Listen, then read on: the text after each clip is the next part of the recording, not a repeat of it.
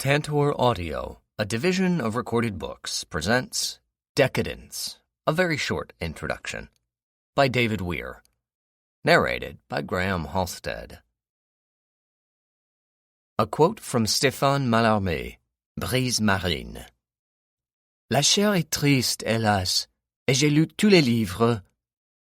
The flesh is sad, alas, and I have read all the books. Introduction. Decadence is a simple word, but a complicated concept.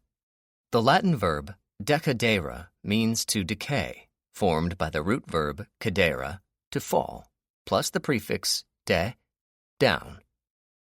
The Latin origins of the word are of interest not only to etymologists, but also to historians. After all, Latin was the language of ancient Rome, and everyone knows that Rome fell down into a state of decay. The fall of Rome furnishes us with the first of several seemingly simple interpretations of the word decadence, historical decline. The decline and fall of the Roman Empire also points to a second shading of the concept, social decay. The political corruption and excessive hedonism of any number of Roman emperors, Caligula, Nero, Elagabalus, to name a few, earned them the epithet decadent, first in the work of professional historians, and later more broadly in the popular imagination. Crucially, the personal depravity of a Caligula or a Nero is regarded as an index to the broader degeneration of society at large. Moreover, the historical decline and social decay of ancient Rome was also reflected in the literature of the age, which leads to a third important sense of decadence, aesthetic inferiority. The art produced in periods of historical decline is regarded as inferior to the work of artists and writers of an earlier age, when the empire or the nation is at the height of its political power and economic influence. Virgil, who wrote during the reign of Augustus Caesar, who reigned from 27 BCE to 14 CE, is the great poet of empire. But Ausonius, who wrote during the reign of Valentinian, who reigned from 364 to 375 CE, after Rome had entered the period of its long decline, is a minor writer of the decadence. Not so much a poet as a poetaster, an inferior imitator of the patterns of the past. The historical, social, and aesthetic dimensions of decadence are all covered, but they are also questioned and qualified. Consider, for example, the decadence of Rome. Obviously, the Roman Empire no longer exists. But more than 900 million people today speak a language that developed from one of the vernacular dialects of Latin spoken 2,000 years ago somewhere in the Roman Empire. French and Spanish, for example, are called Romance languages because they evolved from the language spoken by the Romans, who colonized the ancient imperial provinces of Gaul, modern France, and Hispania, modern Spain. Another example of the continuing relevance of ancient Rome is the system of laws used to administer the Republic and, later, the Empire. A modified version of that system remains in use today, mostly in Europe, but also in parts of Asia and Africa that were once under Roman control. In the United States, the Founding Fathers may have relied more on British common law than on Roman law in crafting the American legal system, but they looked to the Roman Republic as a model of representative government, naming part of that government, the Senate, after its Roman prototype, Senatus. The linguistic, legal, and political resonance of ancient Rome is matched by its ongoing religious influence. The deathbed conversion of Emperor Constantine, who reigned from 306 to 337 CE, aided the spread of Christianity throughout the empire, assuring the establishment of the Holy Roman Catholic and Apostolic Church. Add to all this the achievements of Roman architecture and engineering, the roads, the aqueducts, the sewers, that have had a lasting influence on the built environment of so many cities, and the question quite reasonably arises, what kind of decadence is this, really? The question arises because decay, it turns out, is oddly generative. The historical decline of Rome ultimately seems less like decadence and more like progress because of the many social and cultural developments that ensued in the wake of both the Roman Republic and the Roman Empire. Rome not only remains the paradigm of decadence, it also provides the pattern for the inevitable linkage of decline and renewal. But this pattern becomes a paradox in the modern era. Historical decline and renewal, social decay and regeneration, artistic decadence and avant-gardism appear increasingly interrelated. In fact, modernity itself seems to call for a decadent response of one kind or another, so much so that decadence today may perhaps best be understood as the aesthetic expression of a conflicted attitude toward modernity. Decadence and modernity are not precisely contemporary with one another, but if we think of modernity as the vast complex of social, political, and technological transformations that emerged in the early 19th century, decadence, or the perception thereof, was not far behind. The conflicted sense of modernity that decadence describes arises first and most clearly in 19th century France. The English word decadence derives from French décadence, an etymological fact that might serve as a capsule description of a much broader cultural development. In the modern era, just about every manifestation of decadence owes its origins, either directly or indirectly, to a loosely affiliated group of artists and writers who lived and worked in Paris. French decadence should really be called Parisian decadence, because decadence is deeply urbanist. The philosopher Walter Benjamin famously termed Paris the capital of the 19th century, since for him the city illustrated, better than most, the social and demographic trends that constitute modernity: the mass migration of people from the country to the town, the growth of consumer culture, the advent of new technologies in transportation, architecture, infrastructure, and many more developments that we take for granted today.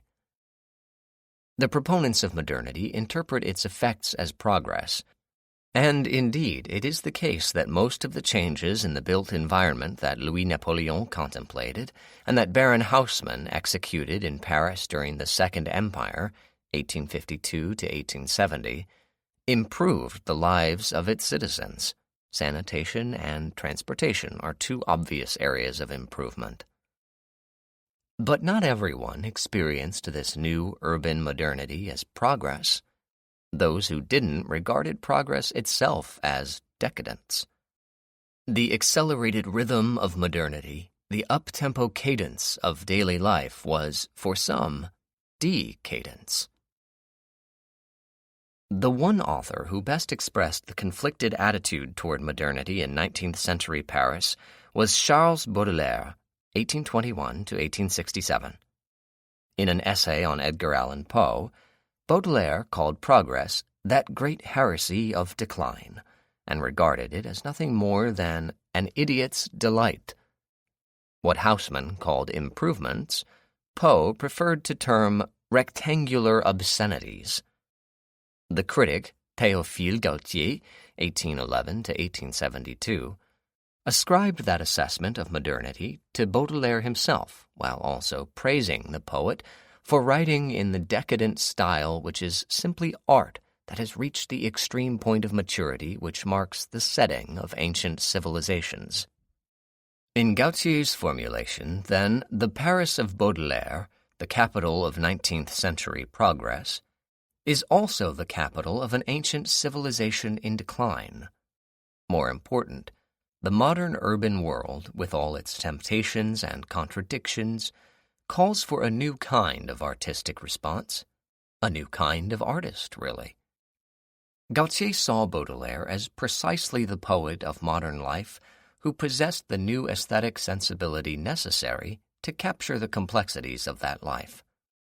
No doubt he was able to do this because Baudelaire himself had described that sensibility in one of the most important documents of decadence, The Painter of Modern Life, 1863. Baudelaire's essay is ostensibly an appreciation of Constantin Guise, 1802 to 1892, an illustrator whose sketches appeared in British and French newspapers. Guise is not named directly, referred to only as Monsieur M.G. or Monsieur G., an indication, perhaps, that Baudelaire is more concerned with the nature of modern life and the problem of painting or representing it than he is with the work of a particular artist. The essay begins by describing the traditional aesthetic category of beauty in an untraditional way. Beauty is really twofold, containing an eternal, invariable element and a relative, circumstantial element. This second element is modernity, the ephemeral, the fugitive, the contingent, the half of art whose other half is the eternal and immutable. This is not a very complicated idea of modernity. All Baudelaire is asking of art is that it reflect present reality, but it was revolutionary at the time. The kind of rapid technique required to capture contemporary scenes and events necessarily breaks with the careful, studied art of classicism, and the focus on the present breaks with the penchant for the past that we identify with Romanticism. The kind of art Baudelaire has in mind, then, seems a lot like what we now call modernism. But it isn't really, or isn't fully, because Baudelaire expresses a number of reservations about the pageant of modern life he sees all around him. The disaffection he feels is conveyed through the opposition of two important terms, flâneur and dandy. The first term describes a man who lounges about the cafes or saunters down the boulevards, taking pleasure in observation alone.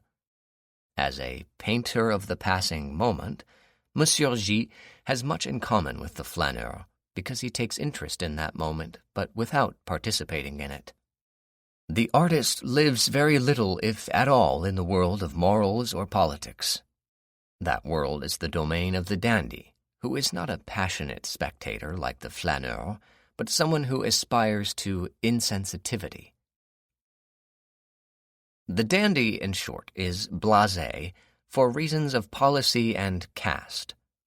The comment about caste becomes clear when Baudelaire explains that the dandy necessarily possesses an aristocratic superiority of mind.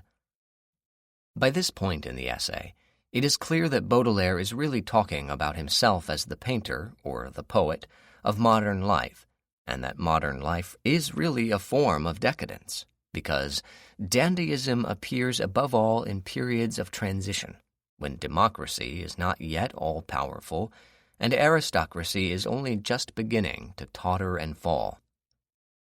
It follows that dandyism is the last spark of heroism amid decadence.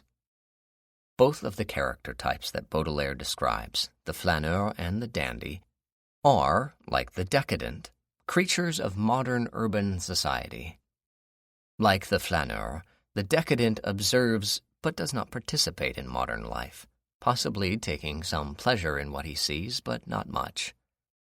Decadents are more like dandies, especially in their cultivation of aristocratic tastes and in their revulsion over the rise of democracy and the emergence of mass society. Paris was not the only capital of the 19th century that produced a culture of decadence that celebrated some aspects of modernity but resisted others. But it was the first. Paris produced the first poet, Baudelaire, to be retrospectively described as decadent by the first critic of decadence, Gautier. Paris also boasts the first novelist of decadence in Joris Karl Huysmans, 1848 to 1907, whose novel, A Rebours, 1884, had enormous influence on the next generation of decadents. The title of the novel has been translated as Against the Grain and Against Nature.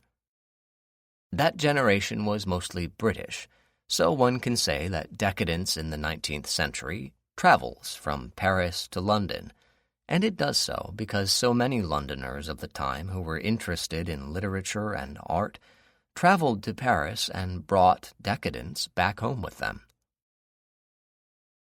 The best known of these London decadents is undoubtedly Oscar Wilde, whose distinction lies in combining the French decadent tradition exemplified by Huysmans with the British aesthetic tradition exemplified by Walter Pater, 1839 to 1894, a classics professor who taught Wilde at Oxford University.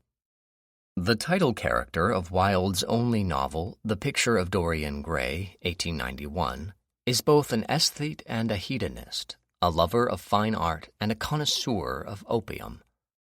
The novel also contains suggestions of male homosexuality that are so compelling that passages from Dorian Gray were read at Wilde's trials as evidence against him for committing the crime of gross indecency. Wilde's conviction and imprisonment in 1895 had a profound and disturbing effect on what was by that time a decadent movement, and not just in England.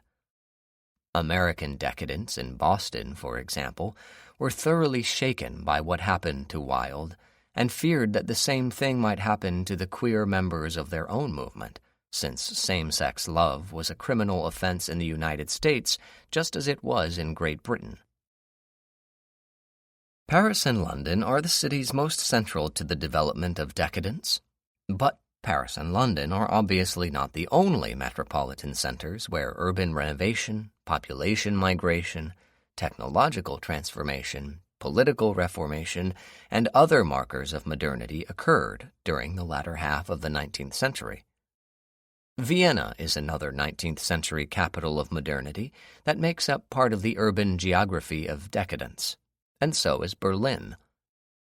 But the political and social conditions most conducive to the culture of decadence do not coalesce in the case of Berlin until the 20th century, during the period of the Weimar Republic, 1919 to 1933. Decadence is hard to date, and not everyone would say that it extends so far into the 20th century as the end of the Weimar era. A case can be made, however, that decadence reached its peak in the second decade of the Third Republic in France, the 1880s, in the last decade of Queen Victoria's reign in Great Britain, the 1890s, in the middle decade of Archduke Ferdinand's status as heir to the throne of Austria-Hungary, the early 1900s, and in the tumultuous decade of the Weimar Republic, the 1920s. These decades of decadence are, of course, approximate. There are things to say about decadence before 1880 and after 1930, and during that 50-year period, decadence is not centered exclusively in Paris, London, Vienna, and Berlin. Boston decadence is contemporary with London decadence, just as Hollywood decadence matches, in more than one way, that of Berlin in the 1920s. As decadence travels from one city to another, its inherent artistic and social dimensions undergo a series of transformations. London decadence appears to integrate aesthetic style and personal behavior more so than Parisian decadence does. In Vienna, the identification of decadence with a diminishing aristocratic class begins to change, and the bourgeoisification of decadence begins. By the time decadence reaches Weimar Berlin, it is no longer the province or the practice of elites. Ultimately, this democratization of decadence results in its migration into popular culture.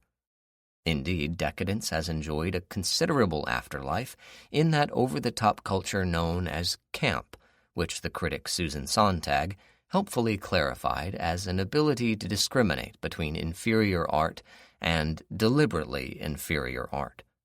The good taste of bad taste. That definition of camp should not be taken as a definition of decadence, although the camp sensibility does demonstrate the conflicted attitude toward modernity that we have identified with decadence. Our initial attempt to define decadence was etymological and historical, and that effort remains meaningful. But decadence is more than decline, decay, and degeneration, whether artistic, historical, or social. We need to keep those meanings in mind, certainly, while also keeping in mind a number of nuances and implications. Think of decadence as an ornate, highly artificial object that resembles nothing in nature, represented on a slide, projected through an old-fashioned magic lantern, seen through a series of colored filters, each color representing a different aspect of decadence. The object, in other words, takes on a different coloration depending on the filter. One filter darkens the object and makes decadence look like pessimism.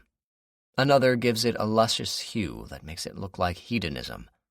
A mottled greenish filter turns the object rotten, suggesting degeneration.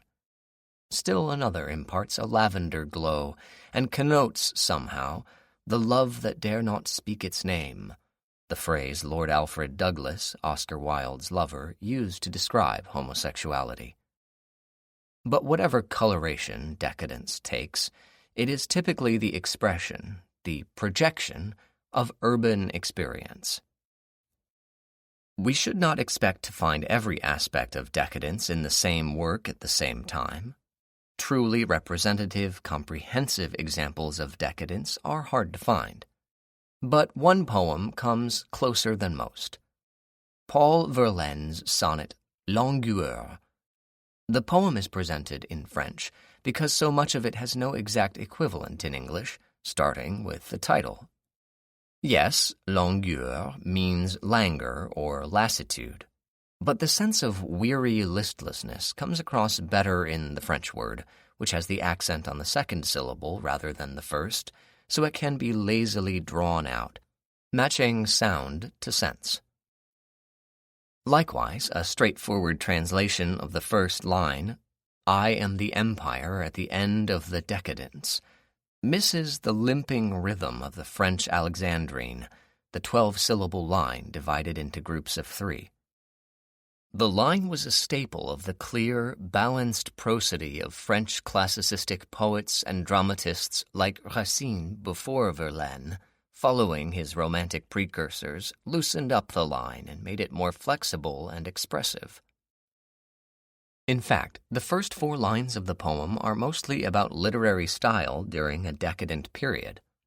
The poem opens by personifying the Roman Empire itself in the last days of decline, passively watching its own destruction by the giant barbarians from the north, les grands barbares blancs, while composing indolent acrostics in a golden style, des acrostiches indolents, d'un style d'or. In an acrostic, the first letters of each line spell out a word or phrase, so the form is by definition highly artificial, as is the notion of a golden style, that is, a style that is needlessly ornate. The setting for this lazy literary activity is most likely sunset, since the sun itself seems to have been affected by the mood of weariness, la langueur du soleil. Despite vague reports of a long, bloody battle, de longs combats sanglants, the speaker of the poem does not feel threatened at all, only bored.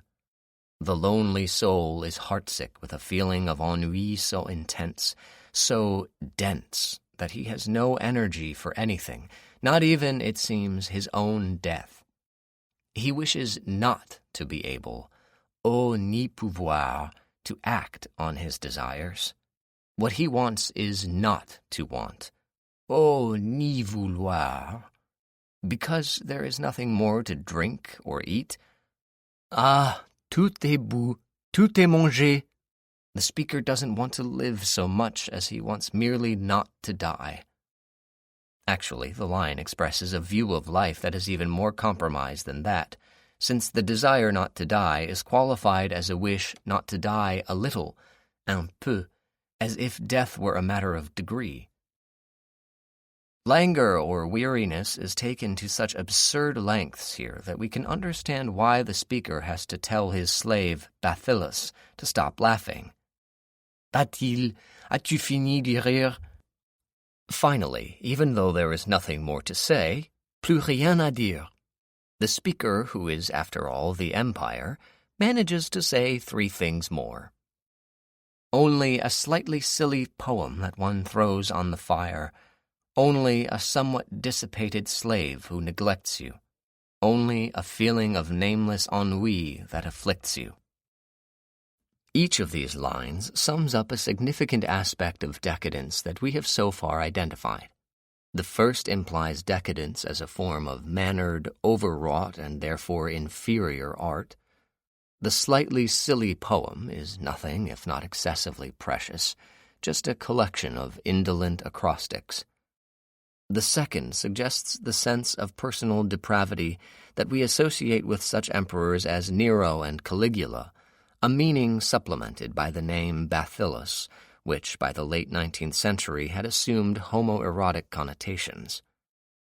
The last line, at first, seems less specifically decadent than the other two, but the poem is set during the decline of the Roman Empire, which would seem to call forth a more urgent emotion than some vague feeling of nameless ennui. These three varieties of decadence, the precious poetry, the diffident homoeroticism, and the indifference to historical decline and personal decay, were all elements of Verlaine's own brilliant but troubled career. That career took him from Paris to London and back to Paris again, where he watched the Second French Empire crumble and wrote a poem about the fall of the Roman one, where all decadence begins. So, if we are to follow Verlaine's decadent itinerary, we must first go to Rome. Chapter 1. Rome, Classical Decadence. Classical decadence is an oxymoron, or it can be. The first word suggests an ideal of balance and perfection, a canon of acknowledged excellence, as the Oxford English Dictionary, OED, has it, while the second word negates all that. Decadence is imbalanced, imperfect, and certainly less than excellent, inferior even. As the word canon in the OED definition indicates, this opposition of perfection and inferiority is mainly literary.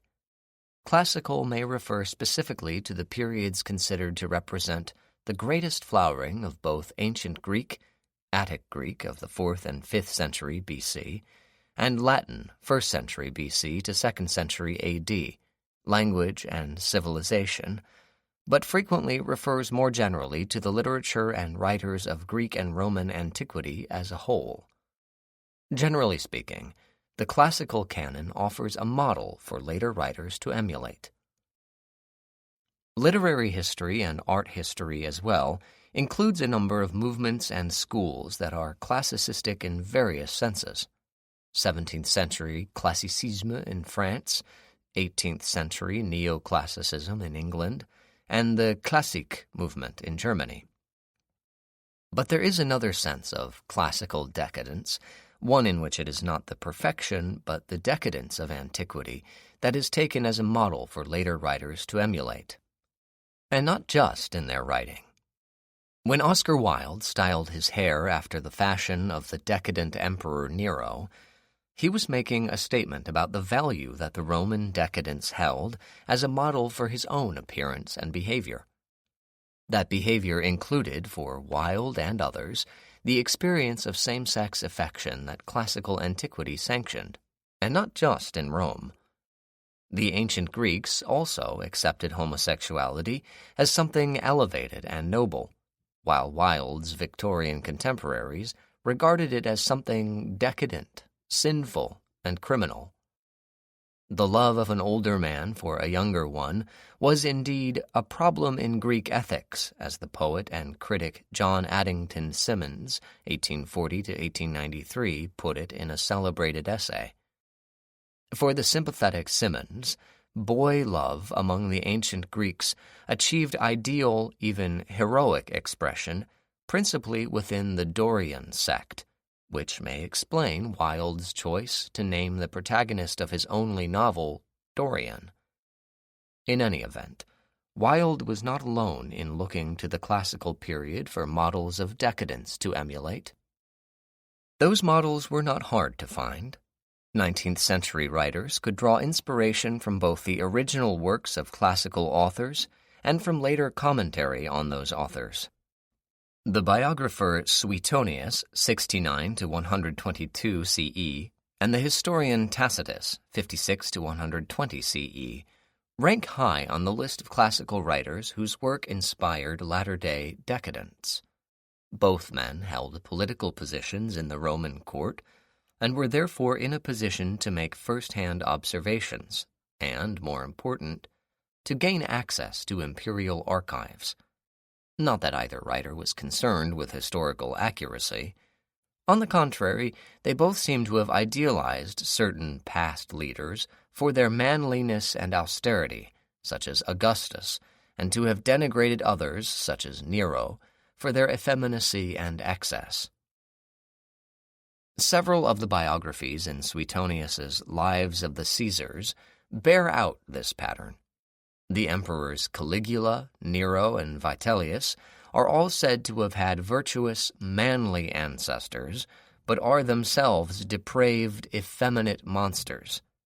All three of these emperors either dress in women's clothing or assume the passive, feminine position in homosexual relations, or do both. In the case of Caligula, who reigned from 37 to 41 CE, for example, his father Germanicus is said to have been endowed with a rich crop of virtues that helped him behave in the manner of our ancestors. Caligula himself, by contrast, behaves like a monster.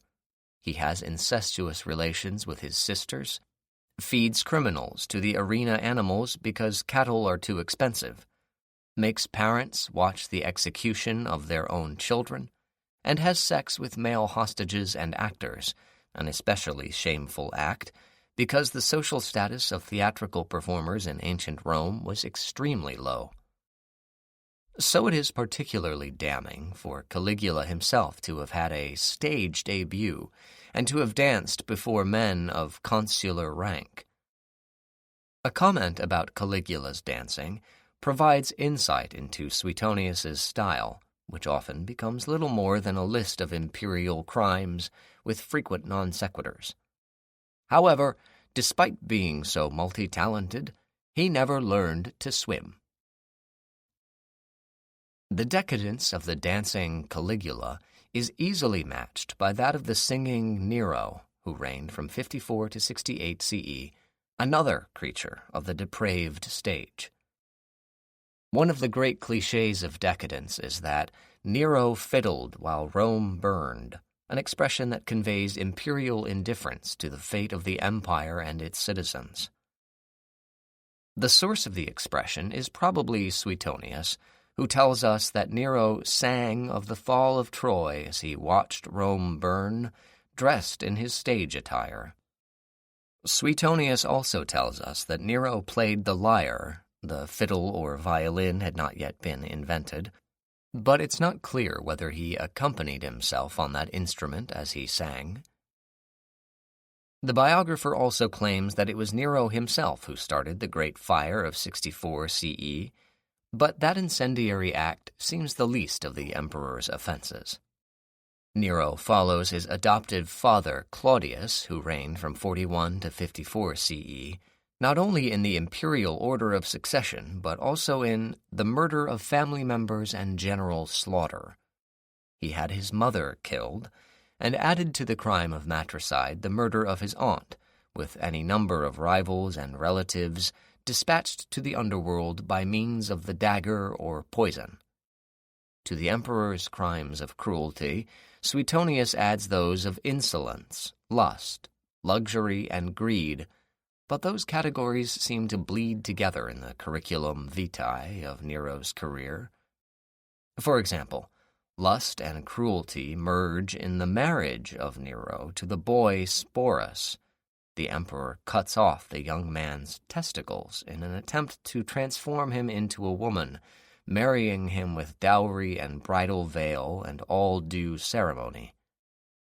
Nero is also credited with inventing a kind of game in which, disguised in the pelt of a wild animal, he would rush out of a den and attack the private parts of men and women who had been tied to stakes. Even in this bizarre sexual practice, we can see what is perhaps most damning in the biography of Nero, the emperor's penchant for performance. Strangely, Suetonius devotes as much or more attention to Nero's love of the stage, his singing and his lyre playing, as he does to his murderous cruelty and his sexual perversity. The biographer mentions that because it was forbidden for anyone to leave the theater when Nero was singing, it is alleged that women gave birth during his shows, and many who were tired of listening and applauding when the entrance gates were all closed either jumped furtively off the wall or pretended to be dead and were carried out for burial. A modern reader is likely to regard such remarks as funny, but Suetonius probably means to convey not humor, but a sense of the emperor's absolute power over his literally captive audience.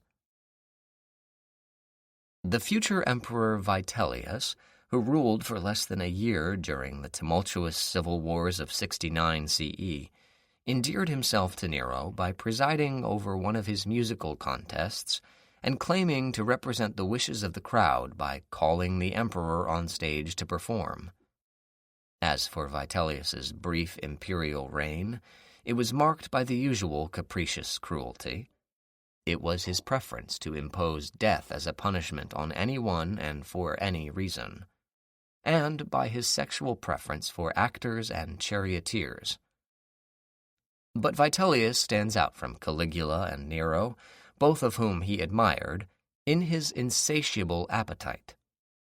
Frequent vomiting made it possible for him to enjoy at least 3 lavish feasts a day, sometimes 4 instead of the more usual 1, including such delicacies as the livers of scarfish, the brains of pheasants and peacocks, the tongues of flamingos, and the innards of lampreys, the latter brought by ship from Spain or Parthia, an ancient empire comprising modern Iran, Iraq, and Turkey.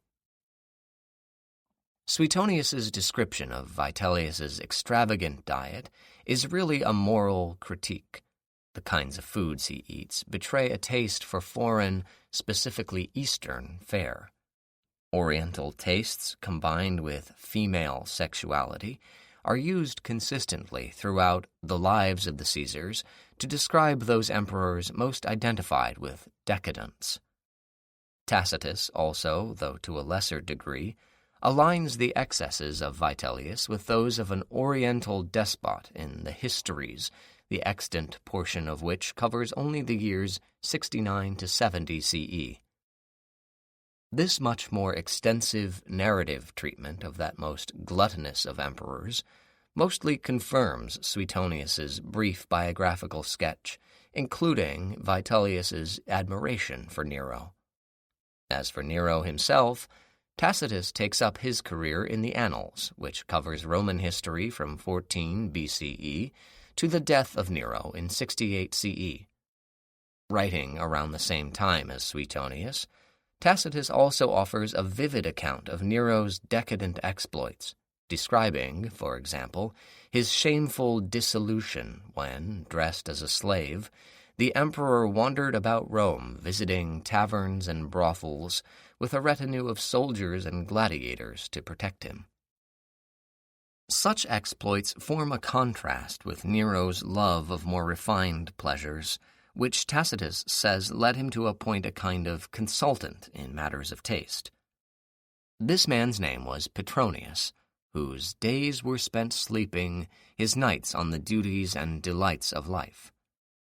Where most men gain fame by industry, Petronius achieved celebrity because of his indolence, and yet he was not considered a glutton and a spendthrift, like most of those who squander their fortunes, but a man of educated extravagance.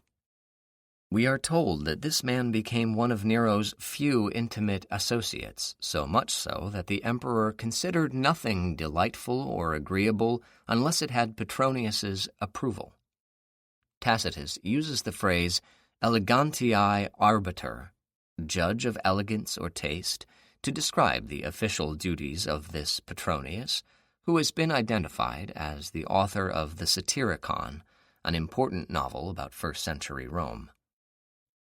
Scholarly opinion is divided on the question of whether Nero's elegantiae arbiter is, in fact, the author of the Satyricon, known as Petronius Arbiter. The name may have been assigned to the manuscript at some later time by an anonymous copyist who had read Tacitus. But there is no doubt that the ancient novel has had an impact on modern conceptions of decadence. The title Satyricon, sometimes spelled Satyrica, refers to satyrs, mythological creatures who were half man, half goat, and known especially for their lecherous behavior. So the title is a metaphor that asks the reader to imagine certain characters in the novel as lecherous or satyr-like. Some scholars also hear in the title an echo of the Latin word satura, satire, a reasonable point of speculation, since the novel does include both social and literary satire.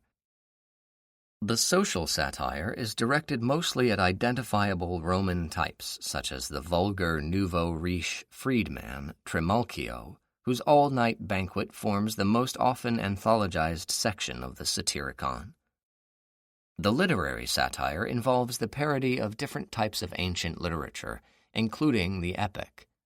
In the Odyssey, for example, the struggles of Homer's hero Odysseus result from the disrespect he has shown to the god Poseidon, who repeatedly frustrates him in his efforts to return from Troy to his home in Ithaca. In the Satyricon, the difficulties faced by Petronius's hero Encolpius derive from some offense to the sex god Priapus, or so it seems, given the erotic complications the hero suffers in his relationship with his beloved slave Gaiton, and later with the prolonged bout of impotence he experiences with a well-to-do woman named Circe, different from the sorceress Odysseus encounters, but the name is another nod to Homer's epic. The novel may also parody ancient Greek romances, in that the eventual reunion of Petronius's homosexual heroes Encolpius and Gaiton seems to parallel the conventional plot of romance, whose chaste, heterosexual lovers are forced by fortune to endure trial and separation before they are finally brought together at the end. The theory of the Satyricon as a parody of Greek romance is disputed, but the Greek etymology of some of the names Petronius assigns to his characters might be advanced in support of the idea. The name of the hero and narrator Encolpius, for example, is Greek for in the groin. Encolpius's sometime rival for the affections of Gaiton is named Ascletus, Greek for unwearied or indefatigable in a sexual sense. As for Gaiton himself, the name means neighbor, but with sexual connotations of availability, the boy next door. And the name Trimalchio, possibly the most decadent character in the novel, is Greek for triply voluptuous. Trimalchio is aptly named since his appetite for pleasure seems easily the equal of 3 people. In the Feast of Trimalchio, the lengthiest and most complete section of the fragmentary novel, Petronius paints an unforgettable picture of what the life of a decadent Roman might have been like in the age of Nero. As a prelude to the feast, Trimalchio takes exercise in the form of a ball game, urinates into a chamber pot held by a slave, and then dries his hands on the slave's hair. The dinner itself involves multiple courses, each featuring some contrivance for the entertainment of the guests. Hot sausages served on a grill over coals of Syrian plums and pomegranate seeds. A wooden chicken brooding over egg-shaped bread with a tiny beccafico, or fig pecker, baked inside it. The little bird was a Roman delicacy. A platter featuring all the signs of the zodiac with astrologically appropriate dishes by each sign. for example, testicles and kidneys for Gemini, the twins. A huge roast boar, represented as a sow with pastry piglets suckling at its teats. When the boar is cut open, live thrushes fly out. The dessert course features a tray of cakes with a pastry priapus as its centerpiece. When the guests bite into them, saffron juice spurts out onto their faces, a form of culinary ejaculation that the guests find richly amusing. The dinner comes to an end when the ceiling panels part and a giant hoop descends, hung with golden crowns and jars of perfume, farewell gifts for the departing guests. Suetonius mentions that the coffered ceiling of Nero's Domus Aurea, Golden House, included panels that would revolve to drop flowers on guests below and spray them with perfume. The imperial detail is only one of several that Trimalchio shares with this or that emperor. Suetonius also says that the Emperor Claudius considered issuing an edict pardoning anyone who broke wind at table, and Trimalchio likewise forgives the flatulence of his guests. Yet it seems unlikely that Trimalchio's imperial qualities are meant as a satire of Nero or of any other emperor. Rather, the satire seems to be directed at the Roman type of the wealthy tradesman who adopted a lavish lifestyle and ran his household as if he were an emperor, however diminished or debased. The Satyricon reminds us that the decadence of Rome has both a social and a cultural dimension.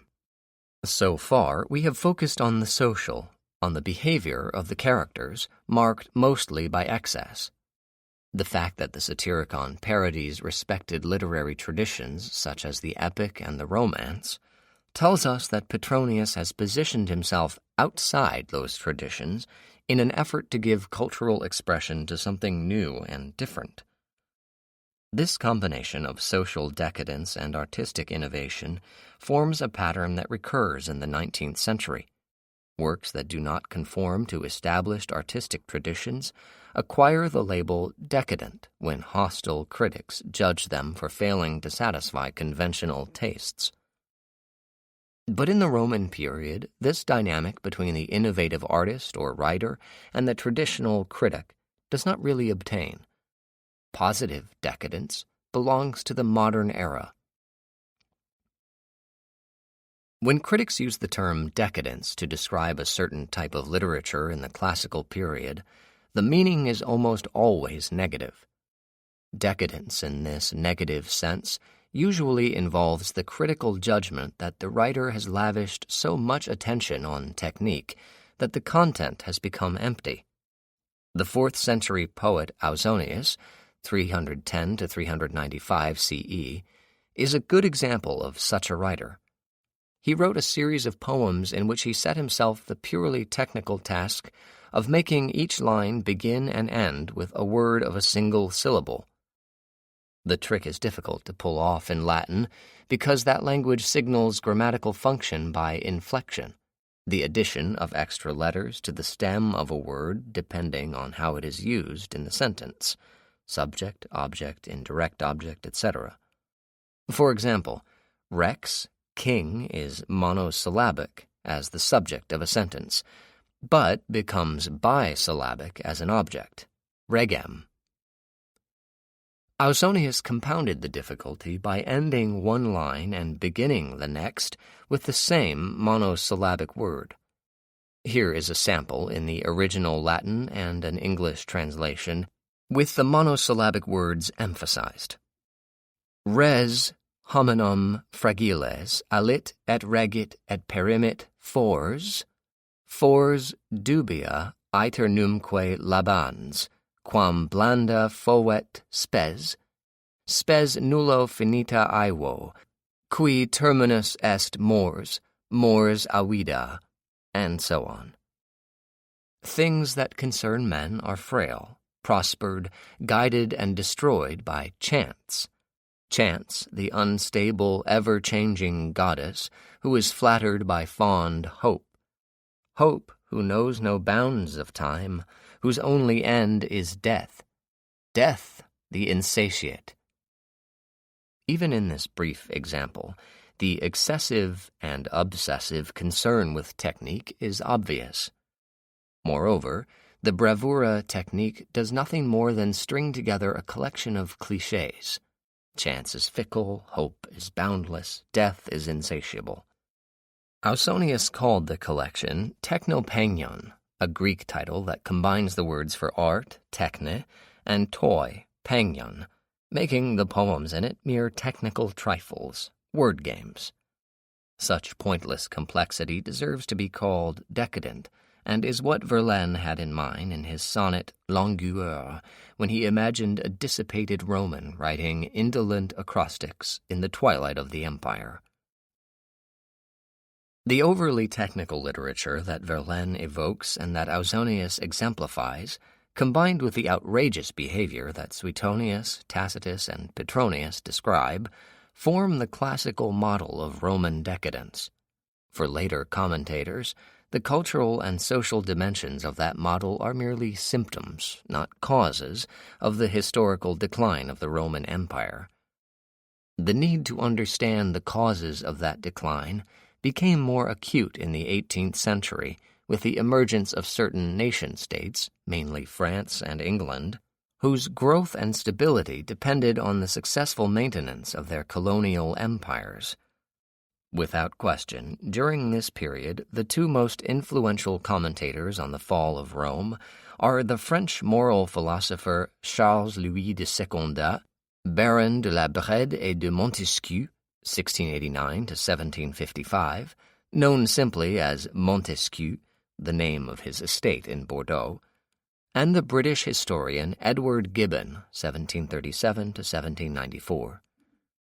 Montesquieu's political analysis of 1734, Considérations sur les causes de la grandeur des Romains et de leur décadence, Considerations on the causes of the greatness of the Romans and their decline, and Gibbon's multi-volume historical study of 1776 to 1788, The Decline and Fall of the Roman Empire, both include the kind of moral condemnation of imperial life that we find in Suetonius and Tacitus. In fact, what the two Enlightenment authors have in common is their sense that political rule has a moral basis.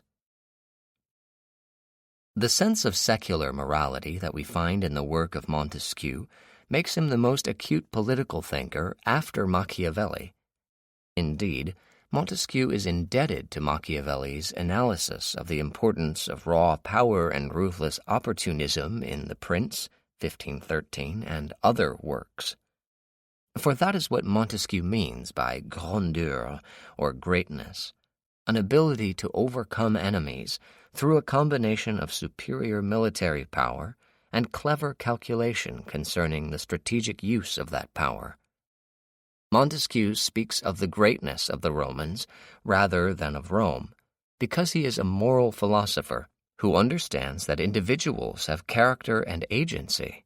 The greatness of the republic or the empire is necessarily the product of the actions of soldiers and citizens, or rather of soldier-citizens. The decadence, or decline of Rome, sets in when soldiers develop loyalties that are not informed by citizenship. As Montesquieu explains, the expansion of territory created the conditions for the disloyalty that led to decline. When the domination of Rome was limited to Italy, the Republic could easily maintain itself. A soldier was equally a citizen.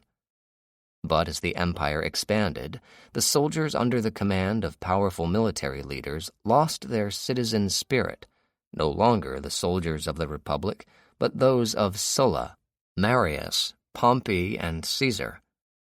The full title of Montesquieu's Considérations seems to imply that both the greatness and the decline of the Romans have one set of causes. Everything that contributed to the expansion of Rome also contributed to its decline. The greatness of the empire ruined the Republic, Montesquieu says, and that formulation also seems to apply to the empire itself. The grandeur that was Rome led inexorably to its decadence. While it is usually better to translate Montesquieu's décadence as decline, there are times when he uses the word to suggest personal corruption, a meaning that applies to any number of notorious emperors. Montesquieu mentions the baseness, madness, and cruelty of Caligula, Nero, Commodus, and Caracalla, for example, but the kind of corruption such emperors exemplify does not play a major role in the decline of Rome.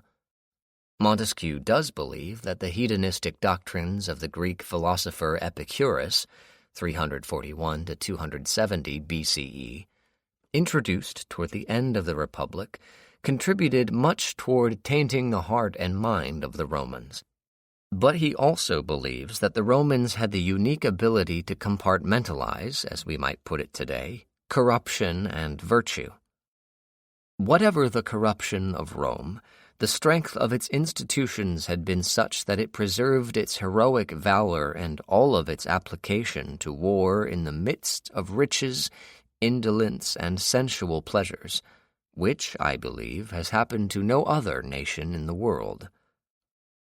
So corruption is not one of the causes of the decline of Roman greatness, but there is another cause in addition to the unmanageable nature of greatness itself that led to the ruin of Rome. That cause is Christianity, an especially effective instrument of decadence in the Eastern Empire. Although many historians would say that the Roman Empire had already fallen by the time of the Byzantine Emperor Justinian, who reigned from 527 to 565, Montesquieu holds that Justinian's religious zeal weakened the empire because of his attacks on those who did not conform to the faith. He believed he had increased the number of the faithful. He had only diminished the number of men. At one point, Montesquieu mentions a celebrated author, in fact, the Christian philosopher Pascal, 1623 to 1662, who avers that he was quite content to be sick because sickness is a Christian's true condition. This association of Christianity with decadence will be taken up again by Friedrich Nietzsche in the 19th century, albeit in a somewhat different context. The role of Christianity in the decline and fall of Rome also emerged as one of the more controversial elements of Edward Gibbon's account of the demise of the empire. In the notorious closing chapters of the first volume of his history, Gibbon offered a truly sanguine account of the rise of Christianity, noting that whereas the theologian might indulge the pleasing task of describing religion as she descended from heaven, arrayed in her native purity, the more melancholy duty of the historian was to discover the inevitable mixture of error and corruption which she contracted in a long residence upon earth among a weak and degenerate race of beings. The association of Christianity with corruption and degeneracy, two of the bywords of decadence, prompted contemporary outrage, but Gibbon defended the assessment of the faith he had made in the first volume and went on to conclude his account of Rome's decline by doubling down on his claim that Christianity had had a corrosive effect on the empire. The core of the claim is that the Christian promise of a future life obviates the need for action in the present. Because the clergy successfully preached the doctrines of patience and pusillanimity, the active virtues of society were discouraged, and the last remains of military spirit were buried in the cloister.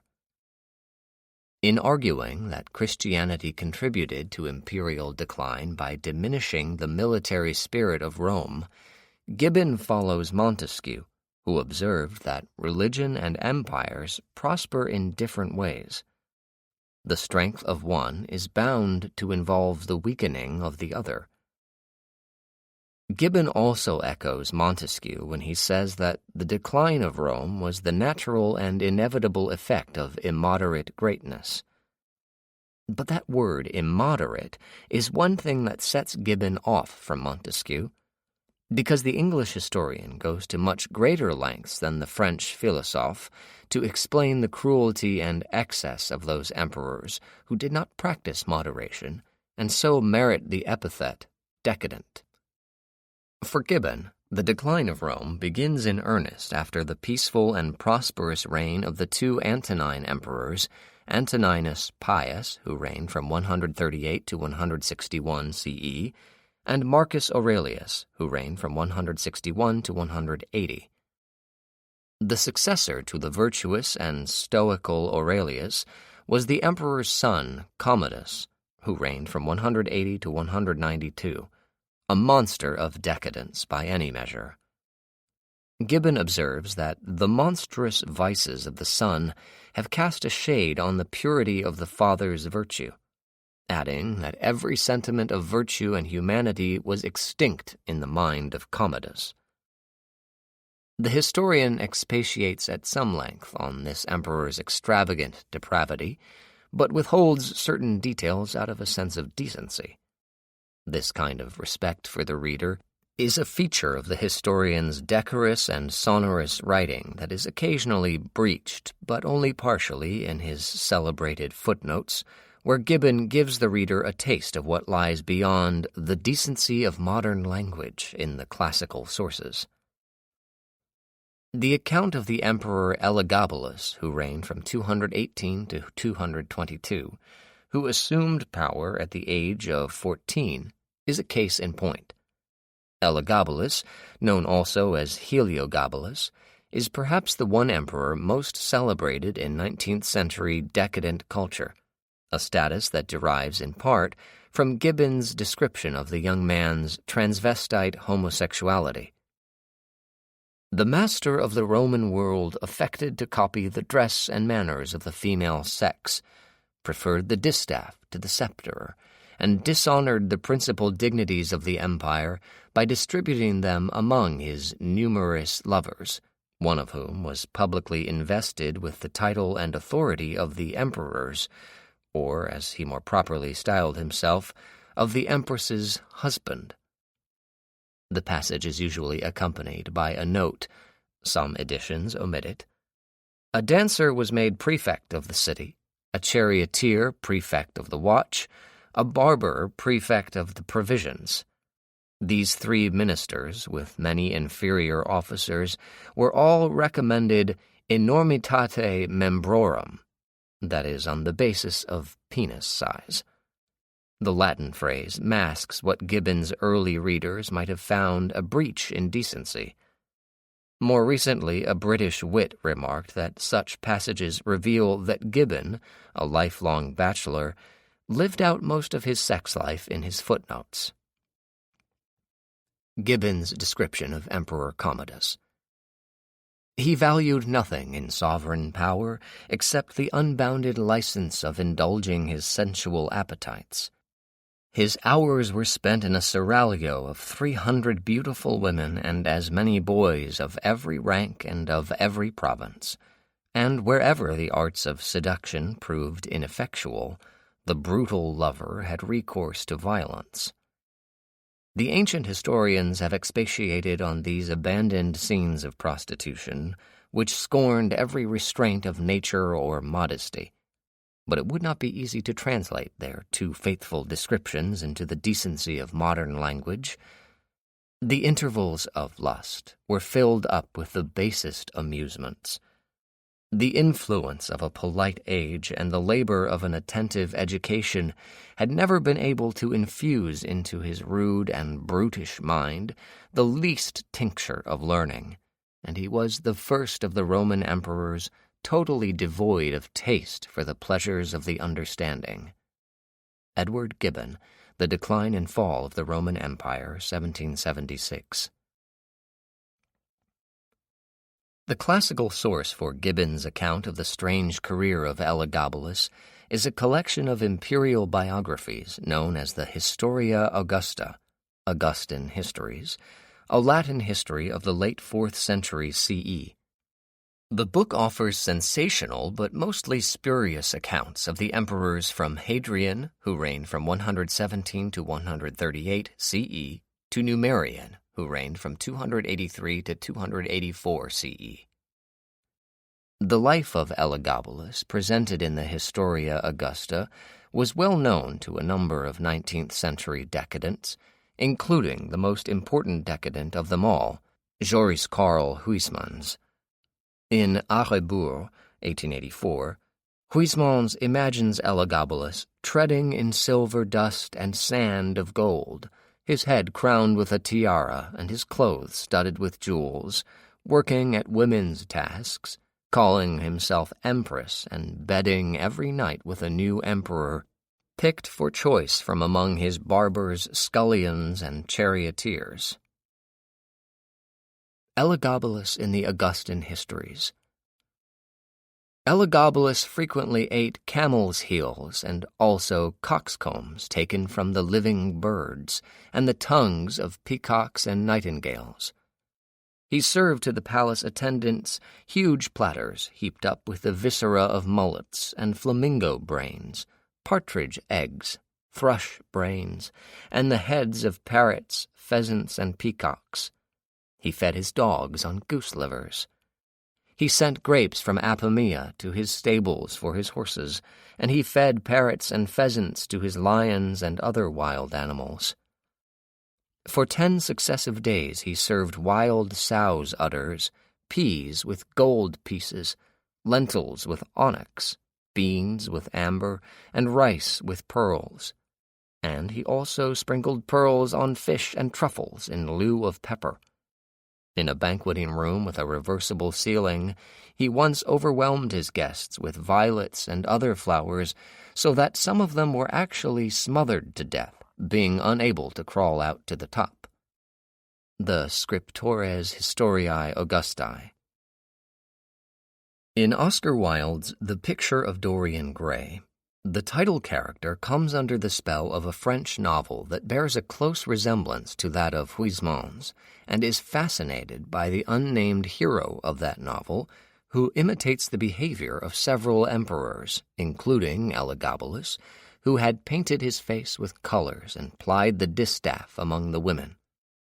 Wilde himself was drawn to a bust of Elagabalus on a visit to Naples in 1897, noting in a letter that the face possessed a grave, somewhat severe beauty, and the most delicate refinement of type, rather like a young Oxonian of a very charming kind.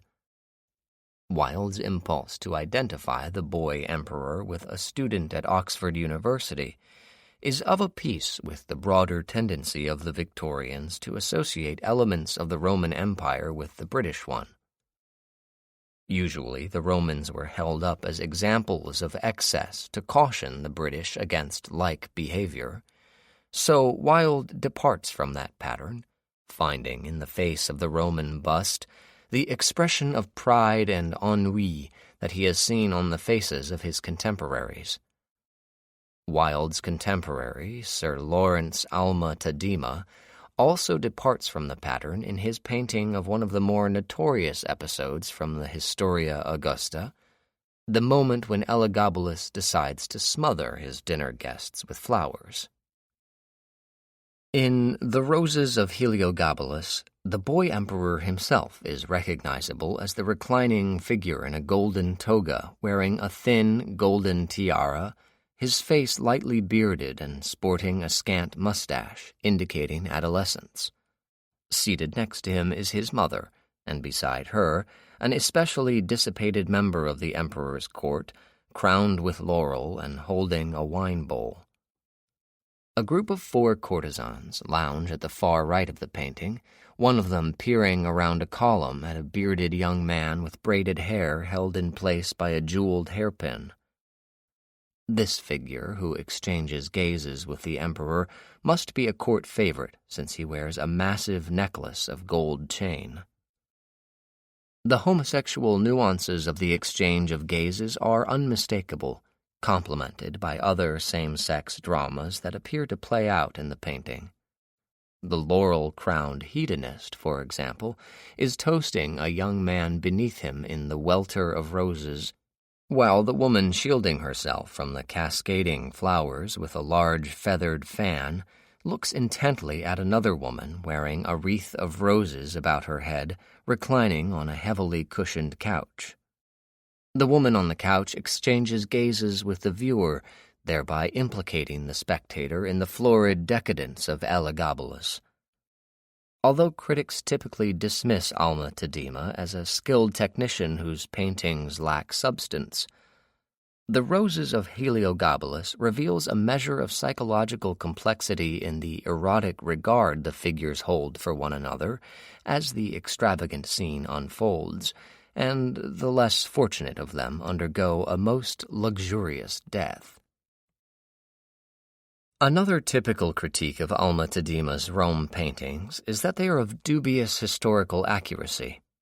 What we see in his paintings are not ancient Romans, the critics say, but Victorians in togas. While the artist went to considerable effort to incorporate details in his paintings that were consistent with the latest archaeological discoveries, much of his work does seem to transfer the life of the British leisure class onto Roman antiquity. In a strange way, then, he appears as a kind of painter of modern life, but one rather different from the sort Baudelaire imagined. Alma Tadema's successful artistic career combines with the popularity of toga plays about ancient Rome on the British stage, and with the fascination among upper-class Englishmen for the tableaux vivants, in which they posed for the camera in Roman garb. For the most part, these types of representations suggest an identification of the British Empire with the Roman one that emphasized all the material benefits of imperial life in the late 19th century, but none of the psychological anxieties. An exception to this trend is Marius the Epicurean, 1885, a novel of ancient Rome by Walter Pater. The highly aesthetic novel is set in the Rome of the Antonines, the age that Gibbon called the period in the history of the world during which the condition of the human race was most happy and prosperous, an assessment that contrasts with Montesquieu's criticism of the Antonines for allowing the spread of the Epicurean philosophy of pleasure during their reigns. Pater's attitude toward Epicureanism is more sympathetic than Montesquieu's, but his general view of the era is a good deal more anxious and conflicted than Gibbon's. That is so because the English author treats second-century Rome as an age of social transition that reflects questions and concerns about the changing mores of his own era. At times, the comparison is quite explicit. That age and our own have much in common, many difficulties and hopes.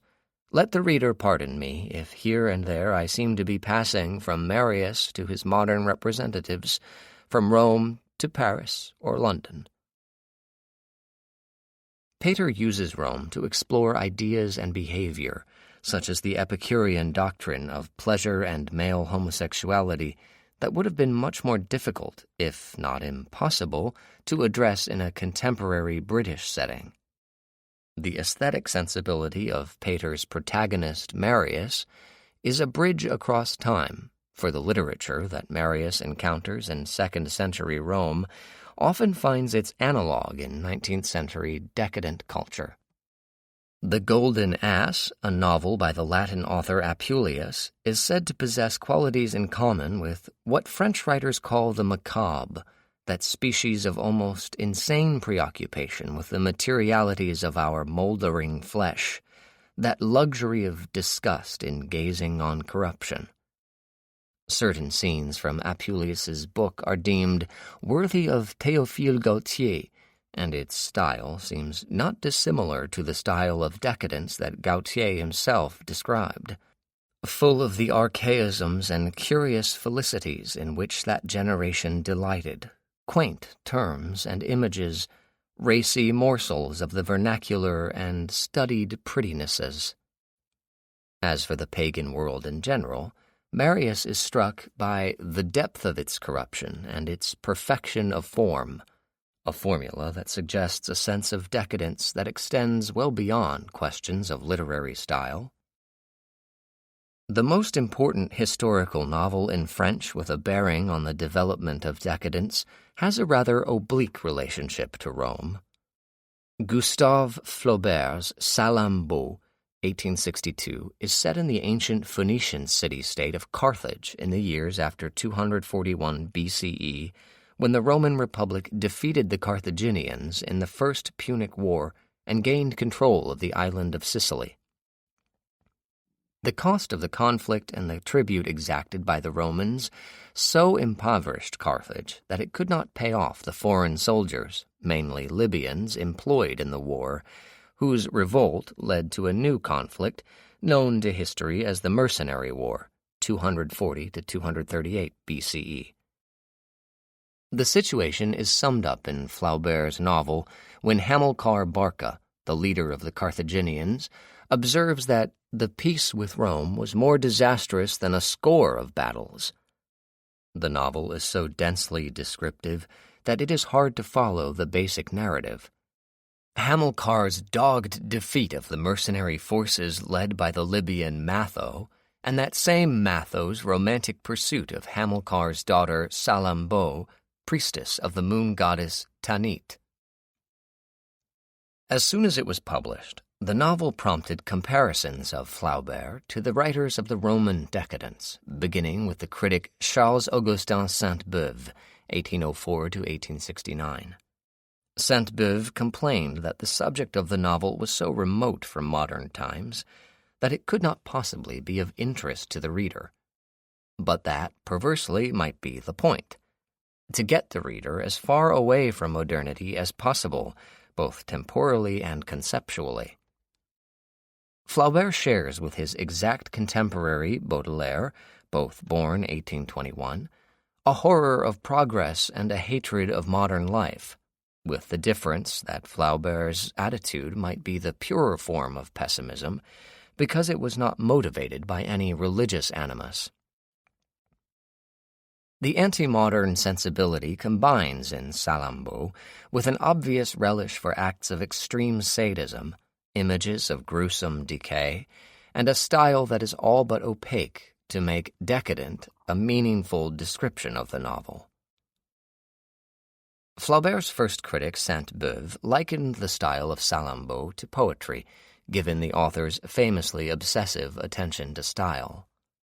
Many passages might fairly be compared to the ornate, jeweled style of 4th-century Roman poets such as Ausonius, as in, for example, this description of precious stones contained in gold calabashes.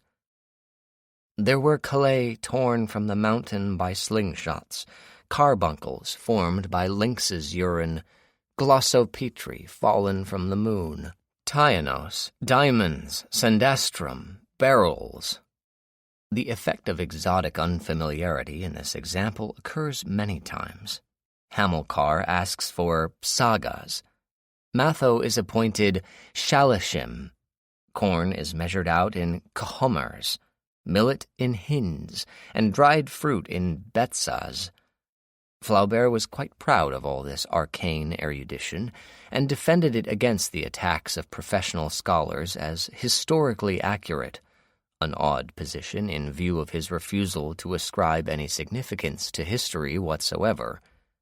He judged the past, the present, and the future equally bêtise, stupid, one of Flaubert's favorite words.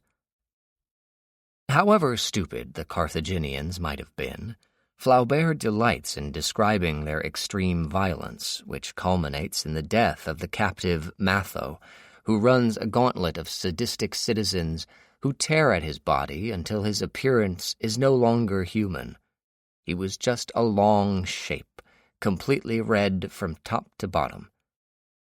Salammbô finds the man in this mangled condition attractive, a pattern of perversity that appears in slightly different form earlier when the horribly diseased Hanno, Hamilcar's rival, gives his soldiers female captives to rape and slaughter, but reserves the most attractive women for himself, for his appalling illness made him burn with urgent desires, which he satisfied with all the frenzy of desperation. Hanno, who suffers from leprosy, is captured and crucified by the mercenaries, a punishment that reveals the horror of his person. Ulcers covered his nameless bulk. The fat of his legs hid his toenails. From his fingers hung what looked like greenish strips, and the tears streaming down among the tumors on his cheeks gave his face a fearful, grievous expression, seeming to take up more room than on any other human face. Here is a real delectation of decay that perversely fetishizes the human body and asks the reader to regard the horror with a kind of cold desire. The ornate style, the sadistic action, and the delectation of decay are all part of the disdain for modernity that makes Salammbô a model for the decadent sensibility. More than anything else, however, it is Flaubert's handling of history that contributes to the sense of decadence in the novel. The narrative itself embodies decadence in the way events are related. The action seems frozen in place, so much so that the static narrative can reflect only some larger disdain for progress itself. In this regard, Flaubert was typical of those of his generation whose disappointment with the failure of the 1848 revolutions led to cynicism and despair. His intense devotion to style is also typical of those writers later described as decadents. Indeed, the combination of pessimism and aestheticism makes Flaubert one of the more pertinent precursors of decadence in France. His reconstruction of the Carthaginian Empire rather than the Roman Empire as a way of expressing contemporary concerns about modernity is a bit atypical, however, since many of his countrymen saw in the decline of Rome a ready comparison to the decadence of Paris. And it is to that comparison that we now turn. Chapter 2. Paris, Cultural Decadence. The decline of Rome held special relevance for the French. After all, the architects of the French Revolution, like those in America before them, took Republican Rome as their model of governance. Moreover, the French found in Napoleon a Caesar who betrayed the revolution by taking the title of emperor. In French political chronology, the First Republic, 1792 to 1804, is followed by the Napoleonic era known as the First Empire, 1804 to 1815, leading some historians to say that the French repeated several centuries of Roman history in just over 2 decades. Even before Napoleon, the French-Roman analogy appears to have been quite insistent among the French themselves. Just as Rome experienced a golden age during the reign of the Emperor Augustus, who ruled 27 BCE to 14 CE, so did France during the reign of Louis XIV, who reigned 1643 to 1715, the Sun King, with the classical poets Virgil and Horace having their latter-day French counterparts in such exponents of classicisme as Racine and Corneille. And if Rome had its decadence, then so did France, with the difference that the decadence of France seems to recur at regular historical intervals. Both the Rococo art and the libertine literature that marked the reign of Louis XV are decadent in comparison to the great age of neoclassical art that came before, or so goes conventional opinion. That opinion was reasserted in 1834 by the traditionalist critic Désiré Nizard when he compared the poetry of the decadent Romans to that of his romantic contemporaries in Études de mœurs et de critique sur les poètes latins de la Décadence, Cultural Critical Studies of the Latin Poets of the Decadence. At the end of this book, Nizard makes explicit what he had already implied throughout his study, that Victor Hugo and other romantic poets of Nizard's day had something in common with the inferior poets who wrote during the decline of Rome. Decadence, it turns out, is a style, one that draws the reader's attention to individual words and phrases at the expense of the whole, that indulges in imaginative flourishes rather than reasoned discourse. The lack of unity and the lack of reason offer no benefit to the reader, unlike classical literature, whether Roman or French, which possesses truths essential to the preservation of man's moral grandeur. Later, Nizard's negative criticism would be put to positive use as attention to detail, imaginative fantasy, and the removal from morality became hallmarks of the decadent aesthetic. After Nizard, the most important negative critique of decadence comes in visual form in 1847, when the artist Thomas Couture captured the comparison of the Romans and the French on canvas. The Romans of the Decadence asks the viewer to consider anew just how completely the cultural decline of France mirrored the fall of Rome. While the artistic merits of Couture continue to be debated, his most famous painting undoubtedly illustrates some critical dimensions of decadence. From the first, the painting was regarded as both a political and a cultural allegory. Couture's contemporaries understood the scene as a representation of Roman decadence, all right, with the decadent Romans standing in for the decadent French. The basic device of the painting recalls Suetonius. The statues that look down in disapproval on the florid orgy below them suggest the Roman writer's contrast of the decadent emperor's actions with those of their virtuous ancestors. In Couture's painting, the central figure of Germanicus, the austere commander of Roman forces in the north, and the father of the dissolute Caligula, makes the contrast clear. And so do the stern faces of the other statues, all completely counter to the visage of the figure identified as the Emperor Vitellius, the portly character just below the bare-breasted, gyrating dancer with her head thrown back. Possibly the presence of Vitellius dates the orgy to 69 CE, the year of the 4 emperors, when Rome was racked by civil war. Hence, the painting becomes a prescient image of civil conflict in France, looking forward to the Revolution of 1848. That retrospective reading, however, is hard to justify given Couture's own conservative politics. His sympathies lay with the aristocracy displaced by the July monarchy of 1830, which led him to treat the rising bourgeoisie as literally ignoble and figuratively decadent.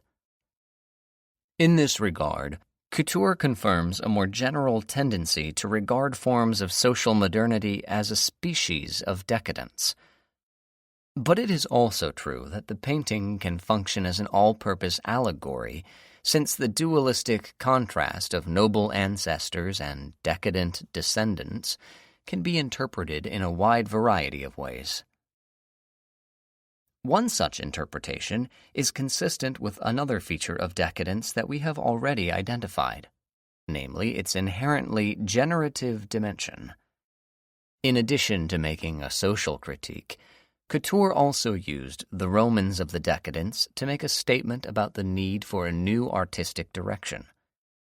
In fact, the sensational canvas served as a large-scale advertisement for the new school of art that Couture himself founded the same year he exhibited it. The formal announcement for this École de Monsieur Couture made the artist's eclectic aims clear. He meant to found a school of national painting adequate to the needs of the time that would reject both the spurious classical school and that abominable school known under the rubric of romantic. He also rejected petty artistic commercialism in favor of the great art of Greek antiquity, the Italian Renaissance, and the Dutch Golden Age. While Couture does not single out the art of ancient Rome in the prospectus for his school, the Romans of the Decadence obviously does by way of the monochrome statues mostly copied from ancient marbles and bronzes. Of course, some critics would say that Couture's mannered, eclectic mixture of different artistic styles is itself an example of decadence. For this reason, couture has not received that much credit for the revolution in 19th century painting wrought by Edouard Manet, who trained in Couture's studio. Still, the Couture-Manet connection says much about the cultural dynamics of decadence. Perhaps Manet emerged as a true painter of modern life because his training put him in the position of rethinking the worn-out conventions and traditions Couture promoted.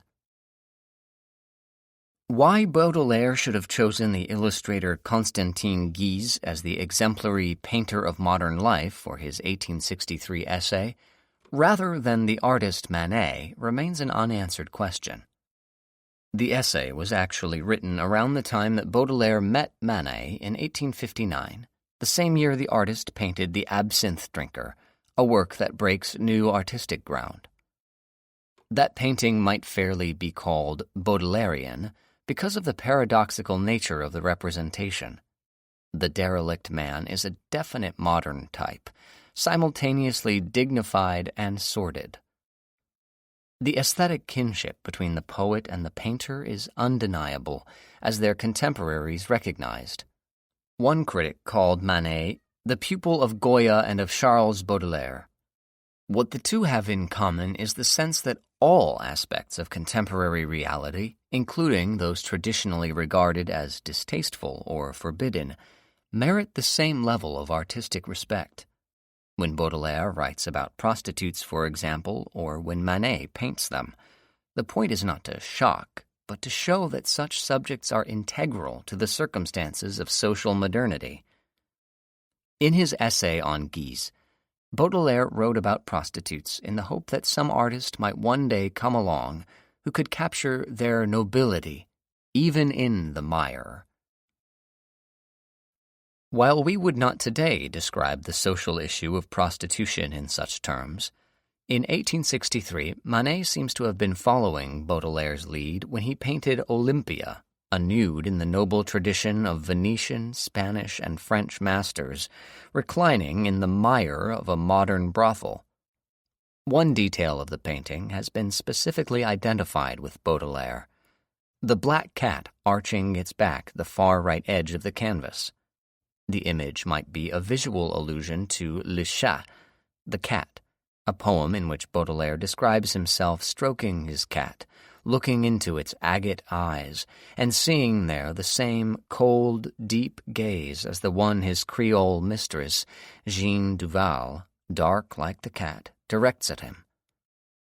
Although Manet is rarely considered in the context of decadence, he shares with Baudelaire a skeptical attitude toward modernity, one reflected in his paintings by the artistic choice of subjects, such as absinthe drinkers and prostitutes, that reveal the downside of progress, the negative effects of the burgeoning bourgeois society of both the Second Empire and the early years of the Third Republic.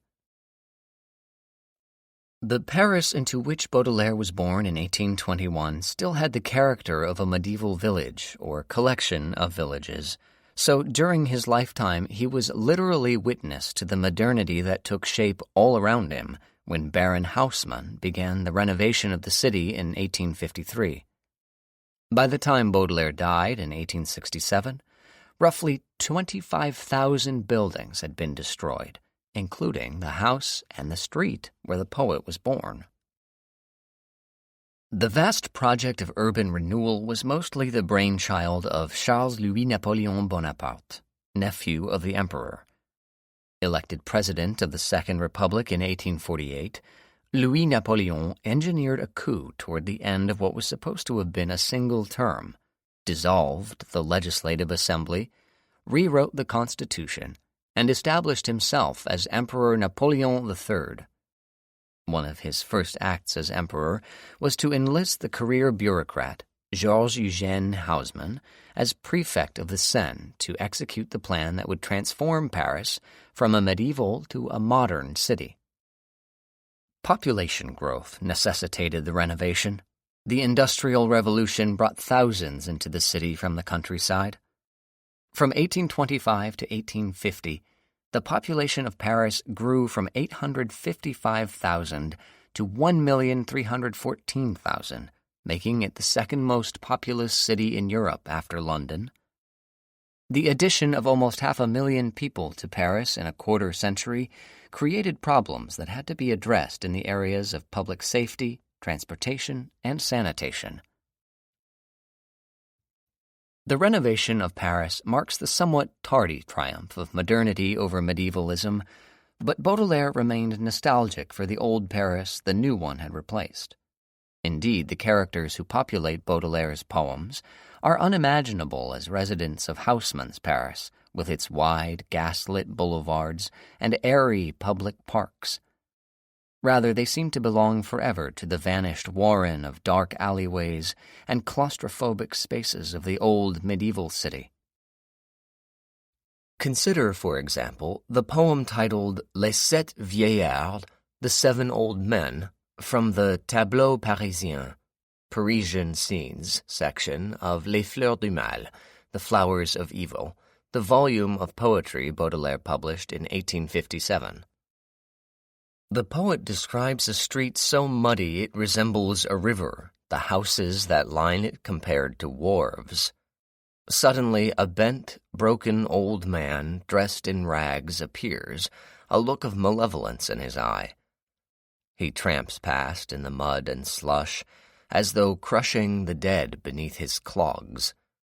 Then, from the same hell, the man's twin appears, then another and another, until 7 old men, or 7 apparitions of old men, stand before the poet, who turns and staggers home like a drunk who sees things double. Resuming the nautical metaphor that opens the poem, Baudelaire describes himself as a helmsman struggling to steer a boat without a mast in a storm through a monstrous, shoreless sea. The setting of the poem is mostly hallucinatory and hardly realistic, but it is difficult to imagine the sentiments Baudelaire expresses in it being inspired by the modern Paris of Napoleon III and Baron Haussmann. Quite the contrary, the 7 old men seem pretty clearly personifications of the 7 deadly sins of Catholic theology, with the city itself becoming an analogue of hell. The key point here is that Baudelaire's poetic imagination involves a conflict of medievalism and modernity, a conflict that was, so to speak, manifested by the physical transformation of Paris that Baudelaire experienced firsthand. The old Paris and its down-and-out inhabitants were, for Baudelaire, everyday evidence for original sin, for the innate depravity of humankind.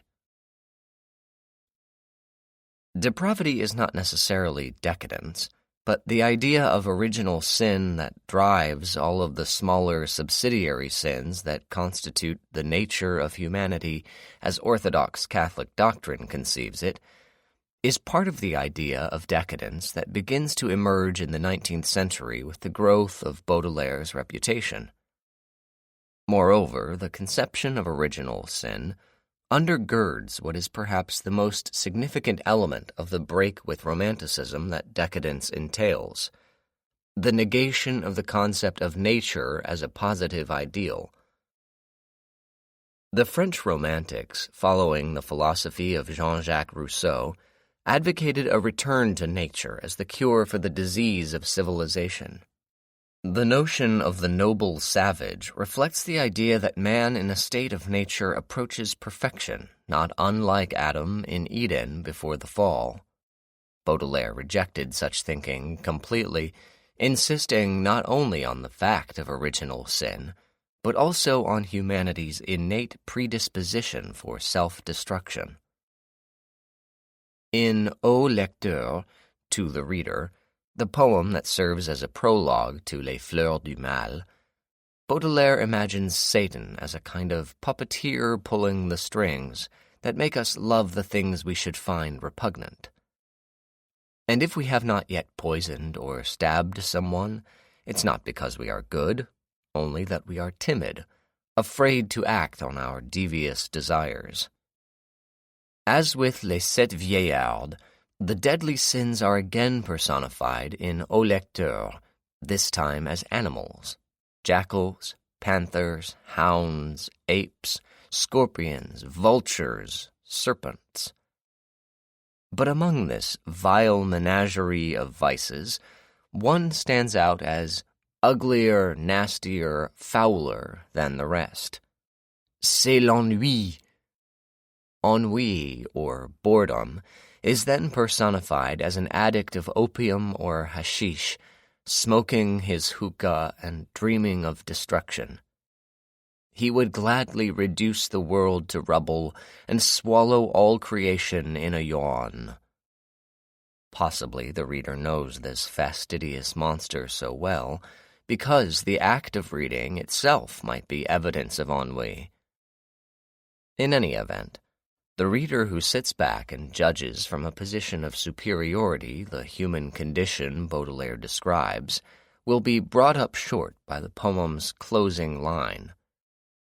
Hypocrite lecteur, mon semblable, mon frère. Hypocrite reader, my likeness, my brother. In O Lecteur, Baudelaire takes the anti-romantic position that human nature is fundamentally evil, not good. That reaction to Rousseau's belief in the inherent goodness of humanity is only the first part of the poet's anti-romantic agenda.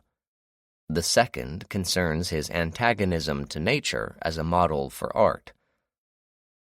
The Romantics, of course, did not invent the idea of art as an imitation of nature, but they revived it, or better, revitalized it as a model not only for art, but also for life. To Baudelaire's mind, such thinking is not only erroneous, but dangerous. The less evidence of the insidious presence of nature in both art and life, the better. In The Painter of Modern Life, Baudelaire praises the use of cosmetics as one way to obscure or negate natural beauty. Indeed, Baudelaire regards natural beauty as an oxymoron and says that anyone who prefers nature unadorned is degenerate. Part of Baudelaire's thinking here is misogynistic. As the more natural gender, women must do more to obscure the physical signs of innate depravity. But cosmetics is also a metaphor for art, which in turn assumes ethical dimensions. Everything beautiful and noble is the result of reason and calculation. Crime, of which the human animal has learned the taste in his mother's womb, is natural by origin. Virtue, on the other hand, is artificial, supernatural. Evil happens without effort, naturally, fatally. Good is always the product of some art. Baudelaire's reversal of the romantic hierarchy of nature and art makes of nature itself something degenerative, not restorative, so there is a kind of moral imperative toward art and artifice. At the same time, the human condition is ineluctably natural. In one sense, the human animal is decadent by definition, and anyone who wishes to overcome this condition must become as artificial and refined as possible.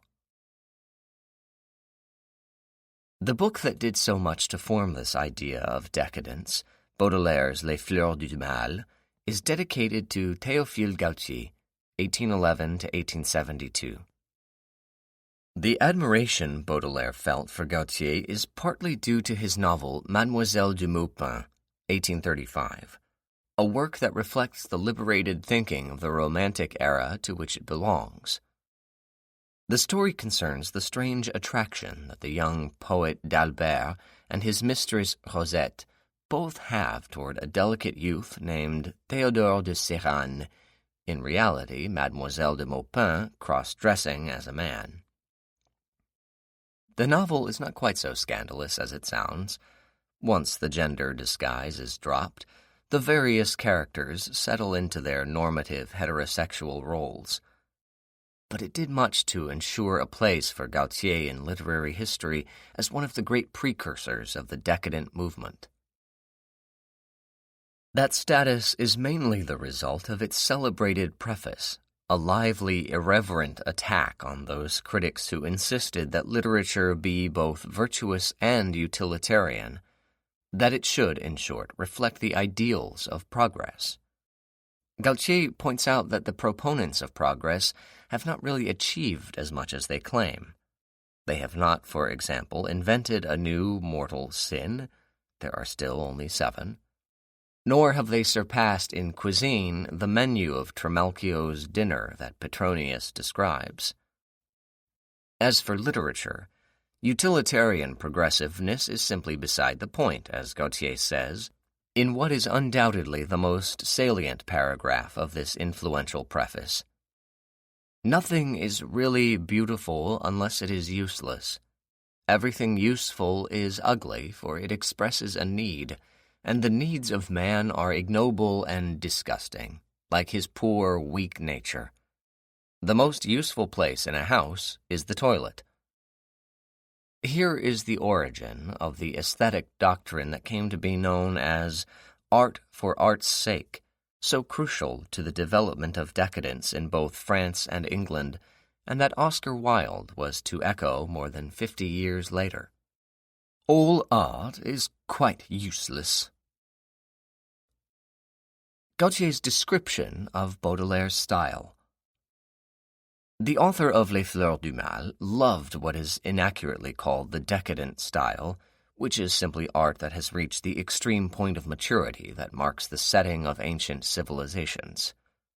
It is an ingenious, complex, learned style, full of shades and refinements of meaning, ever extending the bounds of language, borrowing from every technical vocabulary, taking colors from every palette, and notes from every keyboard.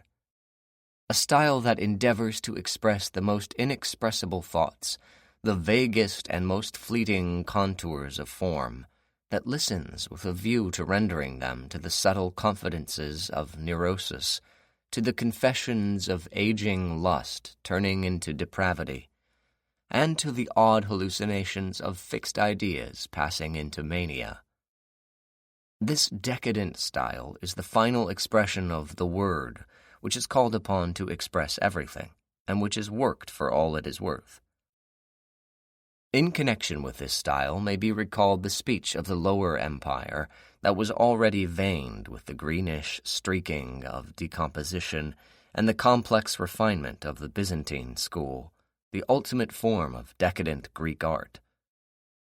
Such, however, is the necessary, the inevitable speech of nations and civilizations when fictitious life has taken the place of natural life and developed in man wants till then unknown. It is no easy matter to write in this style, for it expresses novel ideas in novel forms, and uses words hitherto unheard. Contrary to the classic style, it admits of the introduction of shadows in which move confusedly the larvae of superstition, the haggard phantasms of insomnia, the terrors of night, the monstrous dreams that impotence alone stays in their realization, the gloomy fancies at which day would stand aghast, and all that the soul has of darkest, most misshapen, and indefinably horrible in the depths of its uttermost recess. Théophile Gautier, Charles Baudelaire, 1868. The preface to Mademoiselle de Maupin combines with another of his prefaces, the notice introducing the third posthumous edition of Baudelaire's Les Fleurs du Mal, 1868, to make Gautier one of the more influential theoreticians of decadence in the 19th century. The importance of the essay lies in the way Gautier ameliorates the concept of decadence by drawing a distinction between a decadent poet and a poet of decadence. Like Nisard before him, Gautier describes the decadent style, which more properly should be called the style of decadence, that is, the style that is best suited to describing what life is like in a period of historical decline and social decay. Unlike Nisard, who urged a return to the clarity and reason of the classical style, Gautier stresses the need for a new style capable of expressing all the obscure, half-formed feelings that life in a decadent age entails. Only 2 years after Gautier wrote his preface to Baudelaire's book, the decadence of France seemed very real indeed with the defeat of the nation in the Franco-Prussian War of 1870. A year later, Paris descended into anarchy and anarchism when the Commune du Paris, municipality of Paris, seceded from the state. The fragmentation of French society in the 1870s soon led to social theories of decadence, and once again, Baudelaire was the inspiration. In a series on contemporary psychology, the critic Paul Bourget took Baudelaire as an exemplary figure of the period. Writing in 1881, he adopted the scientific language of positivism to combine Nizard's concept of the decadent style with Gautier's idea of the decadent society. Nizard had argued that a decadent style was one that emphasized smaller units of composition over the whole. Gautier had argued that the style of decadence was necessary to express what life was like in a declining empire. Bourget said that the formal markers of the decadent style were equivalent to the political characteristics of the decadent society. In fact, one law governed them both. A healthy organic society was one in which all the individual cells were subordinated to the total energy of the whole. The social organism becomes decadent once individuals acquire autonomy and the unity of the organic society disintegrates. The same principle applies to language. A decadent style is one in which the unity of the book falls apart, replaced by the independence of the page, where the page decomposes to make way for the independence of the sentence, and the sentence makes way for the word. He adds that there are innumerable examples in current literature to corroborate this hypothesis and justify this analogy. Bourget's theory of decadence found its greatest philosophical apologist in Friedrich Nietzsche, 1844 to 1900, who incorporated the Frenchman's analysis of the relation of style and society into his own richly dialectical thinking on the problems of modernity. Nietzsche saw the signs of literary decadence.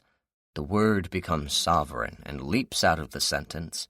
The sentence reaches out and obscures the meaning of the page. The page gains life at the expense of the whole. Manifest in society as the moral basis, freedom of the individual for a particular political theory, equal rights for all. His point is not so much that democracy is decadent, but that systems of morality should not be used to justify political arrangements. Elsewhere, Nietzsche uses the terms master morality and slave morality to explain that the origins of morality lie in power. The masters are good, and the slaves evil. But Nietzsche goes further in his analysis of morality and says that those who are dominated by the strong make a virtue of their weakness through a process that he names ressentiment, resentment.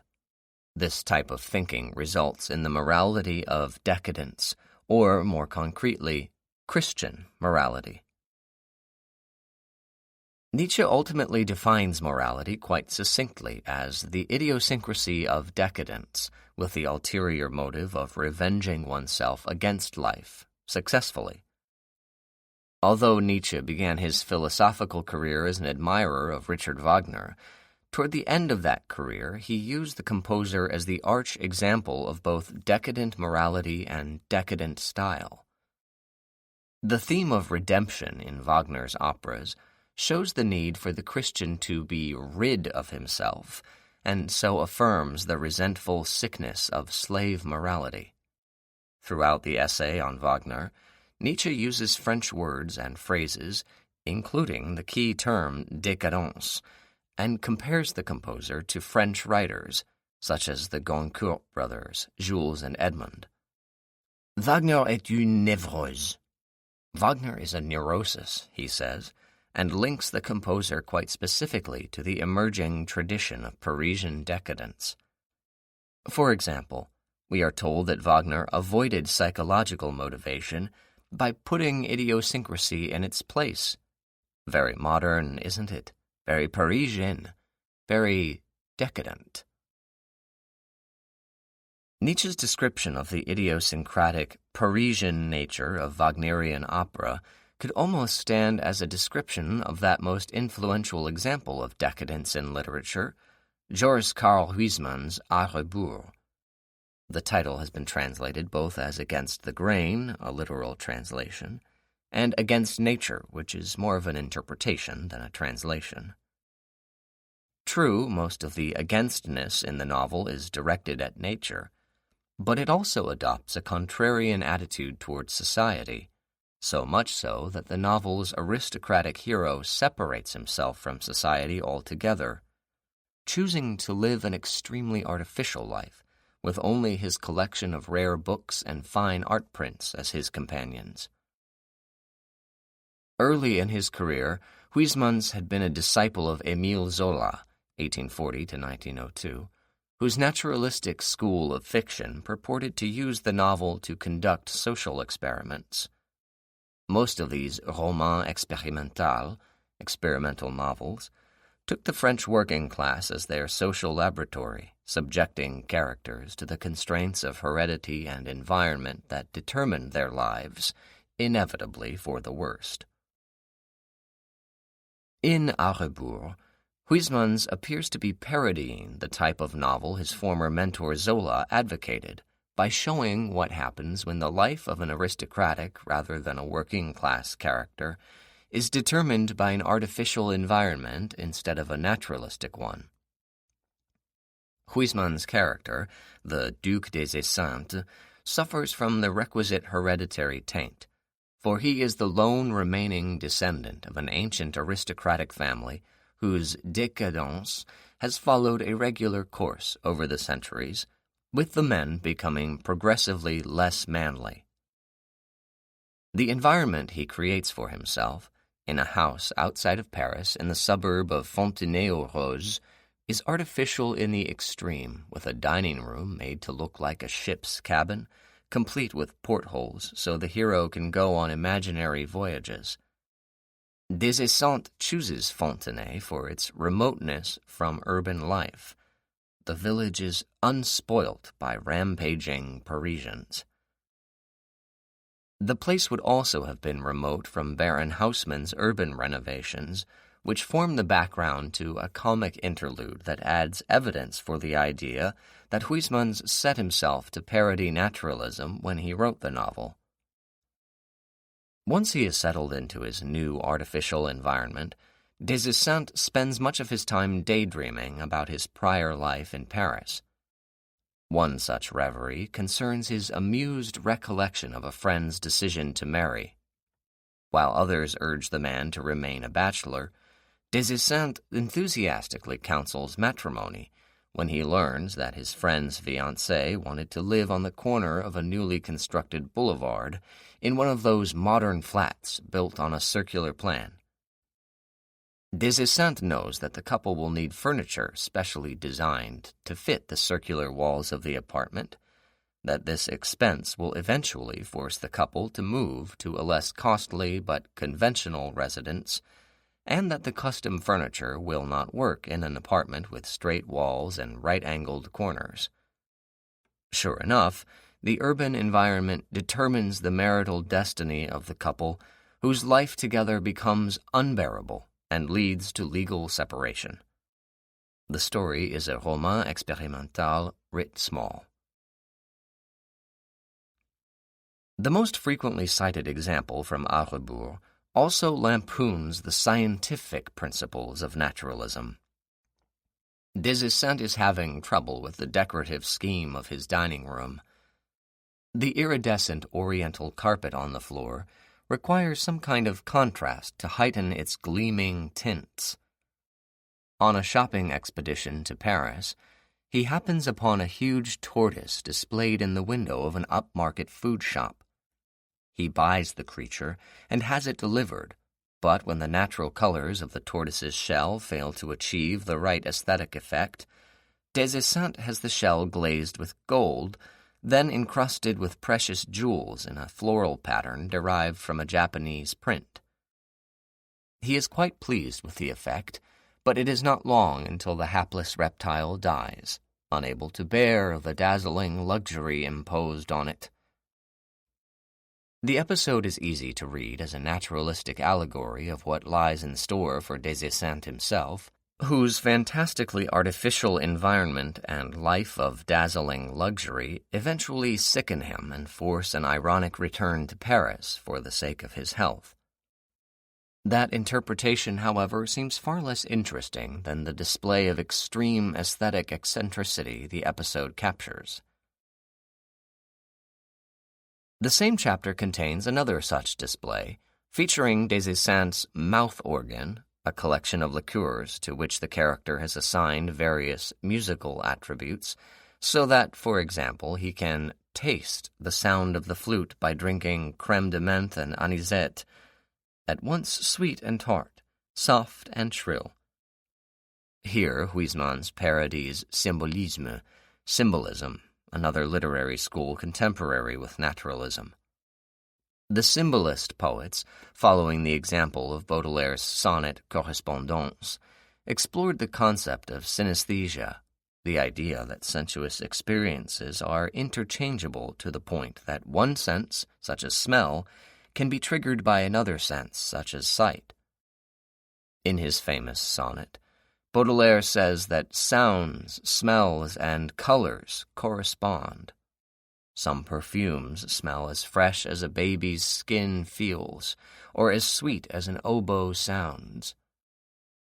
Des Esseintes' mouth organ takes the Baudelairean doctrine of correspondences to an absurd extreme when the character contemplates playing a string quartet in his mouth, with the violin represented by an old brandy, for example, and the viola simulated by rum. The absurdity is elevated when Des Esseintes decides not to listen to the taste of music and settles on a glass of Irish whiskey, the taste and odor of which lead somehow to a daydream about the sordid experience of having a rotten tooth pulled by a lower-class dentist. In other words, a synesthetic symbolist stream of associations leads to the kind of squalid slice-of-life episode typical of a naturalistic novel. But Huysmans does more in A Rebours than simply parody the literary trends of his age. He also offers some genuine critical insights. The critical commentary comes by way of the character as Des Esseintes reflects on the different writers who appeal to him, Baudelaire most of all. He admires the poet for the morbid psychology that makes exhaustive examination of human depravity possible and allows exploration of those districts of the soul where the monstrous vegetations of the sick mind flourish. Les Fleurs du Mal is usually translated the flowers of evil, but Huysmans reminds us of the ambiguity that attaches to the word mal. It also means sickness, as in malady. Hence, Des Esseintes also admires Baudelaire for expressing the unhealthy conditions of weary spirits and melancholy souls in paradoxically healthy terms, that is, in clear, precise diction. It goes almost without saying that the authors Des Esseintes admires for their morbid interests write in the decadent style Gautier identified in Baudelaire. When Huysmans describes the decadence of his own times, he makes the same comparison with ancient Rome that Gautier did, the only difference being that the decomposition of the French language had occurred suddenly and speedily. For Des Esseintes, the poets Paul Verlaine and Stéphane Mallarmé, and the novelists Jules and Edmond de Goncourt best exemplify the French decadence because they all write in what Huysmans calls the gamey style.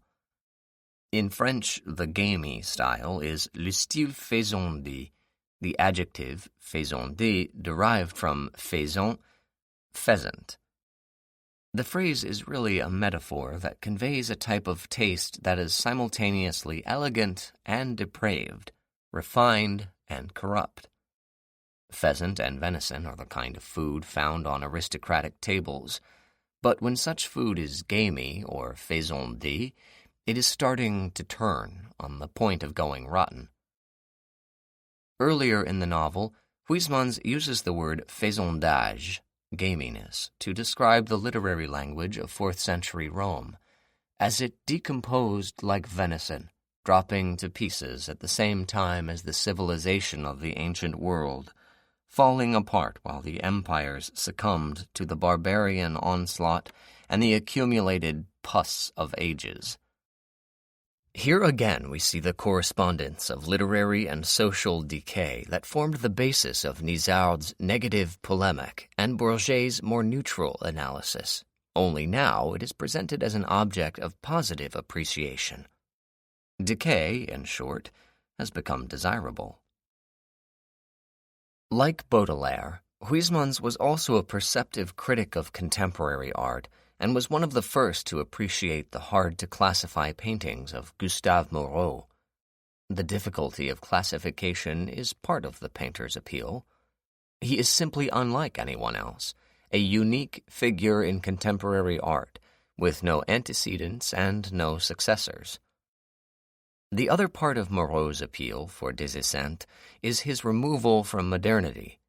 The paintings Des Esseintes most admires are Salome dancing before Herod and The Apparition, both first exhibited in 1876. The biblical story of King Herod's daughter-in-law dancing before the king at her mother Herodias's insistence is extremely sparse in its details. Not even the name Salome appears, supplied later by the first-century Jewish historian Josephus. The girl's dancing so pleases the king that he says he will give her whatever she wants, and her mother tells her to ask for the head of John the Baptist. This spare narrative becomes, for the Decadents, a misogynistic allegory of female temptation and cunning. In Huysmans' telling, Moreau's static painting is animated with erotic energy, as Salome begins the lascivious dance meant to arouse the dormant senses of the old king. Her breasts rise and fall, the nipples hardening at the touch of her whirling necklaces. Clearly, the dance is mainly in the mind of the beholder, the potent depravity of the dancer, accessible only to brains shaken and sharpened and rendered almost clairvoyant by neurosis. Gautier also used the word névrose to signal the decadent sensibility in his essay on Baudelaire, and it is clear that in his description of Moreau's painting, Huysmans means to do for the artist what Gautier did for the poet. Gautier said that Baudelaire revolutionized the language of poetry by borrowing from every technical vocabulary, taking colors from every palette and notes from every keyboard. Huysmans says that Moreau extended the frontiers of painting by borrowing from the writer's art its most subtly evocative suggestions, from the enameler's art its most wonderfully brilliant effects, from the lapidary's and etcher's art its most exquisitely delicate touches. The analysis can serve as a broader description of the hybrid, eclectic aesthetic that informs the art of decadence. The plot of A Rebours is mostly memory. The action is almost wholly recollected, including Des Esseintes' sexual exploits. Mainly because of the sensational accounts of the sex lives of the emperors by unreliable Roman historians, decadence is often imagined in sexual terms that are perverse, excessive, or both. As in Suetonius's story of Nero covered in the pelts of wild beasts, ravenously attacking the genitals of both men and women.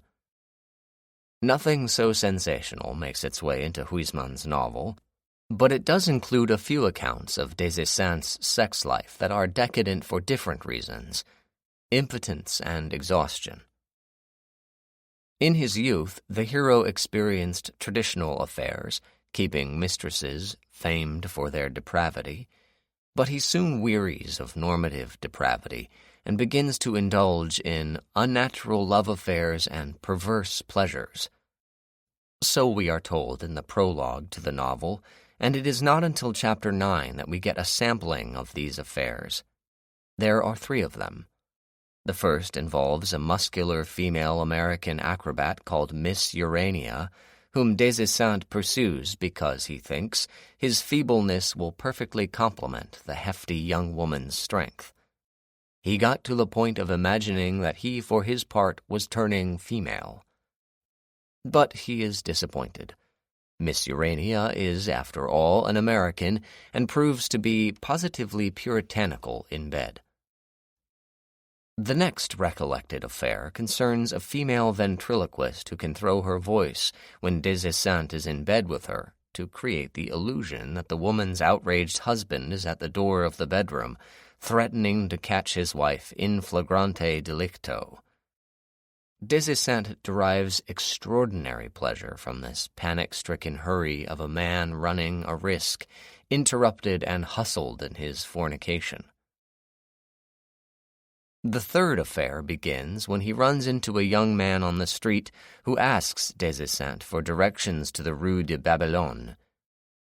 Now, that street actually existed in the Paris of Huysmans' day, and does so still, but the way the encounter plays out suggests that Babylon, the name of the ancient city with biblical associations of luxury and corruption, is some kind of homosexual code.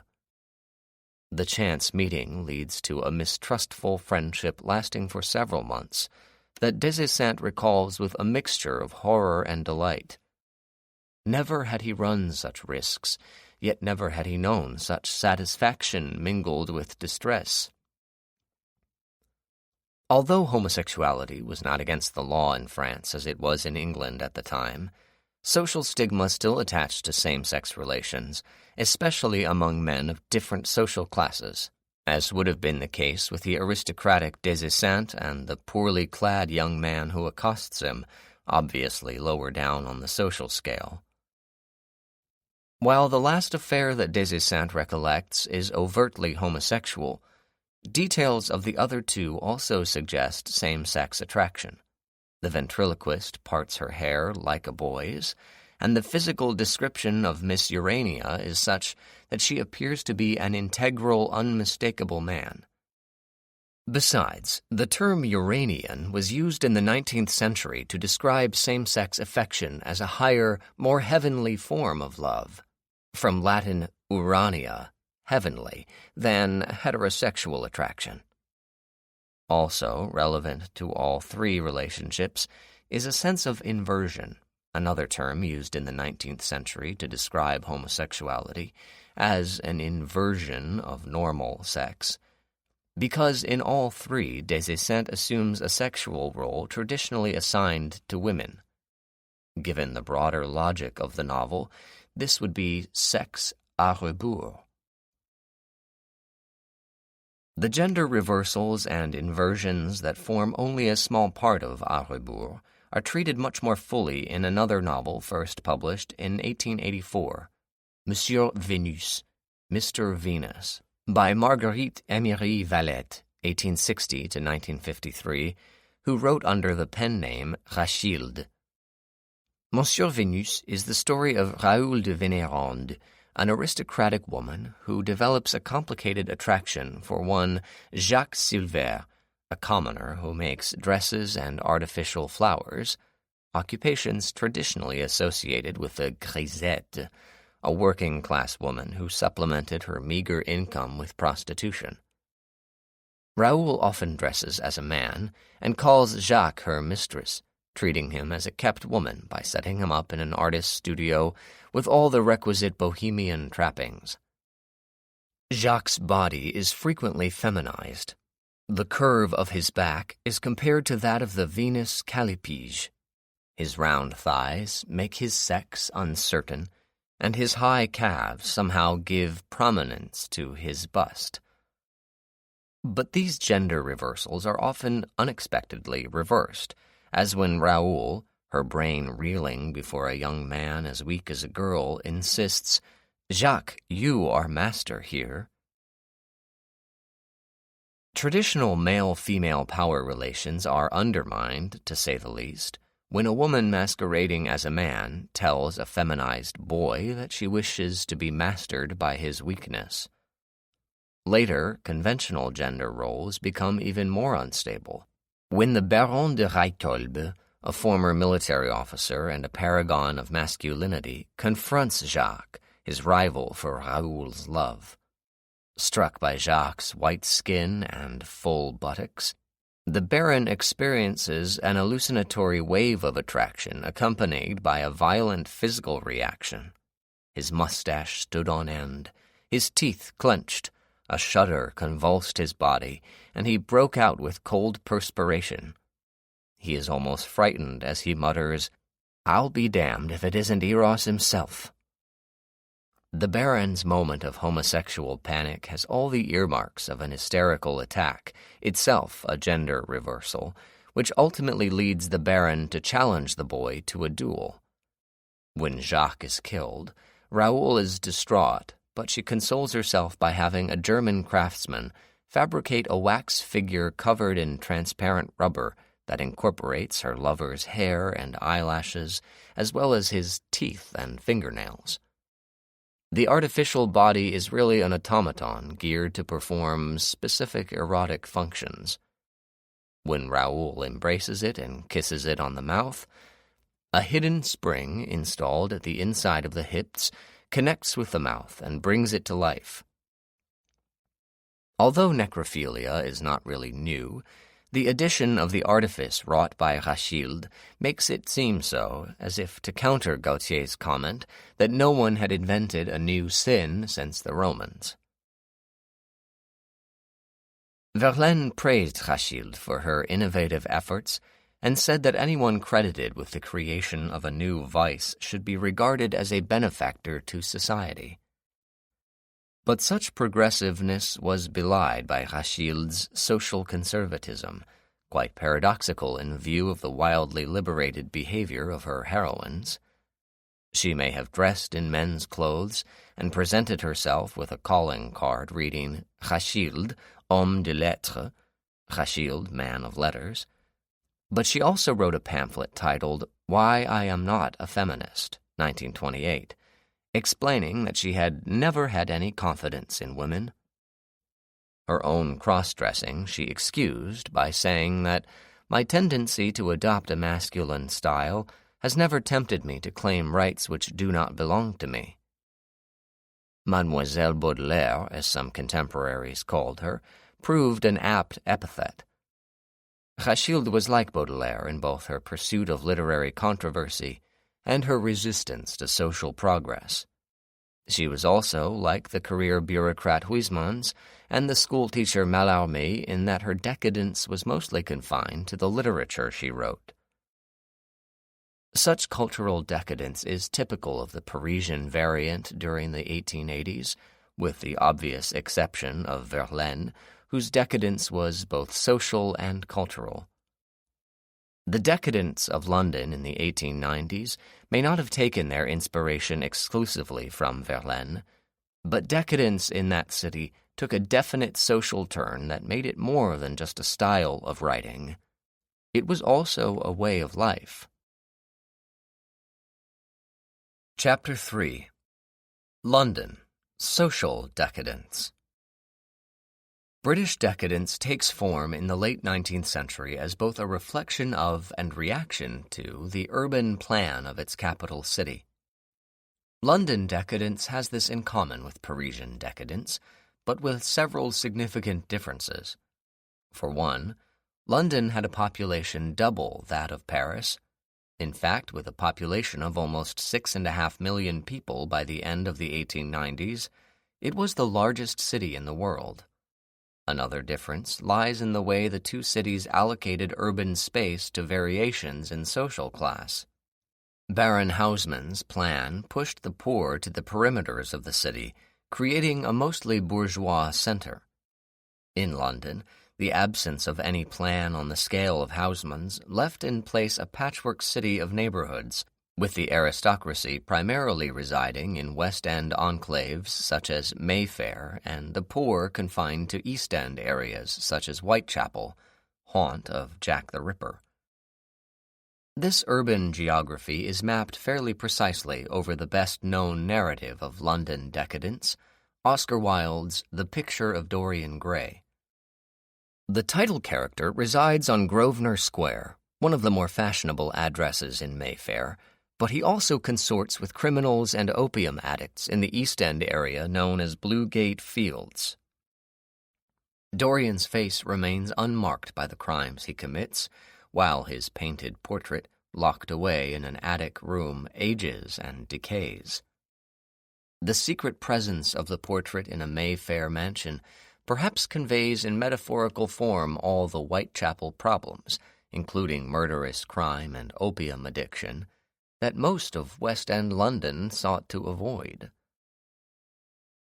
Beginning with the Housing Act of 1885, city planners embarked on a series of ad hoc rebuilding efforts to rid the city of its numerous slums, but they contemplated nothing on the scale of the urban renovation that Houseman oversaw. That massive undertaking points to another difference between the two cities, with implications for the meaning of decadence in London. In Paris, medievalism and modernity were in conflict. The old city was forced to give way to the new, and the strongest voices of the emerging decadent sensibility, such as those of Baudelaire and Huysmans, expressed no small measure of discontent with the progressive era unfolding around them. This conflict is less evident in responses to the built environment of London, partly because the changes were less sweeping than in Paris, and partly because the architects of the greatest building project of 19th century London took medievalism itself as their inspiration. Charles Barry and A.W.N. Pugin based their neo-Gothic design for the Houses of Parliament, 1836 to 1868, on the Collegiate Church of St. Peter at Westminster, better known as Westminster Abbey. For centuries, Westminster Abbey had served as the coronation church for British monarchs, as well as the venue for royal weddings and funerals. So it made good nationalistic sense to adopt a neo-Gothic design for the Houses of Parliament to signal continuity between Great Britain's monarchical past and its parliamentary future. That future was largely imperial, another signal difference between Great Britain and France, with implications for the culture of decadence in each nation.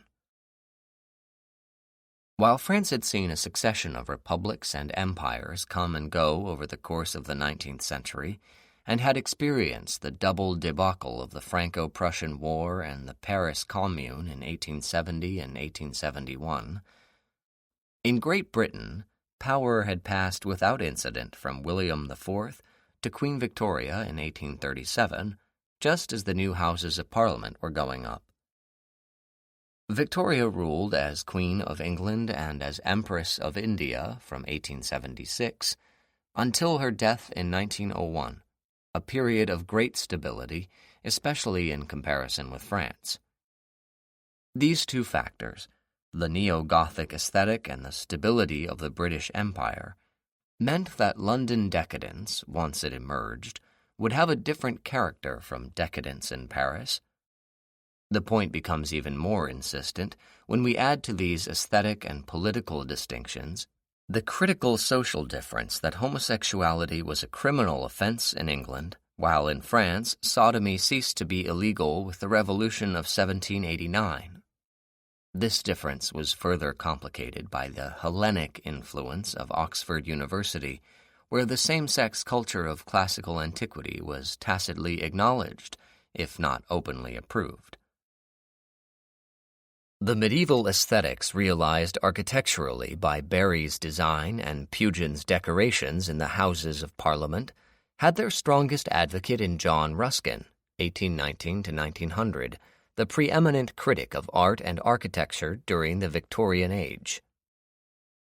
His two most influential books are Modern Painters, 1843 to 1860, and The Stones of Venice, 1853. both of which linked art to morality and stressed the importance of art practices to everyday life, especially among the working class. The critic's affinity for workmen developed partly out of his appreciation for the Gothic period in European architecture. In The Stones of Venice, Ruskin attributed the ruggedness and variety of Gothic architecture to the freedom afforded the individual workman, simply as a duty to him and as ennobling the architecture by rendering it more Christian. He observed that wherever the workman is utterly enslaved, the parts of the building must of course be absolutely like each other. In other words, uniformity of design implies that the workman has been forced to limit his own powers of individual expression and conform to the demands of a master builder. For this reason, Ruskin elevated Gothic over Renaissance architecture. The Gothic builders never suffered ideas of outside symmetries and consistencies to interfere with the real use and value of what they did. Hence Ruskin sees the Renaissance as a period when the general workman was oppressed and enslaved, forced to follow the evil principle of perfection, something not to be had from the general workman, but at the cost of everything, of his whole life, thought, and energy. And Renaissance Europe thought this a small price to pay for manipulative perfection. For Ruskin, Venice was a kind of case study in the degeneration of Gothic architecture, whose highest achievement was the ducal palace on the Palazzo San Marco. He called it the central building of the world, into the pestilent art of the Renaissance. Ruskin's books and public lectures, combined with his appointment as Slade Professor of Art History at Oxford University, made him powerfully influential. The idea that art should fulfill both a moral and a social purpose harmonized perfectly with Victorian notions of Christian duty. But Walter Pater, one of Ruskin's younger colleagues at Oxford, had other ideas about the meaning of art and set them down in a collection of essays titled Studies in the History of the Renaissance, 1873. Pater read Ruskin, of course, but he also read Gautier, whose thinking directly countered the concept of artistic usefulness Ruskin extolled. Pater's studies clearly means to counter Ruskin as well, especially given the younger author's focus on the art of the Renaissance, the period that Ruskin found most objectionable. Indeed, for Ruskin, the term Renaissance was more of an ideological than an art-historical designation, so Pater's first task was to redefine the word itself in his own highly personal terms. Pater is at his most revolutionary when he uses Renaissance to refer not so much to the historical period of the Quattrocento, but rather to a special outbreak of the human spirit that might occur at any time, including those periods not chronologically consistent with the historical Renaissance, such as the 12th century or the 18th century. This new renaissance of the human spirit has the qualities of the care for physical beauty, the worship of the body, and the breaking down of those limits which the religious system imposed on the heart and the imagination. A good example of a Renaissance figure outside the historical period of the Renaissance proper is the German art historian Johann Winckelmann, 1717 to 1768, in whom Pater finds an enthusiasm for the things of the intellect and the imagination for their own sake. The famous conclusion to the first edition of Studies in the History of the Renaissance urges readers to experience art and song as the highest form of human wisdom.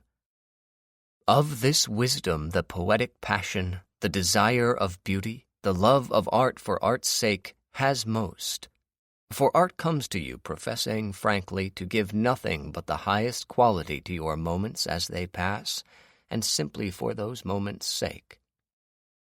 Nothing could be further from Ruskin's Christian moralism than Pater's call for the removal of aesthetic experience from the realm of social improvement to the sphere of personal satisfaction. The response to Pater's Studies in the History of the Renaissance was quite sensational and quite divided. The book was criticized both for its methodology and for its philosophy. As an aesthetic critic, his term, Pater focused on whether a particular song or picture produced the effect of pleasure. One reviewer complained that such an approach was neither historical nor scientific, taking particular exception to Pater's practice of removing the work of art wholly from its surroundings to suspend it isolated before him. Another objected to the philosophy of pleasure as not only inappropriate but also unoriginal. The doctrine that the love of art for art's sake has most of the true wisdom that makes life full is far from new and very far from true. Privately, the criticism was even more severe. John Wordsworth, one of Pater's Oxford colleagues and a former student, wrote a letter expressing his unease with the philosophy that no fixed principles either of religion or morality can be regarded as certain, that the only thing worth living for is momentary enjoyment. Pater responded to such criticism in 1877 by removing the offending conclusion from the second edition of the book. He restored it in slightly modified form in the third edition of 1888, explaining his earlier decision to remove it out of concern that it might possibly mislead some of those young men into whose hands it might fall. Another reason for Pater's caution was his involvement with a 19-year-old Oxford undergraduate named William Money Hardinge, who was asked to withdraw from Oxford because of a lack of discretion about his own homosexuality. Whatever his concerns about misleading young men, Pater was also concerned to keep his same-sex desires from becoming too widely known. But for those young men who would go on to identify themselves with decadence in the 1890s, Pater's homosexuality could only complement his literary appeal, which was considerable. The critic and poet Arthur Symons wrote that Pater's influence did much to rescue us from the dangerous moralities, the uncritical enthusiasms and prejudices of Mr. Ruskin.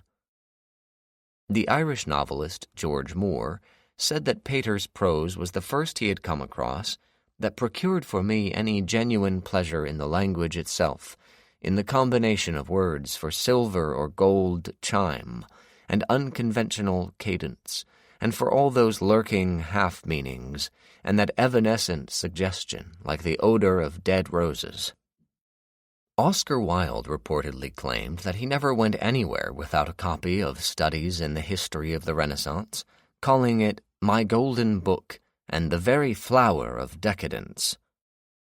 Strictly speaking, Pater was not included in the canon of decadent writing until after those he influenced established that canon, but he was compared early on to French writers identified as decadent. J.A. Symonds, for one, wrote, "Like Théophile Gautier and like Baudelaire, Mr. Pater has a sympathetic feeling for the beauty of autumn and decay. He is not even insensible to what may be called the fascination of corruption." Symonds's comparison of Pater to the French decadents includes a quotation from the essay titled Leonardo da Vinci in Studies in the History of the Renaissance that describes a painting of the head of Medusa, no longer attributed to Leonardo. What may be called the fascination of corruption penetrates in every touch its exquisitely finished beauty. Pater's pairing of corruption and beauty would become in later years almost a convention of decadence.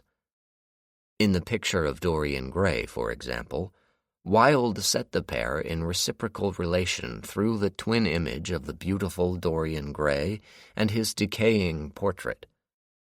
In the Leonardo essay, Pater complicates the contraries in subtle and exquisite fashion, especially in his description of the painting best known today as the Mona Lisa.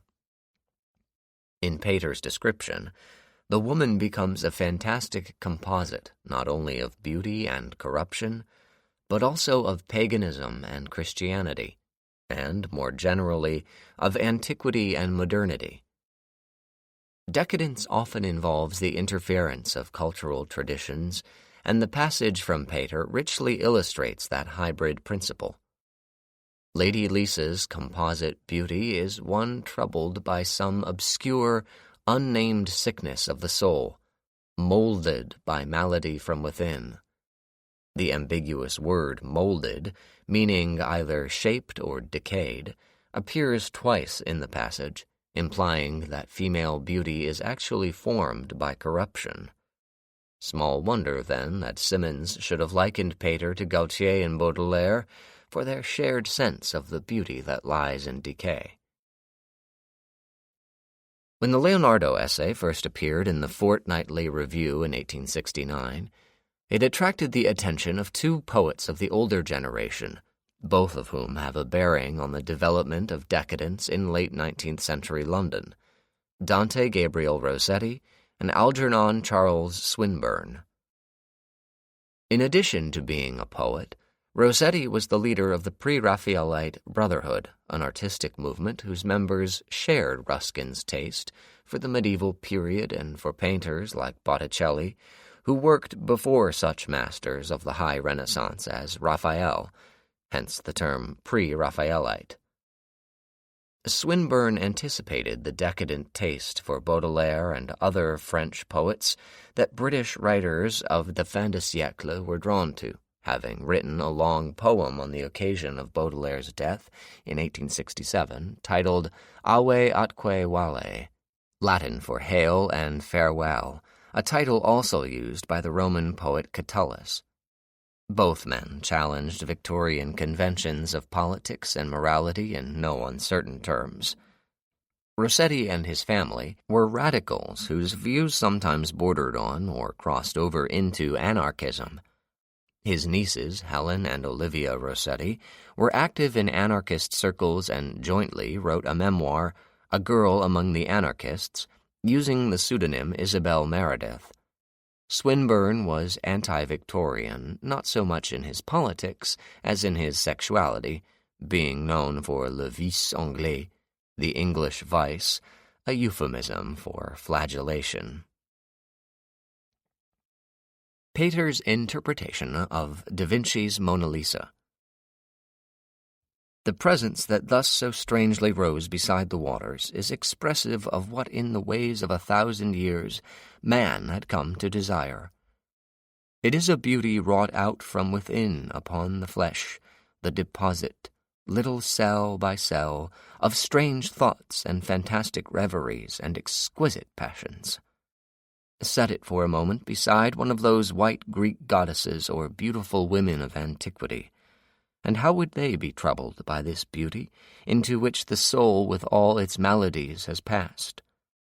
All the thoughts and experience of the world have etched and molded there in that which they have of power to refine and make expressive the outward form, the animalism of Greece, the lust of Rome, the reverie of the Middle Age with its spiritual ambition and imaginative loves, the return of the pagan world, the sins of the Borgias. She is older than the rocks among which she sits.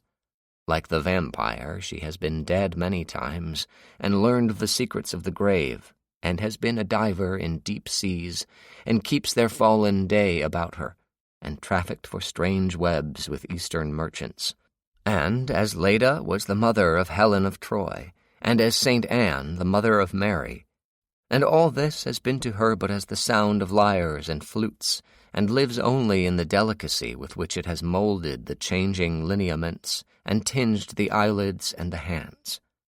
Walter Pater, Studies in the History of the Renaissance, 1873. Rossetti was the first to take notice of Pater, writing to Swinburne after reading the Leonardo essay to announce that he had found the article remarkable, comparing Pater's style to that of Swinburne. Swinburne responded that he did detect in Pater a little spice of my own style, but also recognized, as Rossetti did, a new and original voice. A year before Pater's essay appeared, Swinburne had written of Leonardo in the same review, noting in particular the artist's gift for capturing enigmatic expressions in his portraits of women. Fair, strange faces of women full of dim doubt and faint scorn, touched by the shadow of an obscure fate, eager and weary as it seems at once, pale and fervent with patience or passion, allure and perplex the eyes and thoughts of men. Pater was obviously inspired by Swinburne's writing, but his own description of Leonardo's painting takes Swinburne's alliterative style to a higher register of rhythm and diction. Pater, in short, received the aesthetic poetic tradition represented by Rossetti and Swinburne and transformed it, transmitting it in heightened and changed form to the younger generation represented by Moore, Symonds, and Wilde. In each of these three cases, Pater emerges as the pivotal figure in their understanding of the meaning and value of decadence. For George Moore, Pater opened the way not just to an understanding of decadent literature, but to the means of conveying that understanding to others. Moore adapted Pater's rich and resonantly suggestive style to the genre of autobiography in Confessions of a Young Man, 1888. A semi-fictional account of Moore's experiences in the Paris of the 1870s, which included his exposure to French literature. The fortuitous confluence of Pater and French decadence is evident in Moore's translation of Plainte d'automne, Autumn Lament, one of Stéphane Mallarmé's prose poems. Moore's rendering of Mallarmé's poem, first published in 1864 and dedicated to Baudelaire, effectively captures the crepuscular feeling of decadence, but he would probably have been unable to do so without the stylistic awakening that followed from his reading of Pater. As Moore himself put it, Pater was the stepping stone that carried me across the channel into the genius of my own tongue. Moore's translation of Mallarmé. Since Maria left me to go to another star, which, Orion, Altair, or thou, green Venus, I have always cherished solitude. What long days I have passed alone with my cat. By alone I mean without a material being, and my cat is a mystical companion, a spirit. I can, therefore, say that I have passed whole days alone with my cat, and alone with one of the last authors of the Latin Decadence. For since that white creature is no more, strangely and singularly I have loved all that the word fall expresses, in such wise that my favorite season of the year is the last weary days of summer which immediately precede autumn, and the hour I choose to walk in is when the sun rests before disappearing, with rays of yellow copper on the gray walls and red copper on the tiles. In the same way the literature that my soul demands, a sad voluptuousness, is the dying poetry of the last moments of Rome, but before it has breathed at all the rejuvenating approach of the barbarians, or has begun to stammer the infantile Latin of the first Christian poetry. George Moore, Confessions of a Young Man, 1888. Throughout his Confessions, Moore's channel crossing is also a form of time travel, as when, for example, he recounts his longing for Paris after he returned briefly to London in 1874 by recollecting Huysmans' A Rebours, published 10 years later. I remember Huysmans speaks of Mallarmé in A Rebours. In hours like these, a page of Huysmans is as a dose of opium, a glass of some exquisite and powerful liqueur. The comparison of reading Huysmans to taking opium is part of the deliberately transgressive nature of the book. Elsewhere, Moore claims that his love for certain authors reveals feminine depravities in my affections. I am feminine, morbid, perverse, but above all perverse. Almost everything perverse interests, fascinates me. Most readers at the time did not recognize in such passages Moore's use of the persona of the disaffected, overly aesthetic young man as a satirical vehicle. Pater, for one, did, probably because the overwrought confession of depravity and perversion accords so well with the emerging taste for decadence. What Moore says about Baudelaire, for example, may sound like parody, but it also expresses a genuine sense that Les Fleurs du Mal captures a sensibility that the English reader has not encountered before. The children of the 19th century go to you, O Baudelaire, and having tasted of your deadly delight, all hope of repentance is vain. Flowers, beautiful in your sublime decay, I press you to my lips. Baudelaire and other poets exert a demoralizing effect on Moore, aggravating the fever of the unknown and a taste for the strange, abnormal, and unhealthy in art. This aggregation of unhealthy tastes eventually leads Moore to Verlaine, but it was Baudelaire who first aggravated the course of the disease. Arthur Symons picked up on Moore's metaphor likening French literature to a disease, added English and other continental writers who suffered from the same sickness, and coined a name for the literary tendency they collectively represented: the decadent movement in literature. When Symons's essay with that title appeared in the November 1893 issue of Harper's New Monthly Magazine, it amounted to a manifesto for a new type of literature to counter still dominant Victorian norms of morality and long-dominant aesthetic ideals of classical perfection.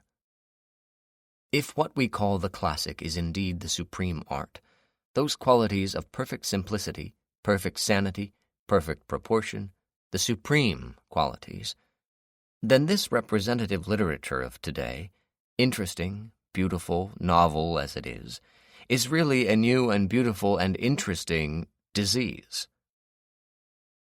The disease of decadence, as it was for Gautier in his essay on Baudelaire, is a mixture of subject and style that combines to express the illness of the age.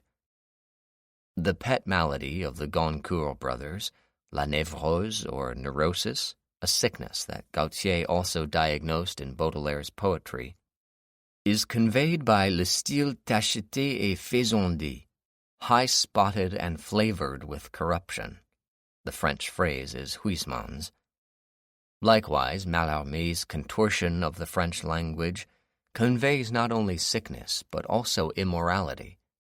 His style is curiously similar to the kind of depravation which was undergone by the Latin language in its decadence. The best poetry of Verlaine also possesses an exquisite depravity of style, but in every case, sick or depraved literature is symptomatic of some broader social decadence.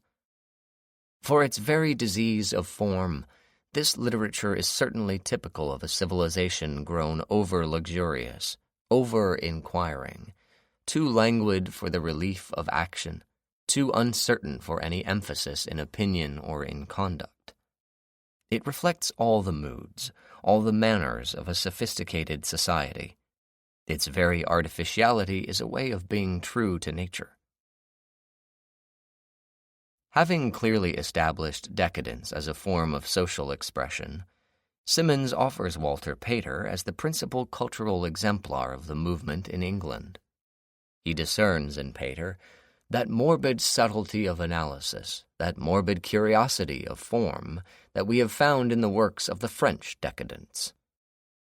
Indeed, the French are paramount in Symons's roster of authors who comprise the decadent movement, but the overall range of writers infected with the new disease of decadence is quite impressive and represents the first effort by any critic anywhere to establish an international decadent canon. Symons names, among others, Ernest Hello, the Goncourt brothers, Verlaine, Mallarmé, and Huysmans in France, Maurice Maeterlinck in Belgium, Louis Couperus in Holland, Henrik Ibsen in Norway, Emilia Pardo Bazin in Spain, Luigi Capuana and Gabriele D'Annunzio in Italy, Walter Pater and William Ernest Henley in England.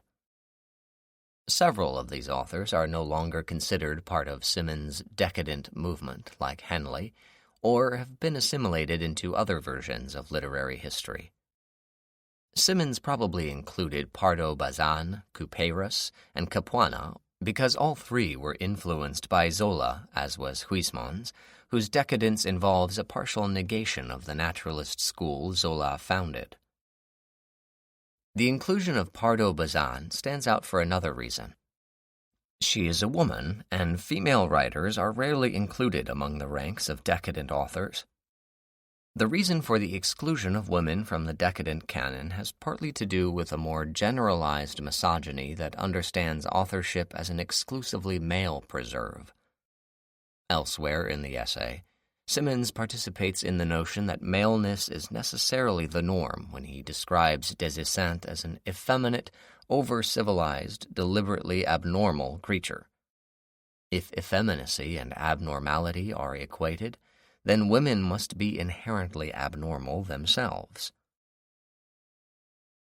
At the same time, decadence itself is celebrated for its abhorrence of bourgeois norms, and is not the convention of male authorship one of those very norms?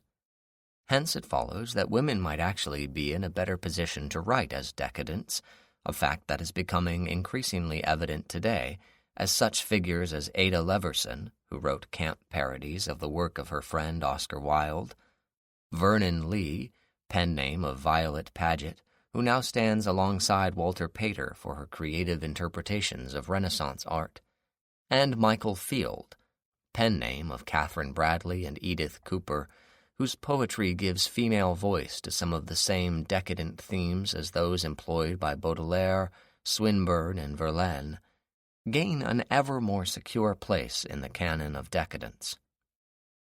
In the case of the two women writing collaboratively as Michael Field, that place becomes especially interesting because their exploration of decadent aesthetic topics often includes commentary on the work of their better-known male counterparts. For example, Field's poem La Gioconda not only offers a different vision of Leonardo's enigmatic portrait from the one Walter Pater provides, it also suggests an explanation for Pater's decadent identification of beauty with corruption. True to the intention expressed in the preface to Sight and Song, 1892, the book in which La Gioconda appears, Field makes the effort to see things from their own center by suppressing the habitual centralization of the visible in ourselves. Like Pater, they mean to refine sight of theory and fancies, but unlike Pater, of mere subjective enjoyment as well.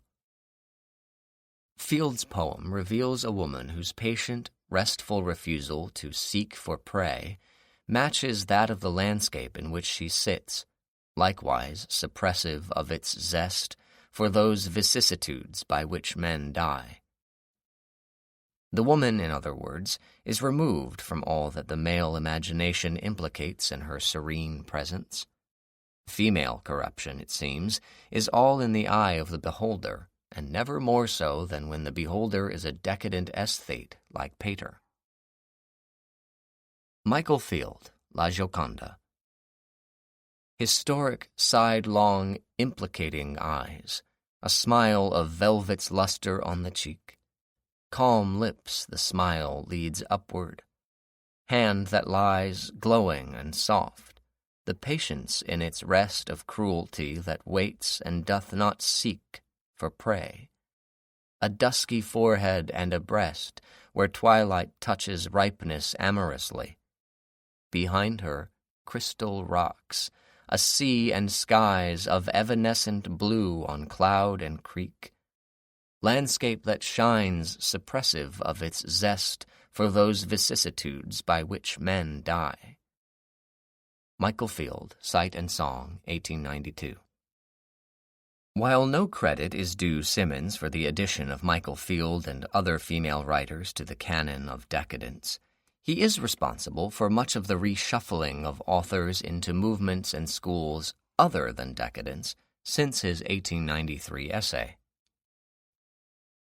That distinction is ironic in view of Symonds's own contributions to the movement he named, notably London Nights, 1895, a book of poetry that an English reviewer dismissed as the work of a very dirty-minded man. By contrast, no less a decadent than Verlaine himself pronounced the book refined and lively, adding that Symonds's poems about music hall performers, ballet dancers, and prostitutes captured something essential about the great city. This is a London of the utmost modernity, as close as can be to Paris. Despite having established himself as both a poet and a critic of decadence, in the Symbolist movement in literature, 1899, Symonds reconsidered and reclassified many of the authors he had earlier described as decadent. The change of name from decadent to symbolist involves a separation of life from literature. In 1893, Symonds presented decadence as both a style of literature and a way of life, with the dissolute, absinthe-drinking Verlaine as the paradigmatic, decadent poet whose art and life mirrored each other, both always in excess, now furiously sensual, now feverishly devout. In 1899, Symonds says that the term decadent is in its place only when applied to style, and regrets that lesser men especially went too far in their experiments with perversity of form and perversity of matter. Now, Symonds sees decadence not as a true movement, but as a mere diversion from the more serious development of symbolism, in which art returns to the pathway leading through beautiful things to the eternal beauty. By the end of his introduction to the book, the language has become even more explicitly spiritual. Symbolism, it seems, is the culmination of a literary revolt against exteriority, against rhetoric, against a materialistic tradition, a revolt so successful that literature becomes itself a kind of religion, with all the duties and responsibilities of the sacred ritual. What could account for Symonds's dramatic turn from decadent to symbolist? Many factors, certainly, but one in particular seems more certain than the others. Oscar Wilde's conviction and imprisonment on charges of gross indecency in 1895. Oscar Wilde himself expressed concern over the use of the term decadent well before Symonds felt compelled to rename the movement he did so much to form. When Wilde revised the Lippincott's monthly magazine version of The Picture of Dorian Gray, 1890, for book publication, 1891, he anticipated Symonds's maneuver by replacing the French word décadent with symboliste. In both versions, a key moment occurs when the corrupt aristocrat Lord Henry Wotton gives Dorian a certain yellow book, the color signifying that the novel is French. This poisonous book that mixes the spiritual ecstasies of some medieval saint with the morbid confessions of a modern sinner is quite clearly à rebours, or a slightly modified imaginary version of Huysmans' novel.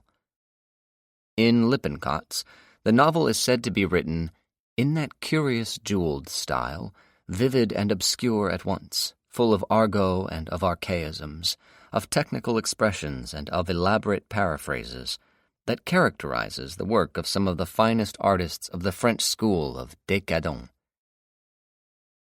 Only 4 days after the novel's publication in Lippincott's, the first hostile review appeared, taking Wilde to task for airing his cheap research among the garbage of the French Decadence, and for boring the reader unmercifully with his prosy rigmaroles about the beauty of the body and the corruption of the soul. For book publication, Wilde changed Décadent to Symboliste, a revision that needs to be read in the light of certain other modifications that he also made.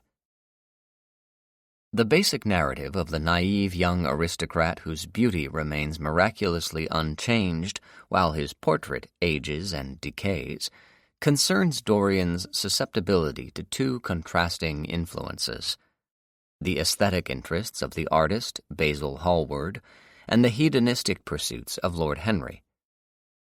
In the book, both of the two older men express a measure of same-sex affection for Dorian, but in the magazine version, Basil's homosexuality is much more explicit.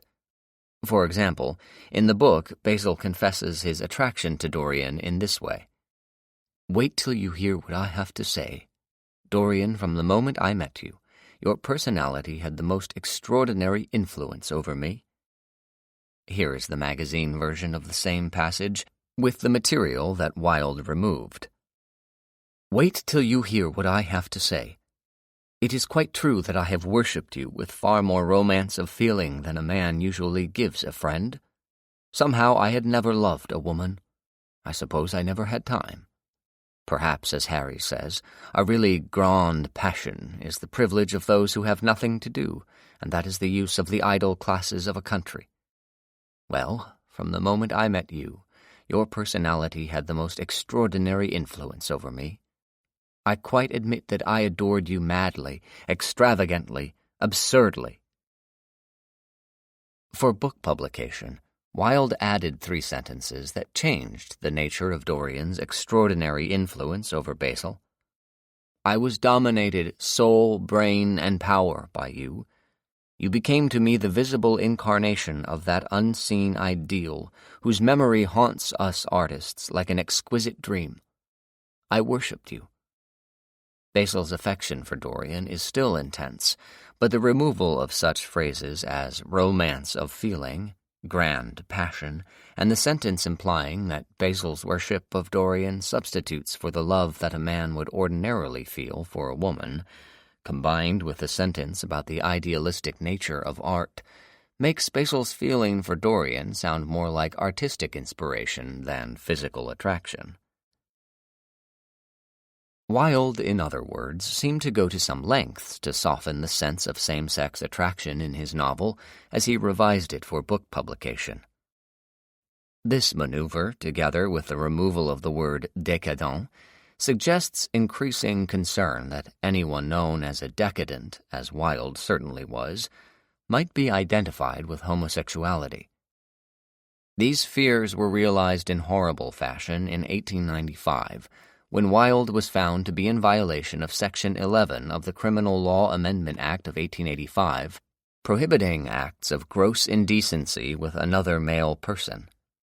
He wound up having to defend himself after first appearing in court as a plaintiff, suing the Marquis of Queensberry for libel after the Marquis left a calling card at Wilde's club reading, "For Oscar Wilde, posing sodomite." The Marquis's original provocation followed from his outrage over Wilde's romance with his son, Lord Alfred Douglas. When Wilde sued him, the aristocrat's defense included so much evidence of Wilde's homosexuality, a number of rent boys were produced to testify to the fact, that the charge of libel did not stand. Moreover, given the material that surfaced in the libel case, the Queen's Counsel felt compelled to bring charges against Wilde. The first effort to convict ended in a mistrial, but the second succeeded, whereupon the judge pronounced sentence of 2 years' imprisonment with hard labor, the maximum allowable. So the judge threw the book at poor Wilde, and in many ways the book was the picture of Dorian Gray. Parts of the novel, in the more incriminating Lippincott's version, were read in court, and indeed Wilde's 3 trials make it difficult not to read the narrative about a secret life and a mysterious portrait hidden in an attic as an allegory of closeted homosexuality. At one point, Dorian feels keenly the terrible pleasure of a double life, a pleasure that Wilde perhaps felt himself, as a married man with 2 young sons, who also paid stable boys and bootblacks for sexual services.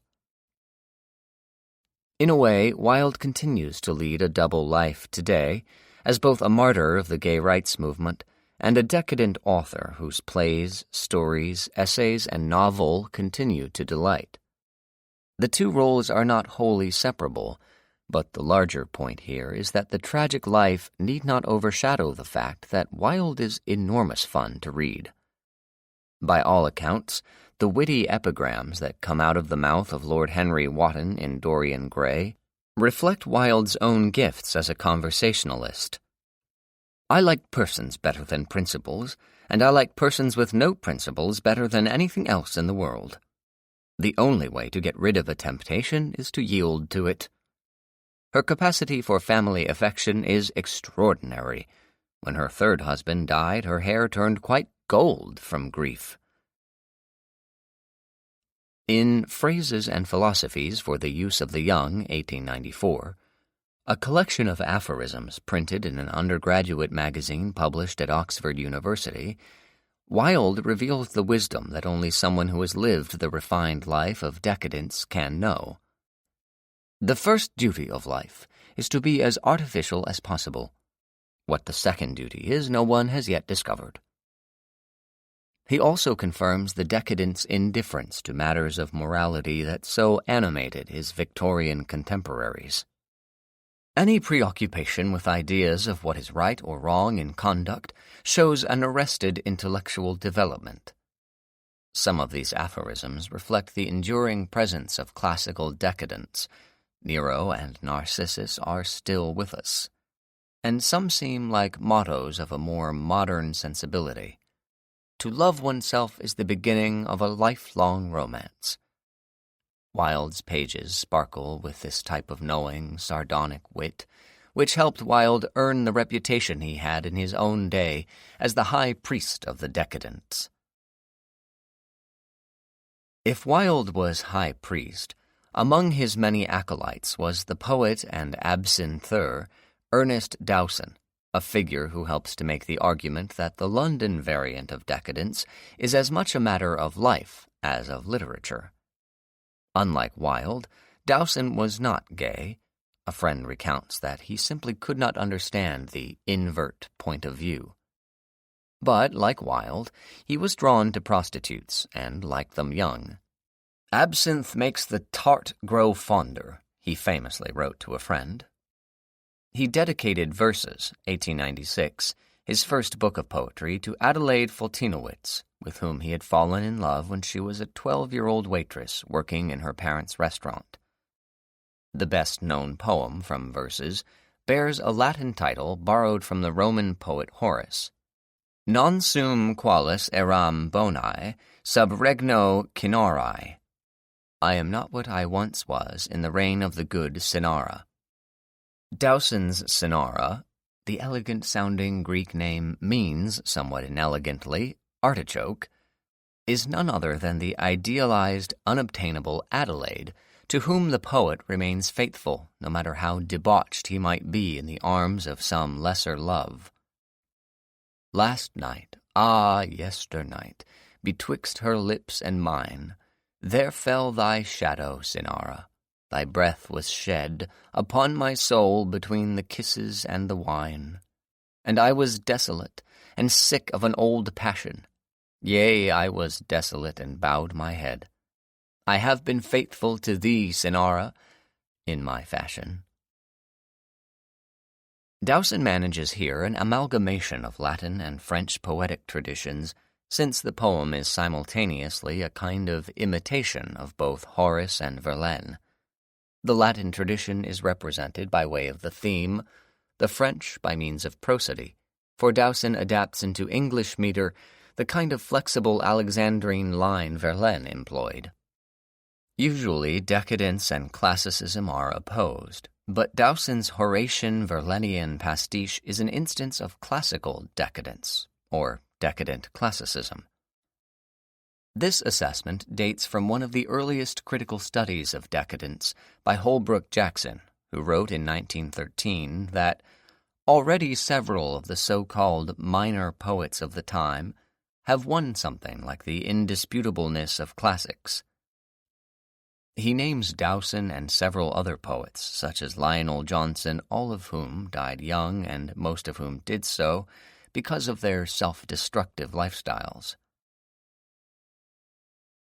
Two additional points need to be made about London decadence. and Dowson's verses helps to make them.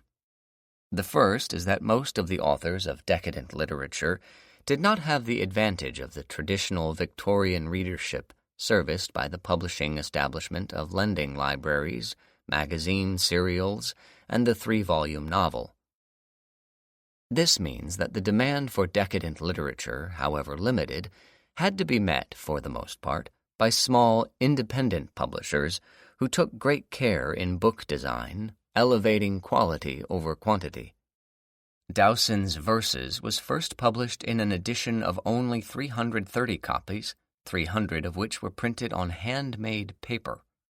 The book was bound in vellum, calfskin, with an elegant Art Nouveau gilt cover design by Aubrey Beardsley. Beardsley brings us to the second point, which is that London decadence often includes elements of playful, irreverent parody. Beardsley's illustrations for Wilde's Salome are a case in point. Often, the drawings do not illustrate Wilde's text so much as comment on it, as when Beardsley depicts the opening scene of the play in which the page of Herodias tells the young Syrian Naboth to turn his gaze from Salome to the moon. The illustration is titled The Woman in the Moon and features the stylized face of Wilde himself as a comment on the page's homosexual attraction to the young Syrian. An even better illustration of Beardsley's penchant for parody is his only novel, Under the Hill, first published in the Savoy, one of the many little magazines of the period that also served as a decadent counter to the Victorian literary establishment. It should come as no surprise that there might be a relation between small independent publications and the tendency to parody so-called serious literature. Beardsley's unfinished novel can perhaps be understood as the backstory to Wagner's opera Tannhäuser, 1845, based on the medieval legend of the knight Tannhäuser, who sought out the love goddess Venus and lived with her for a time on her magic mountain. Afterward, Tannhäuser feels remorse for his sensual indulgences and goes on a pilgrimage to Rome to seek forgiveness for his sins by the Pope. But the Pope refuses, saying, "Sooner will this dry staff blossom than your sins be forgiven."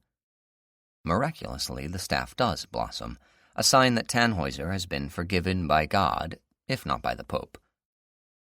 Beardsley has no interest whatsoever in the Wagnerian narrative of redemption, focusing instead on the polymorphous perversity of Venus and her court. For example, one of Venus's morning rituals is masturbating her pet unicorn Adolphe. Proud and beautiful, knowing no mate, and coming to no hand except the queen's itself. The mythological beast's member is likened to a tightly strung instrument, which Venus plays with amazing movements. When the melody began to flow, the unicorn offered up an astonishing vocal accompaniment. Tannhäuser watches this venereal ritual, amused at how profuse Adolphe is and at the etiquette of the queen herself. Venus knelt where it had fallen and lapped her little aperitif. The little book is full of similar displays of perversity, but they are somehow diffused by the playful, almost innocent tone, and by the absurdist parody that lets all the air out of the overinflated Wagnerian sublime, so beloved by bourgeois audiences in the 19th century. The penchant for parody that we find in Beardsley and other decadent authors clearly includes elements of social commentary. Such authors position themselves outside the social mainstream in order to make that commentary, so decadence emerges as an oppositional culture, a counter to bourgeois tastes and manners. Often, the decadent adopts the manners of the aristocratic dandy to maintain the posture of the elite, artistic outsider, a posture fraught with contradictions. More often than not, the origins of the decadent author lie precisely in the social class his art most opposes, the modern urban bourgeoisie. One of Oscar Wilde's epigrams sums up the social attitude of the London decadent vis-à-vis his bourgeois audience. Art should never try to be popular. The public should try to make itself artistic. Here, the ever-paradoxical Wilde is more paradoxical than he could possibly have known, not only because his own art eventually became more popular than that of any other decadent figure, but also because, for a time, the public did try to make itself artistic, at least in Vienna. The concord of artist and public in fin de siècle Vienna is a major change in the history of decadence. The Parisian decadents, Huysmans and Mallarmé, kept to themselves, cultivating the culture of decadence apart from society. The London decadents, Wilde and Dowson, may have lived their decadence as well as writing it, but they were hardly integrated into society as a whole, nor did they wish to be. Vienna was different. There, for the first time, a kind of socio-cultural concord emerged between the decadent artist and his urban audience. Chapter 4. Vienna and Berlin, Socio-Cultural Decadence. If classical decadence takes a cultural turn in 19th century Paris and a social turn in 19th century London, it seems only reasonable that it should become more fully integrated into the broader society in other urban centers of modernity. That sociocultural integration occurred first in fin de siècle Vienna, where decadence underwent a kind of bourgeoisification, meaning that the taste for decadence, no longer limited to aristocrats or elites, or those who pretended to be so, found a middle-class audience, even as artists and writers actively sought out that audience rather than working to shock it. The sociocultural decadence of Vienna prior to World War I is exceeded after the war only by that of Berlin, where decadence became almost a mass movement, as Berliners of all social strata eagerly participated in forms of social behavior that challenged bourgeois norms and traditions. All the more so because the bourgeoisie were among the most willing participants. The urban geography of both Vienna and Berlin aided the assimilation of decadence into broader segments of society, Vienna mainly through innovations in city planning, and Berlin mostly in transportation infrastructure, changes that enabled more of a mixture of social classes than in Paris or London. The urban design of Vienna and Berlin, in short, made decadence take on a special social inflection unique to its city of origin. But differences in decadence from one city to another are not solely a function of variations in urban space. Time matters as much as place, and never more so than in Vienna and Berlin. The elegant decadence of Vienna 1900, like those repressed, conflicted urbanites Sigmund Freud analyzed, seems genteel in comparison to the energetic decadence of 1920s Berlin, whose citizens and denizens act as though they have nothing to lose, having lost everything already. Like Paris and London, the city of Vienna underwent a vast urban transformation in the latter half of the 19th century. In the Paris of the Second Empire, the old medieval cityscape of turreted buildings and maze-like streets was replaced by modern apartments and broad, radiating boulevards. In Victorian London, the medieval past was not erased, but reimagined in the form of the neo-Gothic architecture of the Houses of Parliament. In Vienna, the old inner city was neither erased nor reimagined, but enclosed by the giant urban project of modernization known as the Ringstrasse, Ring Street, so called because it formed a ring about the central city, with the suburbs extending beyond the ring. This area was opened to development in 1860, when Austria became a constitutional rather than an absolutist monarchy. The same liberal forces that had produced constitutional government also drove urban development, with the result that the Ringstrasse plan accommodated all sectors of Viennese society: government buildings, public theaters, art galleries, business offices, and residential apartments all occupied the same urban space. This urban integration, coupled with the rise of Austrian socialism after 1873, when the Viennese stock market crashed, resulted in a high degree of public support for the arts. Whereas in Paris, artistic innovation developed outside the confines of the official salons of the bourgeois apparatus, in Vienna, the modernizing impulse was felt equally by artists like Gustav Klimt and by the liberal bourgeois society that formed his audience.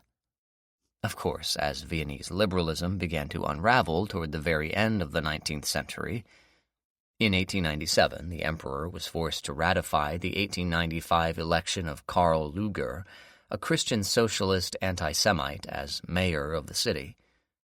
The expected alienation of art and society was very much in evidence. Indeed, 1897 was the year that Klimt followed the model of artists in Munich and formed the Vienna Secession, an association that took its name from the Secessio Plebis, seceding from the official art establishment in Vienna as the plebes, or commoners, had protested patrician overreach in Rome by withdrawing from the Republic. But even during this period, the Viennese artist had an advantage that alienated artists in Paris and London did not: an equally alienated segment of the public. As the cultural historian Karl Schorsky explains, elsewhere in Europe, art for art's sake implied the withdrawal of its devotees from a social class. In Vienna alone, it claimed the allegiance of virtually a whole class, of which the artists were a part. The life of art became a substitute for the life of action. Indeed, as civic action proved increasingly futile, art became almost a religion, the source of meaning and the food of the soul. While Schorsky's celebrated failure of liberalism thesis has been questioned and revised in recent years, Fin de siècle Vienna still seems one of the key crucibles of culture that led to later developments. At the very least, the disenchantment with modernity that lies at the heart of decadence was not limited in Vienna to a few artists and writers. The crisis of modernity in Vienna also prompted the emergence of modernism in literature, in architecture, in painting, and in each of these disparate fields, some kind of dialogue with decadence formed part of the transition to the new aesthetic. In literature, the bourgeois characters created by Arthur Schnitzler captured the conflict in the decaying empire between society and self, between public obligations and private satisfactions. In this regard, his work explored in fictional form some of the same psychodynamic concerns that Freud examined clinically. In architecture, a debate developed between the deliberate archaism of Camillo Sitte, an admirer of John Ruskin, and the functionalism of Otto Wagner, whose motto, Artis sola domina necessitas, necessity is art's only mistress, anticipated by some years that well-known mantra of modernism proclaimed in 1896 by the American architect Louis Sullivan: form ever follows function. The key terms in this debate were Schmuck, ornament, and Zweck, purpose, two words that at first seem radically opposed. But the painter Gustav Klimt used excessive ornamentation for the purpose of expressing the modern condition, and even Wagner, for a time, used the decorative, curvilinear style of Art Nouveau as a modern counter to the various historical styles: Baroque for the theater, Renaissance for the university, Classical Greek for the Parliament House, and so on, that dominated the buildings erected by an older generation of architects on the Ringstrasse. At first, Wagner took inspiration from Klimt, his junior by some 20 years. The two men had covered similar artistic terrain, both having been trained to respect historical styles, and both Wagner and Klimt engaged themselves in the search for, respectively, new architectural and artistic styles that would be expressive of modernity. But Wagner and Klimt each interpreted modernity differently. Wagner was attuned chiefly to the exigencies of modern bourgeois life that placed a premium on the necessity of movement, whether within the city or within an individual building. Klimt's sense of modernity, however, had much more in common with the interior world of the unconscious that Freud was pursuing around the same time. Wagner's designs at the very end of the century reflected efforts to incorporate the modern Art Nouveau style of the Secession with the principle of Zweck, or purposeful functionalism. But as the liberal regime collapsed, his designs became sparer and sparer. By the end of the first decade of the 20th century, he had become the prototype of the modernist architect, cultivating uniformity and purposefulness. Wagner put a positive, progressive face on modernity, while Klimt hid behind a decorative mask of decadence. One of the relevant meanings of decadence here is social disintegration, and certainly the city of Vienna, as capital of the Austro-Hungarian Empire, follows a steady path of decline until the demise of the empire in 1918 at the end of World War I. Klimt is certainly not alone as an artist of Viennese decadence, that is, as someone whose art can be read as the register of social disintegration. He is one of only several Viennese artists and thinkers who experienced not only the apotheosis of liberal modernity, but also its crisis. Enlightenment faith in reason and progress for the benefit of society at large foundered when the likes of Karl Lueger appeared, bringing an end to Vienna's era of liberal modernity. In Klimt's case, the political shift forced upon him a new identity. He ceased to be a public artist socially integrated with his liberal bourgeois audience and became an alienated introspective artist cultivating a private vision. Once Klimt withdrew from the public sphere, mainly to do commissioned portraits, his style became ever more decorative and ornate, often to the point of overwhelming the human figure. Indeed, the dominance of artifice in his portraits of wealthy Viennese women, in which the human form fights a losing battle against stylization and ornamentation, makes decadent a readily descriptive term for Klimt's late paintings. The surfeit of Schmuck in Klimt's painting prompted severe criticism from contemporaries who promoted the value of Zweck. The modernist architect Adolf Loos, for example, condemned the kind of ornament associated with Klimt's late paintings by calling it not just decadent, but downright criminal. Loos believed that since ornament was no longer organically linked with our culture, it could not possibly be the expression of our culture. He objected especially to ornamentation in the form of erotic symbols, claiming that anyone who used them must be either a criminal or a degenerate.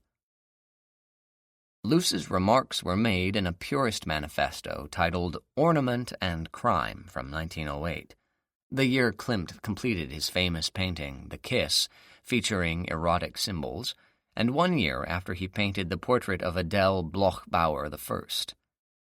Loos could easily have had in mind either work, because both are the absolute obverse of the purist aesthetic he promoted. Earlier, Klimt had used the flowing, curvilinear style of Art Nouveau to express the kind of freedom and movement that Wagner and others associated with modernity. The term simply means new art, and probably derives from Maison de l'Art Nouveau, the name of a Paris gallery that opened in 1895.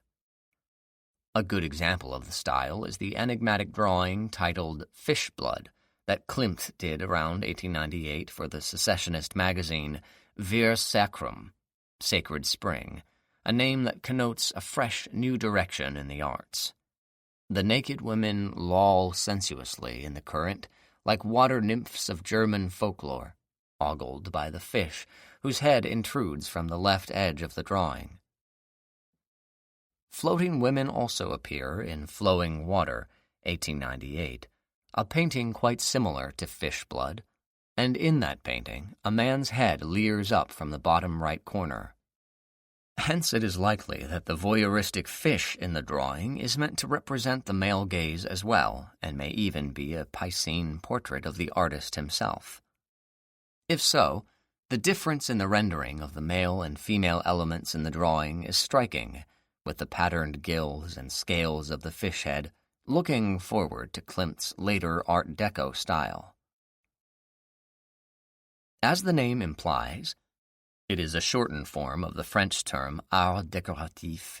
That style is much more decorative than Art Nouveau, and in Klimt's hands became extremely ornamental and static. The women of Fish Blood flow about freely, but the women in Klimt's Art Deco paintings, done after he had assimilated the influence of Egyptian and Byzantine art, seemed imprisoned by pattern, their flesh forming a severe contrast with the ornate artifice that locks it into place, as in the well-known Portrait of Adele Bloch-Bauer I. Such painting is of a piece with the decadent aesthetic that elevates artifice over nature to an extreme degree. Whether it also implies a type of aesthetic misogyny by using a rigidly constructed design to effectively imprison the female form is a topic of ongoing debate.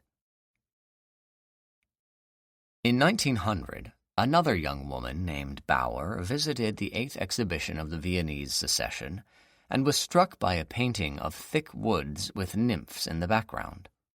We know this because Sigmund Freud recorded the detail as part of the case history he published in 1905, titled Fragment of an Analysis of a Case of Hysteria.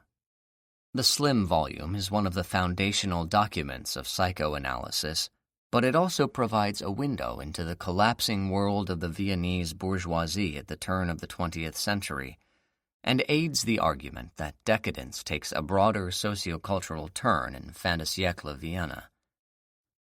There are several reasons for aligning the case of Dora, as Freud renamed the woman we now know was Ida Bauer, 1882 to 1945, with decadence. First, there is the aesthetic taste for secessionist art on the part of the principal, a minor but telling detail. Second, there is the disease itself from which Dora suffers, hysteria, an affliction attributable to no clear physiological cause, but that manifests itself in physical symptoms nonetheless. Third, there is the sexual behavior of the members of Dora's family and their social circle, behavior so bizarre as to seem pathologically perverse. The erotic drama that lies behind the set of hysterical symptoms that Freud means to cure is extraordinary by any measure. Dora's father wants to facilitate an affair with the married woman Freud calls Frau K by encouraging her husband, Herr K, to take his daughter as a lover. With her father's evident permission, Herr K forces himself onto Dora when she is 13, and then propositions her, or tries to when she is 15. Frau K, who has no interest in her husband, is also attracted to Dora, who develops an erotic attachment to Frau K in turn. In addition, a governess in the employ of the Bauers is in love with Dora's father and tries to use Dora to advance her own erotic interests, just as the father uses Dora to advance his relationship with Frau K. Herr K has a governess, too, with whom he has had an affair. This second governess recounts to Dora a conversation she had with Herr K that includes the admission that he got nothing from his wife, a line that Herr K also uses when he makes a sexual overture to Dora at a lake near the woods like those Dora has seen in the secessionist painting. When Herr K makes the remark, Dora slaps him because, Freud says, she feels that Herr K is treating her like a servant, using the same language he used to seduce the governess. For his part, Freud sees Dora as one of the nymphs in the painting, whose woods form, through a stream of associations, mostly Freud's, A symbolic geography of sex. Poor Dora is at the nexus of so many erotic forces, both internal and external, that she more or less shuts down. Her hysterical symptoms include dyspnea, shortness of breath, tussis nervosa, nervous coughing, and aphonia, loss of voice. Historically, the Dora case is important because it contributed to a better understanding of the dynamics of the therapeutic dyad, doctor and patient. Freud realizes that the treatment failed because he did not recognize the importance of transference, or the process whereby the patient transfers to the analyst unconscious feelings he or she has for some earlier person, usually a parent. Commentators use the Dora case to critique Freud for failing to recognize the counter-transference, that is, the process whereby the analyst transfers his own unconscious wishes and desires onto the patient.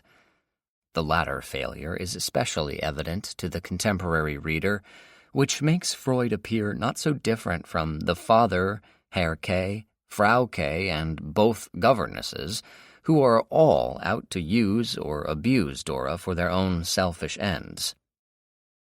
Freud effectively encourages Dora to accede to her father's erotic designs and become Herr K.'s lover. Moreover, he expresses astonishment that the 13-year-old Dora should have earlier refused the sexual advances of a man old enough to be her father. Freud understands the moment when Herr K. suddenly clasped the girl to him and pressed a kiss upon her lips, as just the situation to call up a distinct feeling of sexual excitement in a girl of 14. Freud misdates the case by a full year. Ida Bauer was 13 at the time. Instead, Dora had at that moment a violent feeling of disgust, tore herself free from the man, and hurried past him to the staircase and from there to the street door. Freud's diagnosis of Dora's behavior is disturbing, to say the least. I should without question consider a person hysterical in whom an occasion for sexual excitement elicited feelings that were preponderantly or exclusively unpleasurable. At the time of the treatment, Freud's daughter Matilda was the same age as Dora, and one can only wonder whether the doctor would have approved of a middle-aged man forcing himself on his own child. The conjecture underscores just how unaware Freud seems to have been that his patient's difficulties might well have been the product of the society at large. As the sociologist Philip Rieff puts it, the sick daughter has a sick father, who has a sick mistress, who has a sick husband, who proposes himself to the sick daughter as her lover. It is the milieu in which Dora is constrained to live that is ill. In 1906, a year after publication of the Dora case, Freud wrote to Arthur Schnitzler, 1862 to 1931, a colleague in the Viennese medical community, to express astonishment that Schnitzler had managed to gain some of the same insights into the human psyche through his plays and stories that Freud had discovered only through painstaking clinical analysis. In 1922, Freud called Schnitzler his double, and 2 years later, Schnitzler validated that assessment in Fräulein Else, a novella set in an Italian resort full of Viennese vacationers whose title character seems like a double of Freud's Dora. Like the real-life Ida Bauer, Fräulein Else has a father who asks her to submit to the sexual desires of an older man, not to advance his own erotic designs, but to help him out of his financial difficulties. She makes this discovery when her mother sends an urgent letter explaining that her father is on the point of being arrested if he does not repay his debts. In an earlier letter, Elsa had mentioned that the Vicomte von Dorsday, a family friend and an art dealer like her father, is also staying at her hotel. The mother seizes on this information and, knowing that Dorsday is attracted to her daughter, pleads with Elsa to ask the aristocrat to wire money to her father the very next day. Elsa knows that the letter is her father's idea, and she is under no illusions about what is being asked of her. "So, I'm supposed to solicit Herr Dorsday." Without much reluctance, a highly conflicted Elsa does ask Dorsday to help out her father. The Vicomte agrees to wire the money, but only on condition that Elsa stand naked before him in his hotel room for 15 minutes. Elsa is a virgin, but she is knowledgeable enough to assume that once she is alone with Dorsday, he will exploit the situation further and extort additional sexual favors from her. She becomes hysterical, with good reason, as with Dora, and resolves to expose herself to Dorsday in public and then commit suicide by taking an overdose of Veronal, a brand of barbiturate. Elsa goes to the hotel's music room, lets slip the fur coat she is wearing, and stands naked before Dorsday and the other guests, thinking that she has fulfilled the contract she has with the Vicomte. "Papa is saved," she says to herself before collapsing on the floor. Elsa is taken to her room, where she follows through with her plan and swallows her draught of Veronal. The novel ends with Elsa's death. This summary does not adequately convey the two most remarkable features of what may be Schnitzler's best-known work: its modernist technique and its decadent sensibility. Schnitzler employs the modernist device of the interior monologue to tell the story of the hysteric Elsa, who, like the hysteric Dora, sometimes suffers from aphonia. Telling the story entirely from the inside makes a great deal of sense in the case of a character who, on some occasions, literally cannot talk. Near the end of the novella, for example, Elsa tries to speak, but she cannot move her lips. The hysteria that makes her mute speaks volumes about the decadent milieu Elsa inhabits. The decline of an entire social class is vividly exemplified by Fräulein Elsa and her family, highly educated, art-loving bourgeoisie, whose life of leisure is suddenly threatened by the father's scandalous behavior. The old aristocracy fares no better, its decadence manifest in the courtly but unscrupulous behavior of the hedonist aesthete Dorsday. Nor is the hysteric heroine merely a victim of the decadence of others. She is attracted to depravity and even sees herself as a kind of depraved creature. That assessment appears to be validated when Elsa reflects that she might have been able to love a man she knows if only he had been a little less decent. The story also captures the decadent and peculiarly Viennese obsession with the schöne Leiche, beautiful corpse. Before she hits upon the idea of public nakedness, Elsa contemplates writing a will granting Dorsday the right to view her beautiful, naked young girl's corpse after her suicide.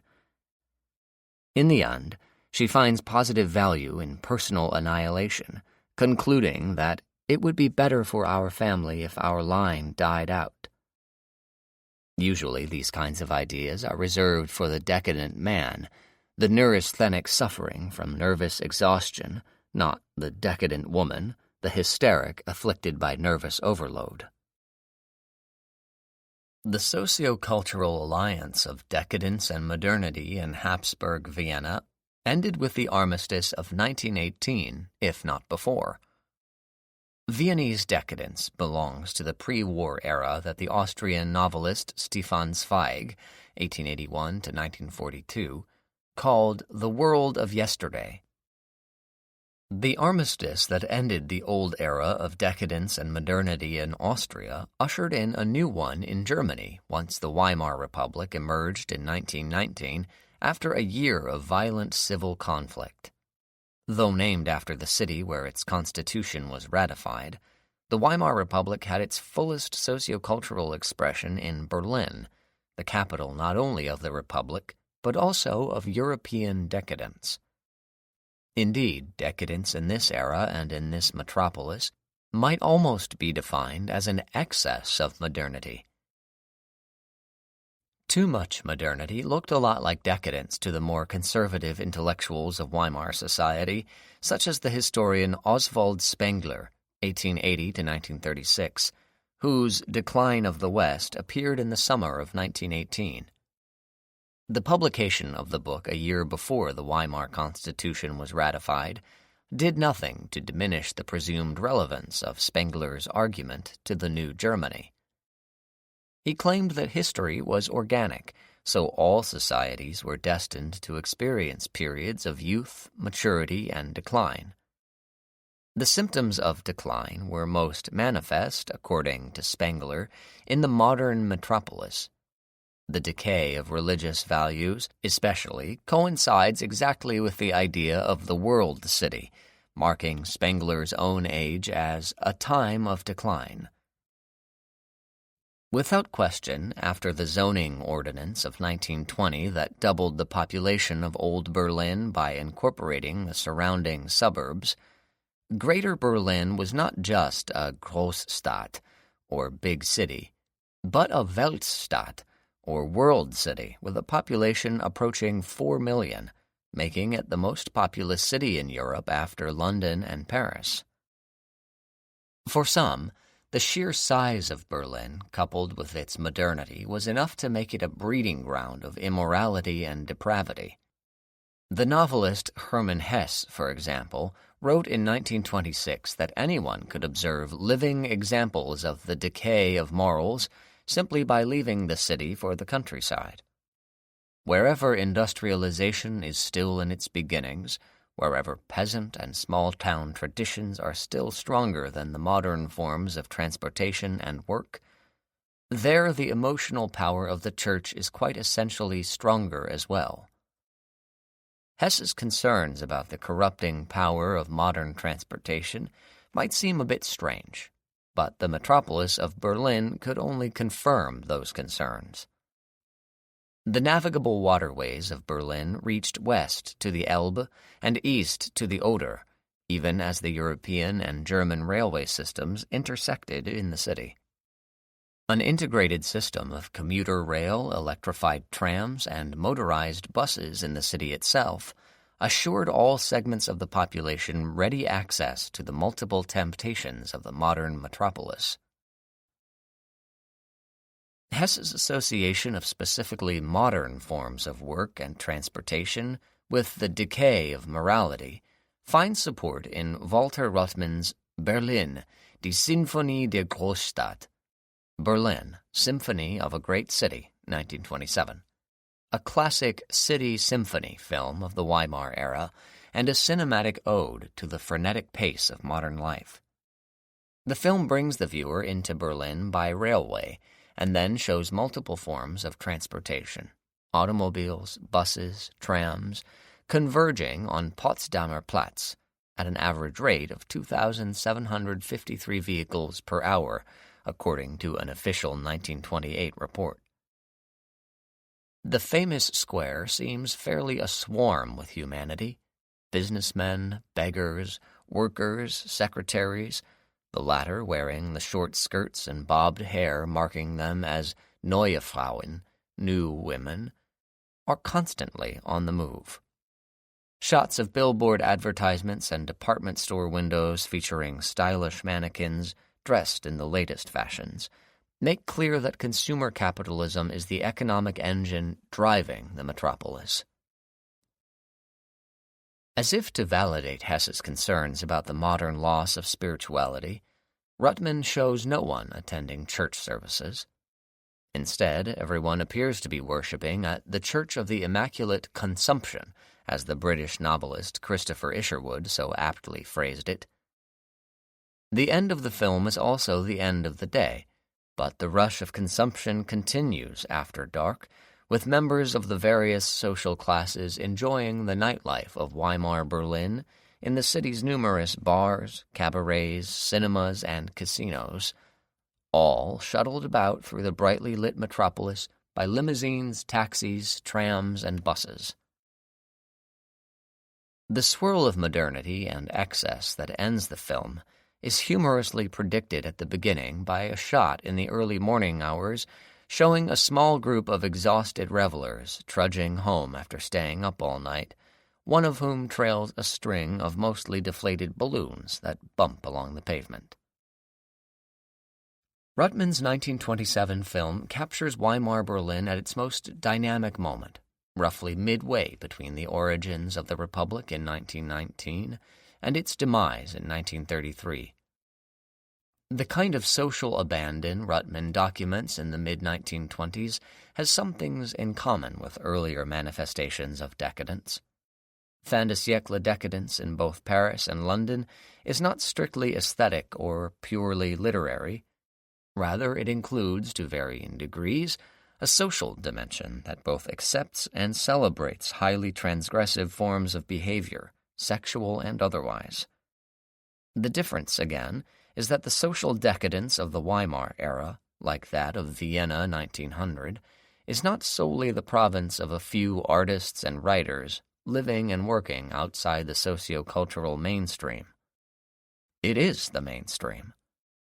That, at least, is the impression created by numerous contemporary accounts of the Weimar period.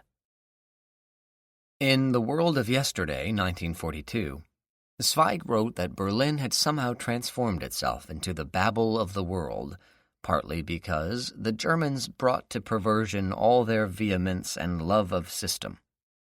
Cross-dressing especially prompted Zweig to compare 1920s Berlin with first-century Rome.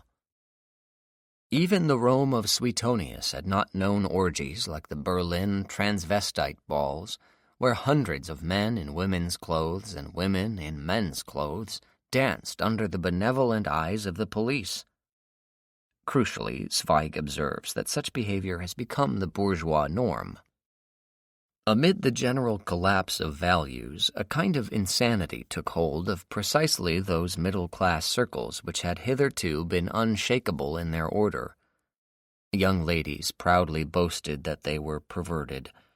To be suspected of virginity at 16 would have been considered a disgrace in every school in Berlin. The title of Zweig's autobiography conveys the author's sense of just how different the 19th century world he knew as a child and as a young man was in comparison to a modern industrialized metropolis like Berlin. His tone mixes astonishment over this new world with regret over the passing of the old one. A different tone comes through in another contemporary account, this one offered by the American silent screen star Louise Brooks.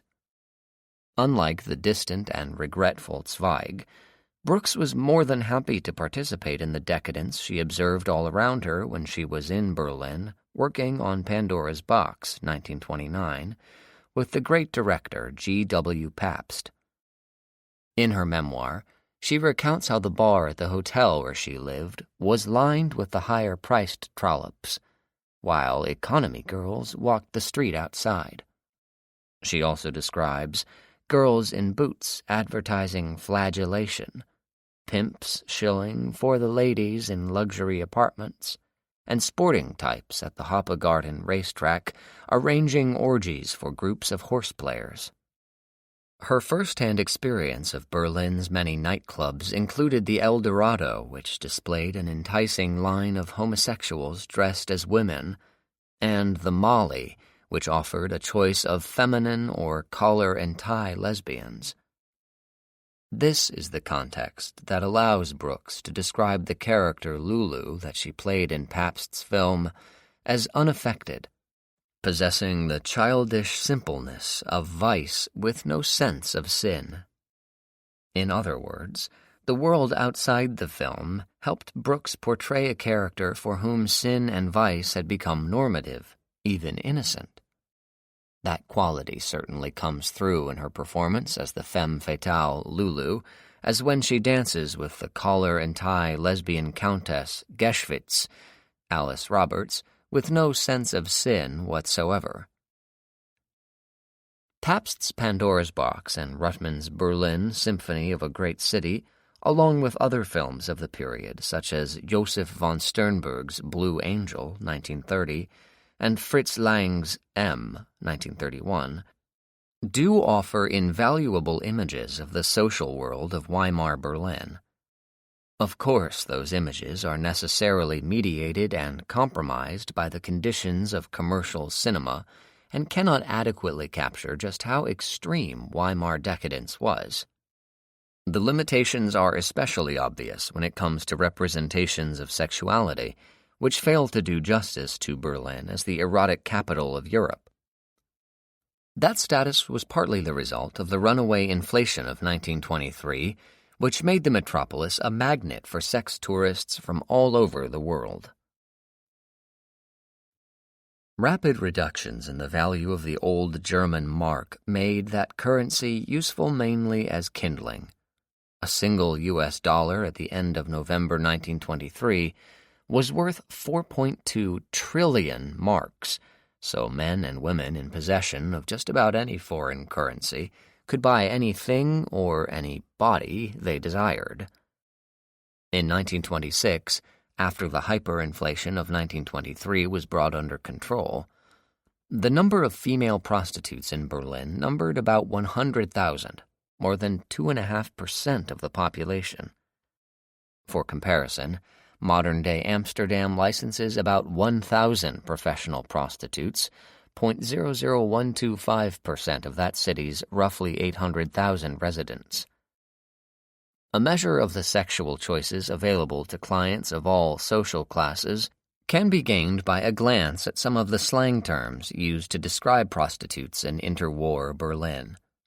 Grasshoppers provided cheap sex out of doors, while the more expensive table ladies operated out of nightclubs.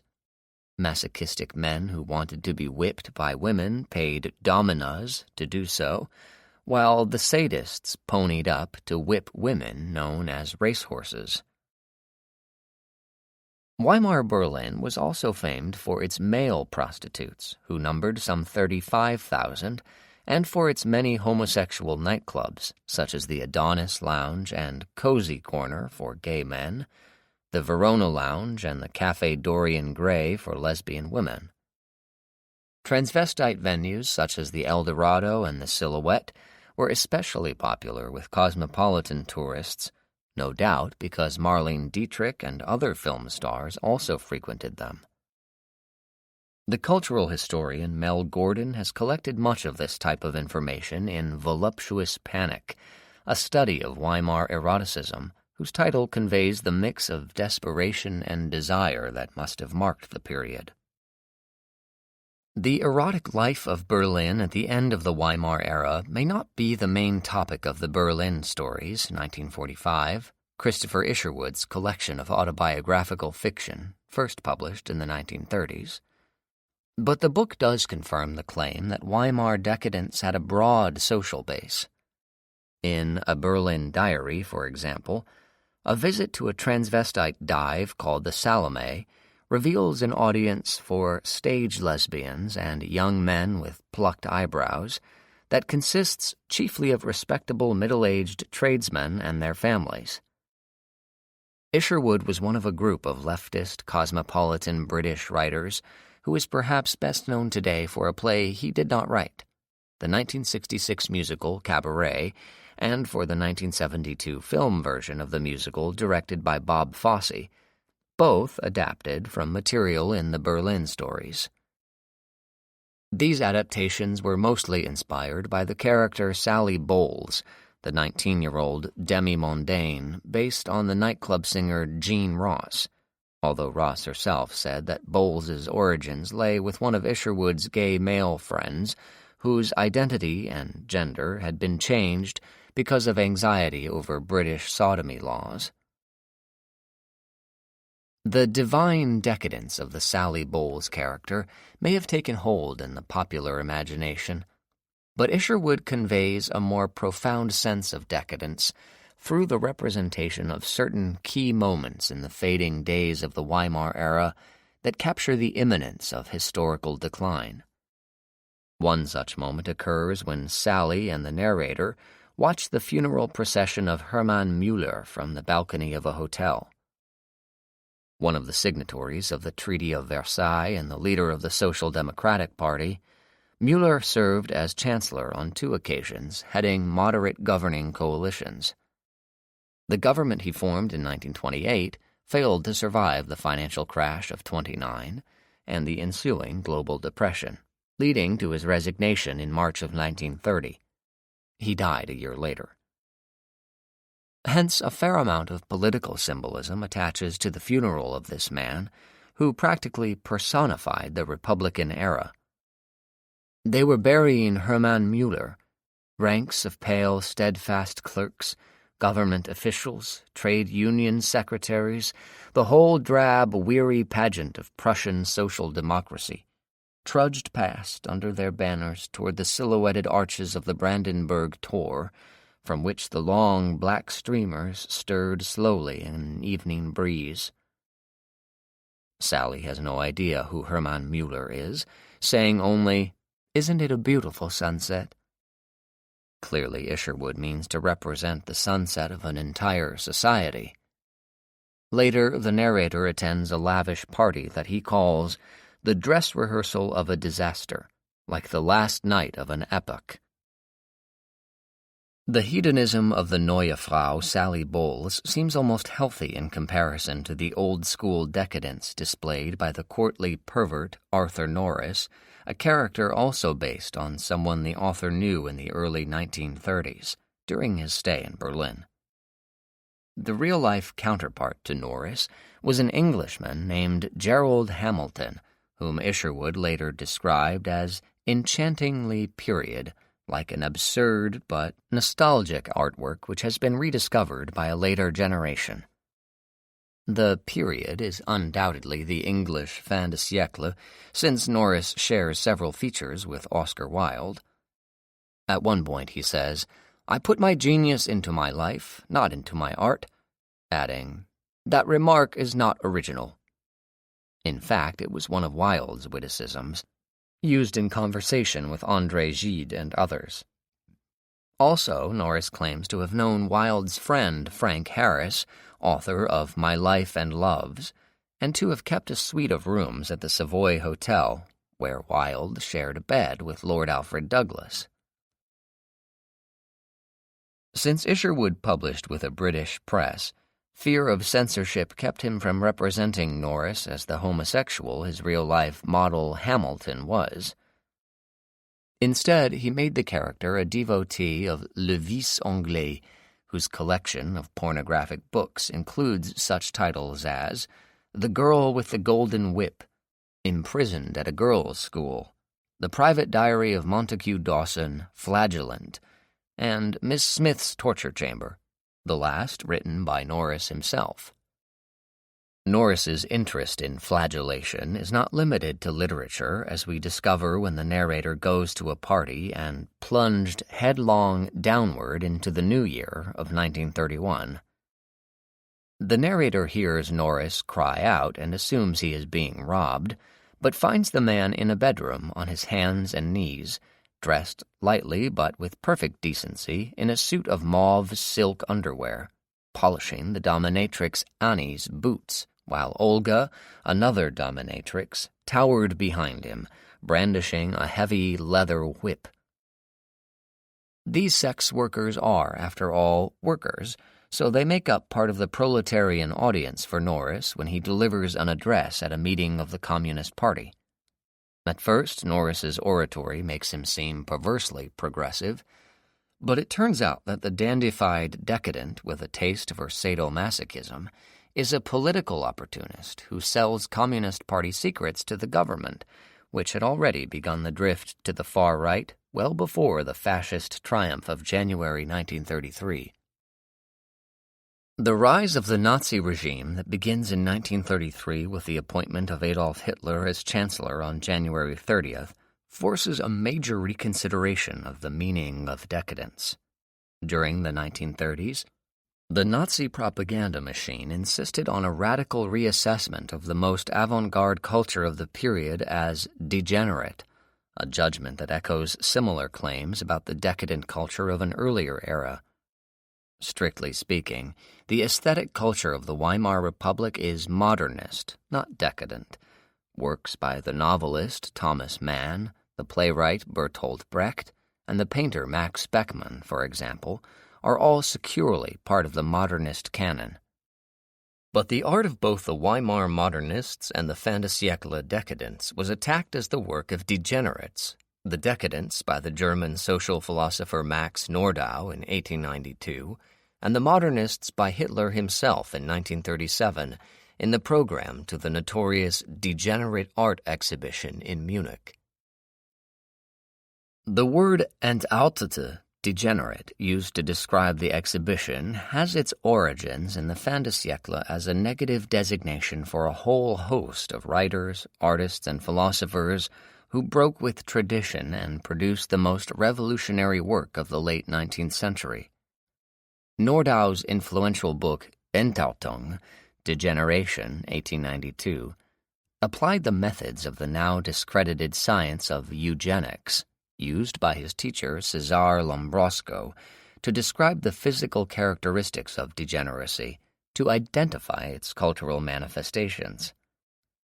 Lombroso looked at human beings whose physical appearance did not conform to Aryan ideals and concluded that they were degenerate in a special scientific sense.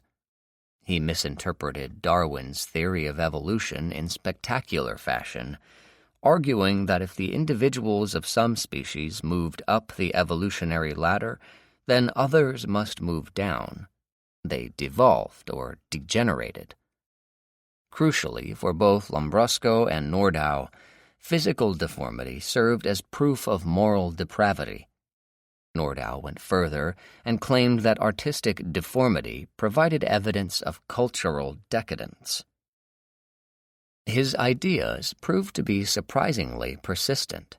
They form the ideological basis of the Nazi exhibition, in which the work of modernist artists such as Emil Nolde, Oskar Kokoschka, Paul Klee, and many others are ridiculed as degenerate examples of Kulturzerfall, culture decay.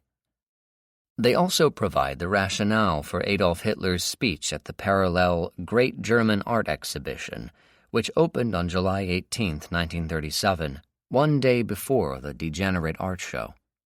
For example, Hitler's remarks, reprinted in the program for the Entartete Kunst exhibition, include the absurd claim that painters who depart from traditional modes of representation do so because they are victims of defective eyesight, just as Nordau did almost a half-century before.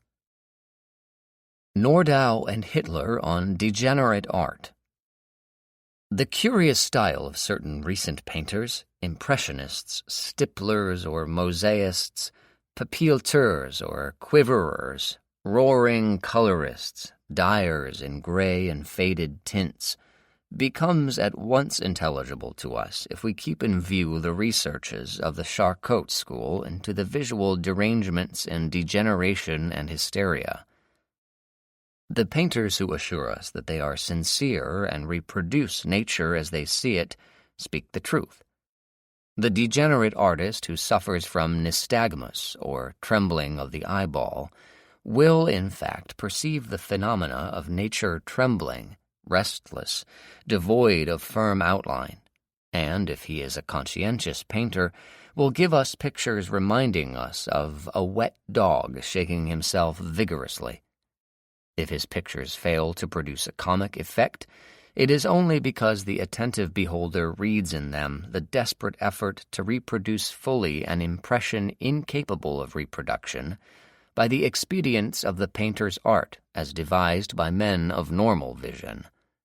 Max Nordau, Degeneration, 1892. Among the many paintings that were submitted to this exhibition, I have seen some that would lead one to conclude that certain men do see things differently from the way they actually are. That is, that there are indeed men who can see in the contemporary state of our Volk nothing but deformed cretins, who truly do see blue meadows, green skies, and sulphur-yellow clouds, or, as they would say, experience them as such. I am not about to engage in a discussion about whether these people indeed see or experience these things in this way. My only interest is in preventing, in the name of the Volk, these pathetic unfortunates who so obviously suffer from defective vision, from attempting to foist the results of their faulty observations on their fellow man as reality, or to somehow present them to the world as art. Adolf Hitler, speech at the opening of the Great German Art Exhibition, July 18, 1937. The charge of degeneracy leveled by the Nazis against some of the greatest artists of the 20th century, like the identical characterization of the decadence of the 19th century, serves to validate both groups as not only aesthetically innovative, but also politically daring. The social decadence of the Weimar Republic, like the cultural decadence of so-called degenerate art, is so only from the perspective, respectively, of some normative, conventional lifestyle or traditional set of aesthetic values, such as classicism. Hence, there is something progressive, or potentially progressive, about Weimar decadence, both in its social and in its artistic variants. Given the horrors ahead after Weimar ended, those decadents and degenerates of the 1920s now appear almost heroic in their hedonism. At the very least, the men and women of Weimar Berlin showed us that if the promise of liberal modernity cannot be kept, then decadence is far preferable to its authoritarian alternative.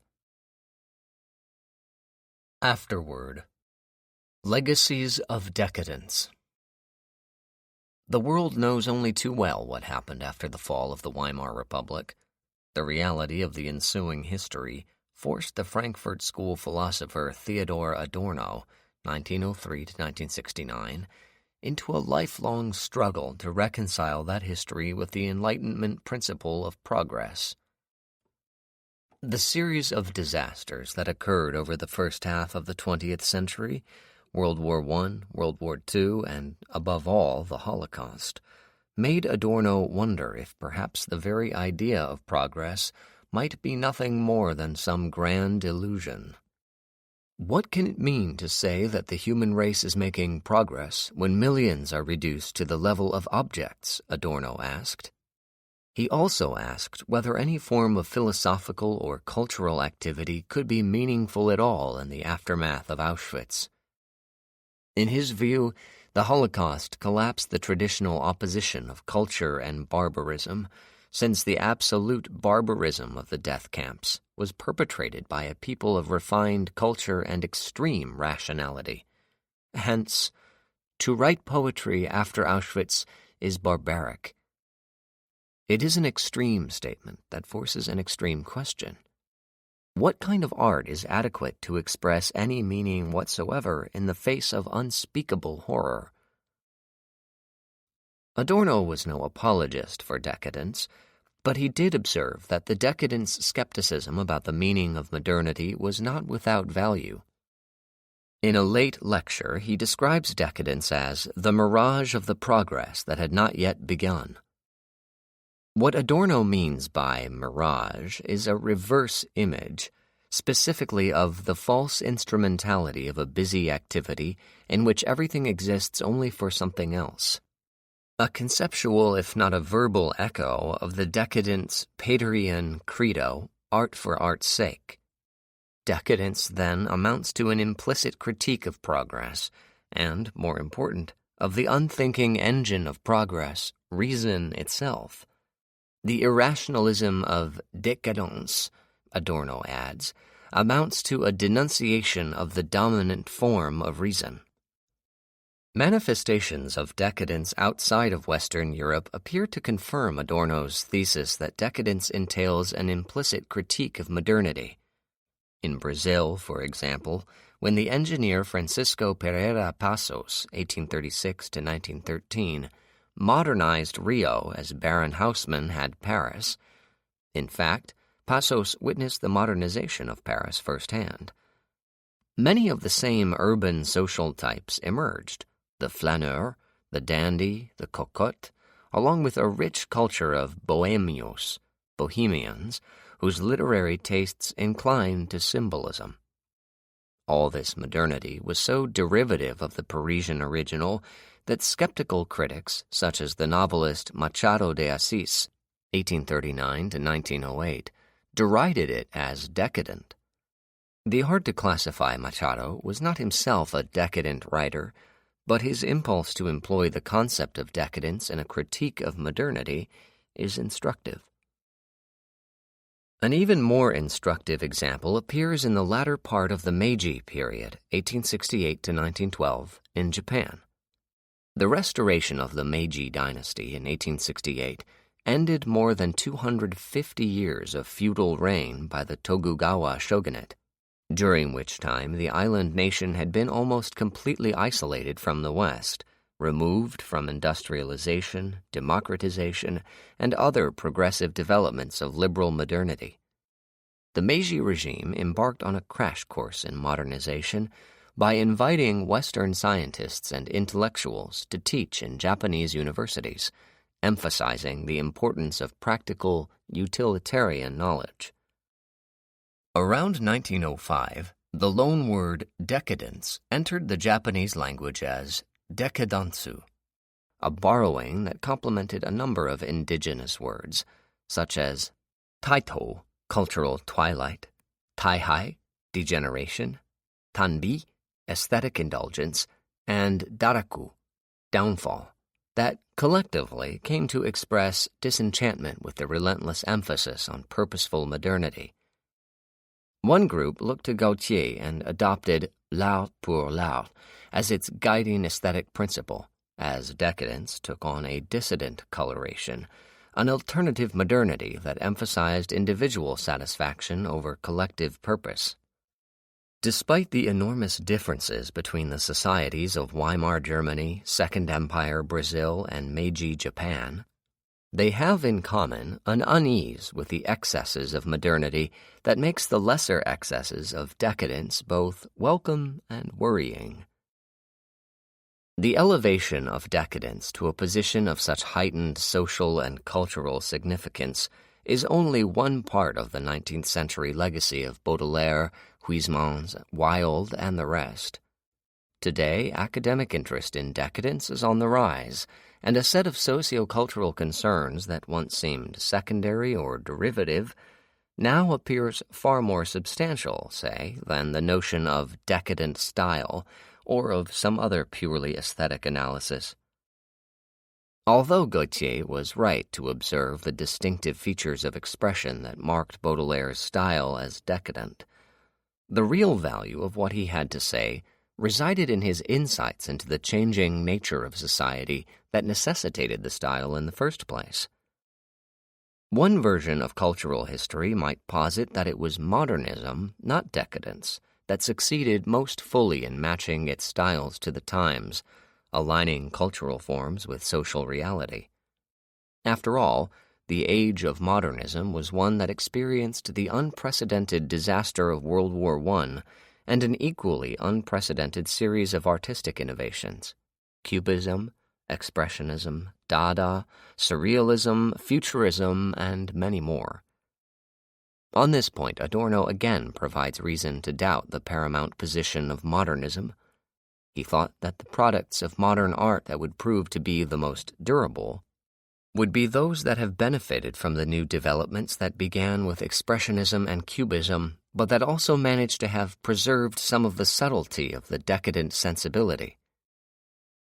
Adorno's musings suggest that the decadent might be better equipped than the modernist to express the sociocultural condition of modernity precisely because decadence contains an implicit critique of the progressive paradigm that most species of modernism promote, an extreme example being futurism. To be sure, not all modernists offer a wholehearted endorsement of modernity, but the reservations are themselves motivated by the decadent tradition. Because of its conflicted sense of modernity, decadence emerges as a kind of dark humanism, the decadent paradigm of decline and decay, forming a universal that the progressive, hopeful paradigm of traditional humanism cannot hope to match. A good example of one of those products of modern art made more durable by decadence is Nightwood, 1937, a modernist novel by the American author Juna Barnes, 1892 to 1982. What makes the novel modernist is mostly the author's concentrated poetic style in combination with the technique of narrative discontinuity. The book was originally published with an introduction by T.S. Eliot, whose long poem, The Waste Land, 1922, did much to confer aesthetic value on complexity and difficulty. So it is telling that Eliot singles out Barnes's poetic prose for an intensity that demands something of the reader that the ordinary novel reader is not prepared to give. The idea that some literature is suited only for an elite audience is very much part of the modernist aesthetic, but that notion is also part of the heritage of decadence. Early in her career, Barnes came under the influence of one Guido Bruno, a Greenwich Village eccentric whose belated taste for fin de siècle decadence attracted an assortment of New York bohemian types. Bruno published Barnes's first book, a tiny collection of poetry titled The Book of Repulsive Women, 1915, featuring Beardsley-like drawings by Barnes herself. The phrase repulsive women turns out to be perversely positive, since the poetry celebrates lesbian sexuality for its combination of daring and depravity. Today, few people conceive of lesbian love as perverse, depraved, or possibly even daring, but Barnes lived in an era when same-sex identity posed a bohemian challenge to bourgeois norms. Her early association with the latter-day decadent Bruno was complemented later in her career when she moved to Paris and became involved with the avant-garde group led by Natalie Barney, 1876 to 1972, another expatriate American with close ties to fin de siècle decadence. Indeed, Barney idolized Oscar Wilde after meeting him on his 1882 lecture tour when she was a young girl, wrote to him when he was imprisoned in Reading jail, and was briefly engaged to his lover, Lord Alfred Douglas, when she was in her 20s. Barnes's and Barney's literary and personal lives overlap in numerous ways with respect to decadence during their time in Paris between the wars, and never more so than in their shared friendship with Dolly Wilde, Oscar's niece, who often dressed as her celebrated uncle and seems to have inherited his gifts as a witty raconteur. Barney fell in love with Dolly, and Barnes took literary advantage of their relationship and of Dolly's relationship with the painter Thelma Wood by writing more than one roman à clef about the Barney circle. A coded version of that circle is very much a part of the narrative of Nightwood, the story of a love affair between two expatriate American women, Nora Flood and Robin Vogt, the latter married to the self-styled aristocrat Felix Volkbein, who gives himself the title of Baron. After Robin gives birth to a stunted child, she leaves the Baron for Nora, only to abandon Nora later for an abusive woman who satisfies Robin's need for sadomasochistic sex. Nora, in turn, seeks comfort from Dr. Matthew O'Connor, an Irish-American from San Francisco whose interest in gynecology had driven him half around the world. Like all the major characters in the novel, Dr. O'Connor is based on someone the author knew during her stay in Paris from 1921 to 1929. Nora Flood is a version of Barnes herself. But this particular character, because of his Irish heritage, his homosexuality, and his remarkable facility with language, seems like an American cousin of Oscar Wilde. After Robin leaves her, Nora goes to him and says, "Doctor, I have come to ask you to tell me everything you know about the night." The ensuing monologue is a tour de force of psychological insight into the darker reaches of human sexuality, including the doctor's own. He holds forth in his squalid attic room, wearing a blonde wig and a woman's flannel nightgown, expounding on his compulsion to haunt the pissoir of Paris looking for love, having to be brave no matter what to keep the mascara from running away. He tells Nora that Robin has left her because of the incomparable fascination of corruption and rot, but such attraction to degradation is by no means a criticism. On the contrary, the doctor celebrates the wonderful unhappiness of depravity and praises the French in particular for making a detour of filthiness. Oh, the good dirt! The oxymoron condenses into a phrase the human contradiction at the heart of Nightwood, that self-destruction is somehow desirable. At times, the paradox assumes almost sublime dimensions, the outrageous doctor becoming quite eloquent in his defense of degradation. We are but skin about a wind, with muscles clenched against mortality. We sleep in a long, reproachful dust against ourselves. We are full to the gorge with our own names for misery. Life, the pastures in which the night feeds and prunes the cud that nourishes us to despair. Life, the permission to known death. Such passages justify Eliot's modernist assessment of Barnes's poetic prose as dense and demanding, but they also illustrate Adorno's idea that the more enduring strains of modernism acknowledge the dark appeal of decadence. The dark humanism of decadence is not the only later manifestation of this curious culture, nor is its legacy limited to issues in continental philosophy and modernist aesthetics, or to other concerns of professional academics. Far from it, in fact. One of the most extensive ramifications of decadence into the 20th century and beyond lies in the influence that decadent writers, artists, and personalities have had on pop culture. The best illustration of the pop culture afterlife of decadence has to be the remarkable posthumous career of Oscar Wilde, who died in 1900.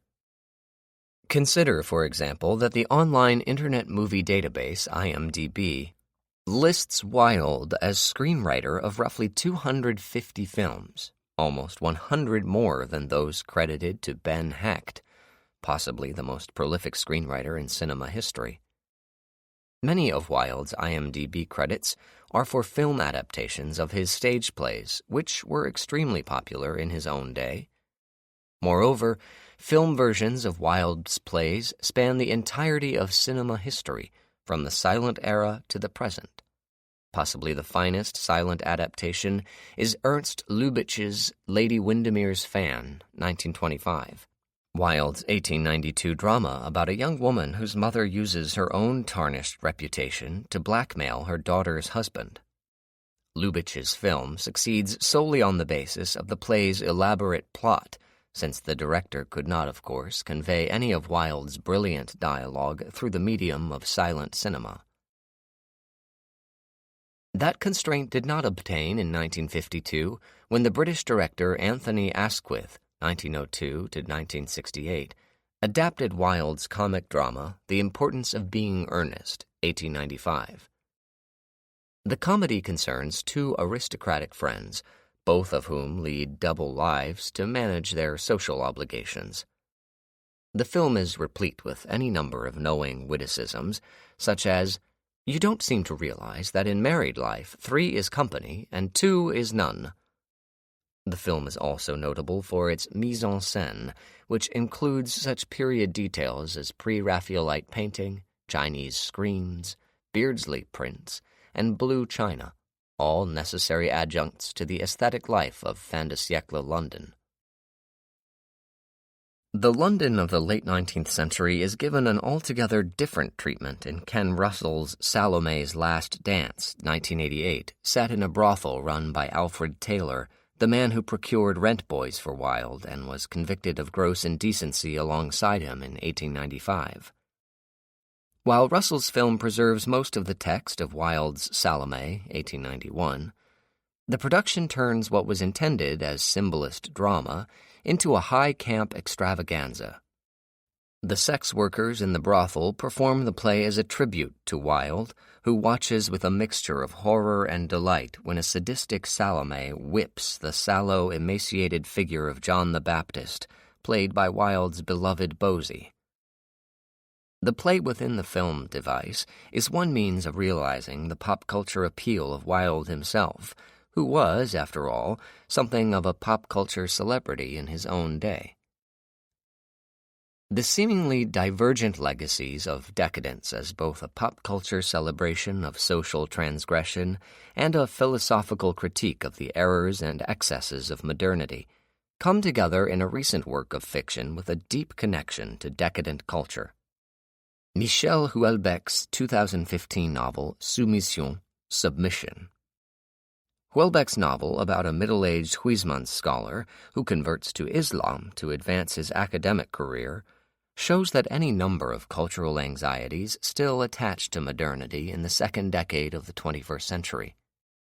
The novel is above all a satire of French politics, one that finds a strange concord in the nativist ideology of Marine Le Pen's National Front, with its xenophobic horror of non-European immigrants, and the Islamic ideology of the Muslim Brotherhood, led by the charismatic Mohammed Ben Abbas. The fictional politician pleads with his real-life opponents on the far right to put aside their hostility to Islam because, on every question that really mattered, the nativists and the Muslims were in perfect agreement. When it came to rejecting atheism and humanism, or the necessary submission of women, or the return of patriarchy, they were fighting exactly the same fight. Set in 2022, Soumission imagines an unlikely political alliance between the Muslim Party and French leftists who throw their support to Ben Abbas in a runoff election to keep Le Pen out of power. The result of this bizarre scenario is the establishment of a slightly attenuated version of Sharia law throughout France. Overnight, women in public are wearing veils, restaurants start serving halal food, and the Sorbonne, where the Huysmans scholar François teaches, is renamed the Islamic University of Paris Sorbonne. Initially, François accepts a generous offer of retirement because he cannot imagine converting to Islam, as the university now requires. But the promise of a huge salary and lavish living quarters, all made possible by the Saudi petrodollars now flowing into the Sorbonne, lures him back to the academic life. Moreover, he is told that his professional prestige assures him at least 3 wives, one of whom is guaranteed to be an excellent cook. Despite his obsession with Huysmans, François is not himself an aesthete, but he is a gourmand, and the promise of gourmet meals is at least as enticing as the prospect of sex with the other 2 wives. François looks forward to the conversion ceremony at the Paris Mosque, where he will utter ritual assurances of belief in Arabic, learned phonetically for the occasion. He also looks forward to the reception afterward at the Sorbonne. The cocktail party would be festive and would last into the night. The continuing presence of cocktail parties in French social life is only one example of just how relaxed the new Sharia law is. It is also an example of the satire. François and the other academics in his circle are converted to Islam not for spiritual reasons, but because they are guaranteed better sex lives and greater material comforts. Such, it seems, are the benefits of patriarchy and the aversion to modernity. As a Huysmans scholar, François is in a better position than most to recognize the depths of decadence into which the modern world has sunk. At one point he reflects that, after the long tyranny of modernity, Huysmans' clear-eyed conclusions had come round again and were more relevant than ever. In A Rebours, Des Esseintes despairs over the crass materialism of the ascendant bourgeoisie and contemplates a return to Catholicism as a means of personal escape, a harbinger of Huysmans' own actual return to the faith. In Soumission, François despairs for the same reason, with the difference that he is not an aristocrat like Des Esseintes, but a member of the liberal bourgeoisie himself. So he is very much a part of the decadent culture he abhors. The character contemplates a return to the church and even visits the same abbey where Huysmans himself took monastic vows, only to realize the need for a more radical solution to the problem of decadence. The facts were plain. Europe had reached a point of such putrid decomposition that it could no longer save itself, any more than 5th century Rome could have done. In other words, 21st century Europe is like the empire at the end of the Decadence in Verlaine's poem, passively awaiting its own demise. This time, however, the classical juxtaposition of over-civilized decadents and uncouth barbarians is highly ironic, since the Islamic barbarians are the bearers of an ancient civilization with a set of traditional values that promise to restore the empire of Europe to its former glory. By the end of the novel, Mohammed ben Abbas is being compared to the Emperor Augustus because of a successful campaign to bring the Muslim nations of northern Africa into the European Union, the EU's new geographical reach now approximating that of the old Roman Empire. Rome also figures into François' conversion to Islam, which begins in earnest at the well-appointed home of the new president of the Islamic University of Paris Sorbonne. Houellebecq follows his 19th century precursor's sensitivity to the symbolic value of urban geography by setting the critical scene on the Rue des Arènes, so called because of the street's proximity to the ruins of an ancient Roman amphitheater.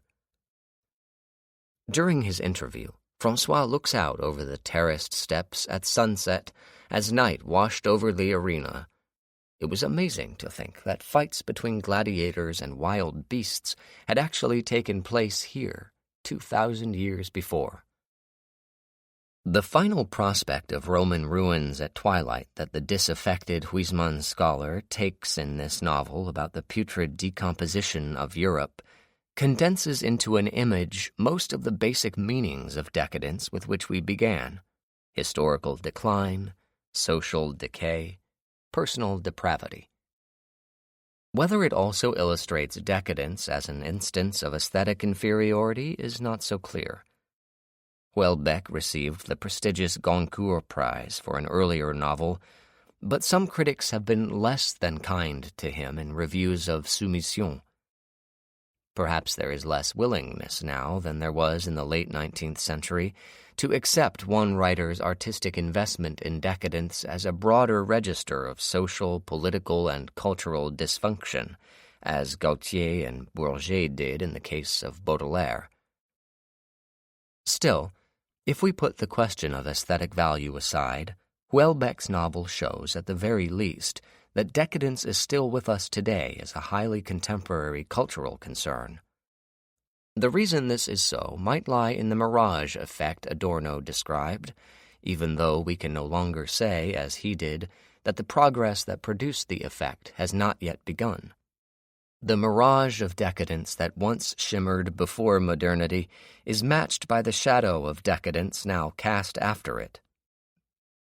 Perhaps not that many of us think of ourselves as participating in the dark ideal of decadence, but today we have no choice but to live our lives in the long, troubling shadow of modernity. This concludes Decadence by David Weir, narrated by Graham Halstead. Copyright 2018 by Oxford University Press. This unabridged audiobook is published by arrangement with Oxford University Press and was produced in the year 2018 by Tantor Media Incorporated, a division of Recorded Books, which holds the copyright thereto. Please visit Tantor.com for more information on our growing library of unabridged audiobooks.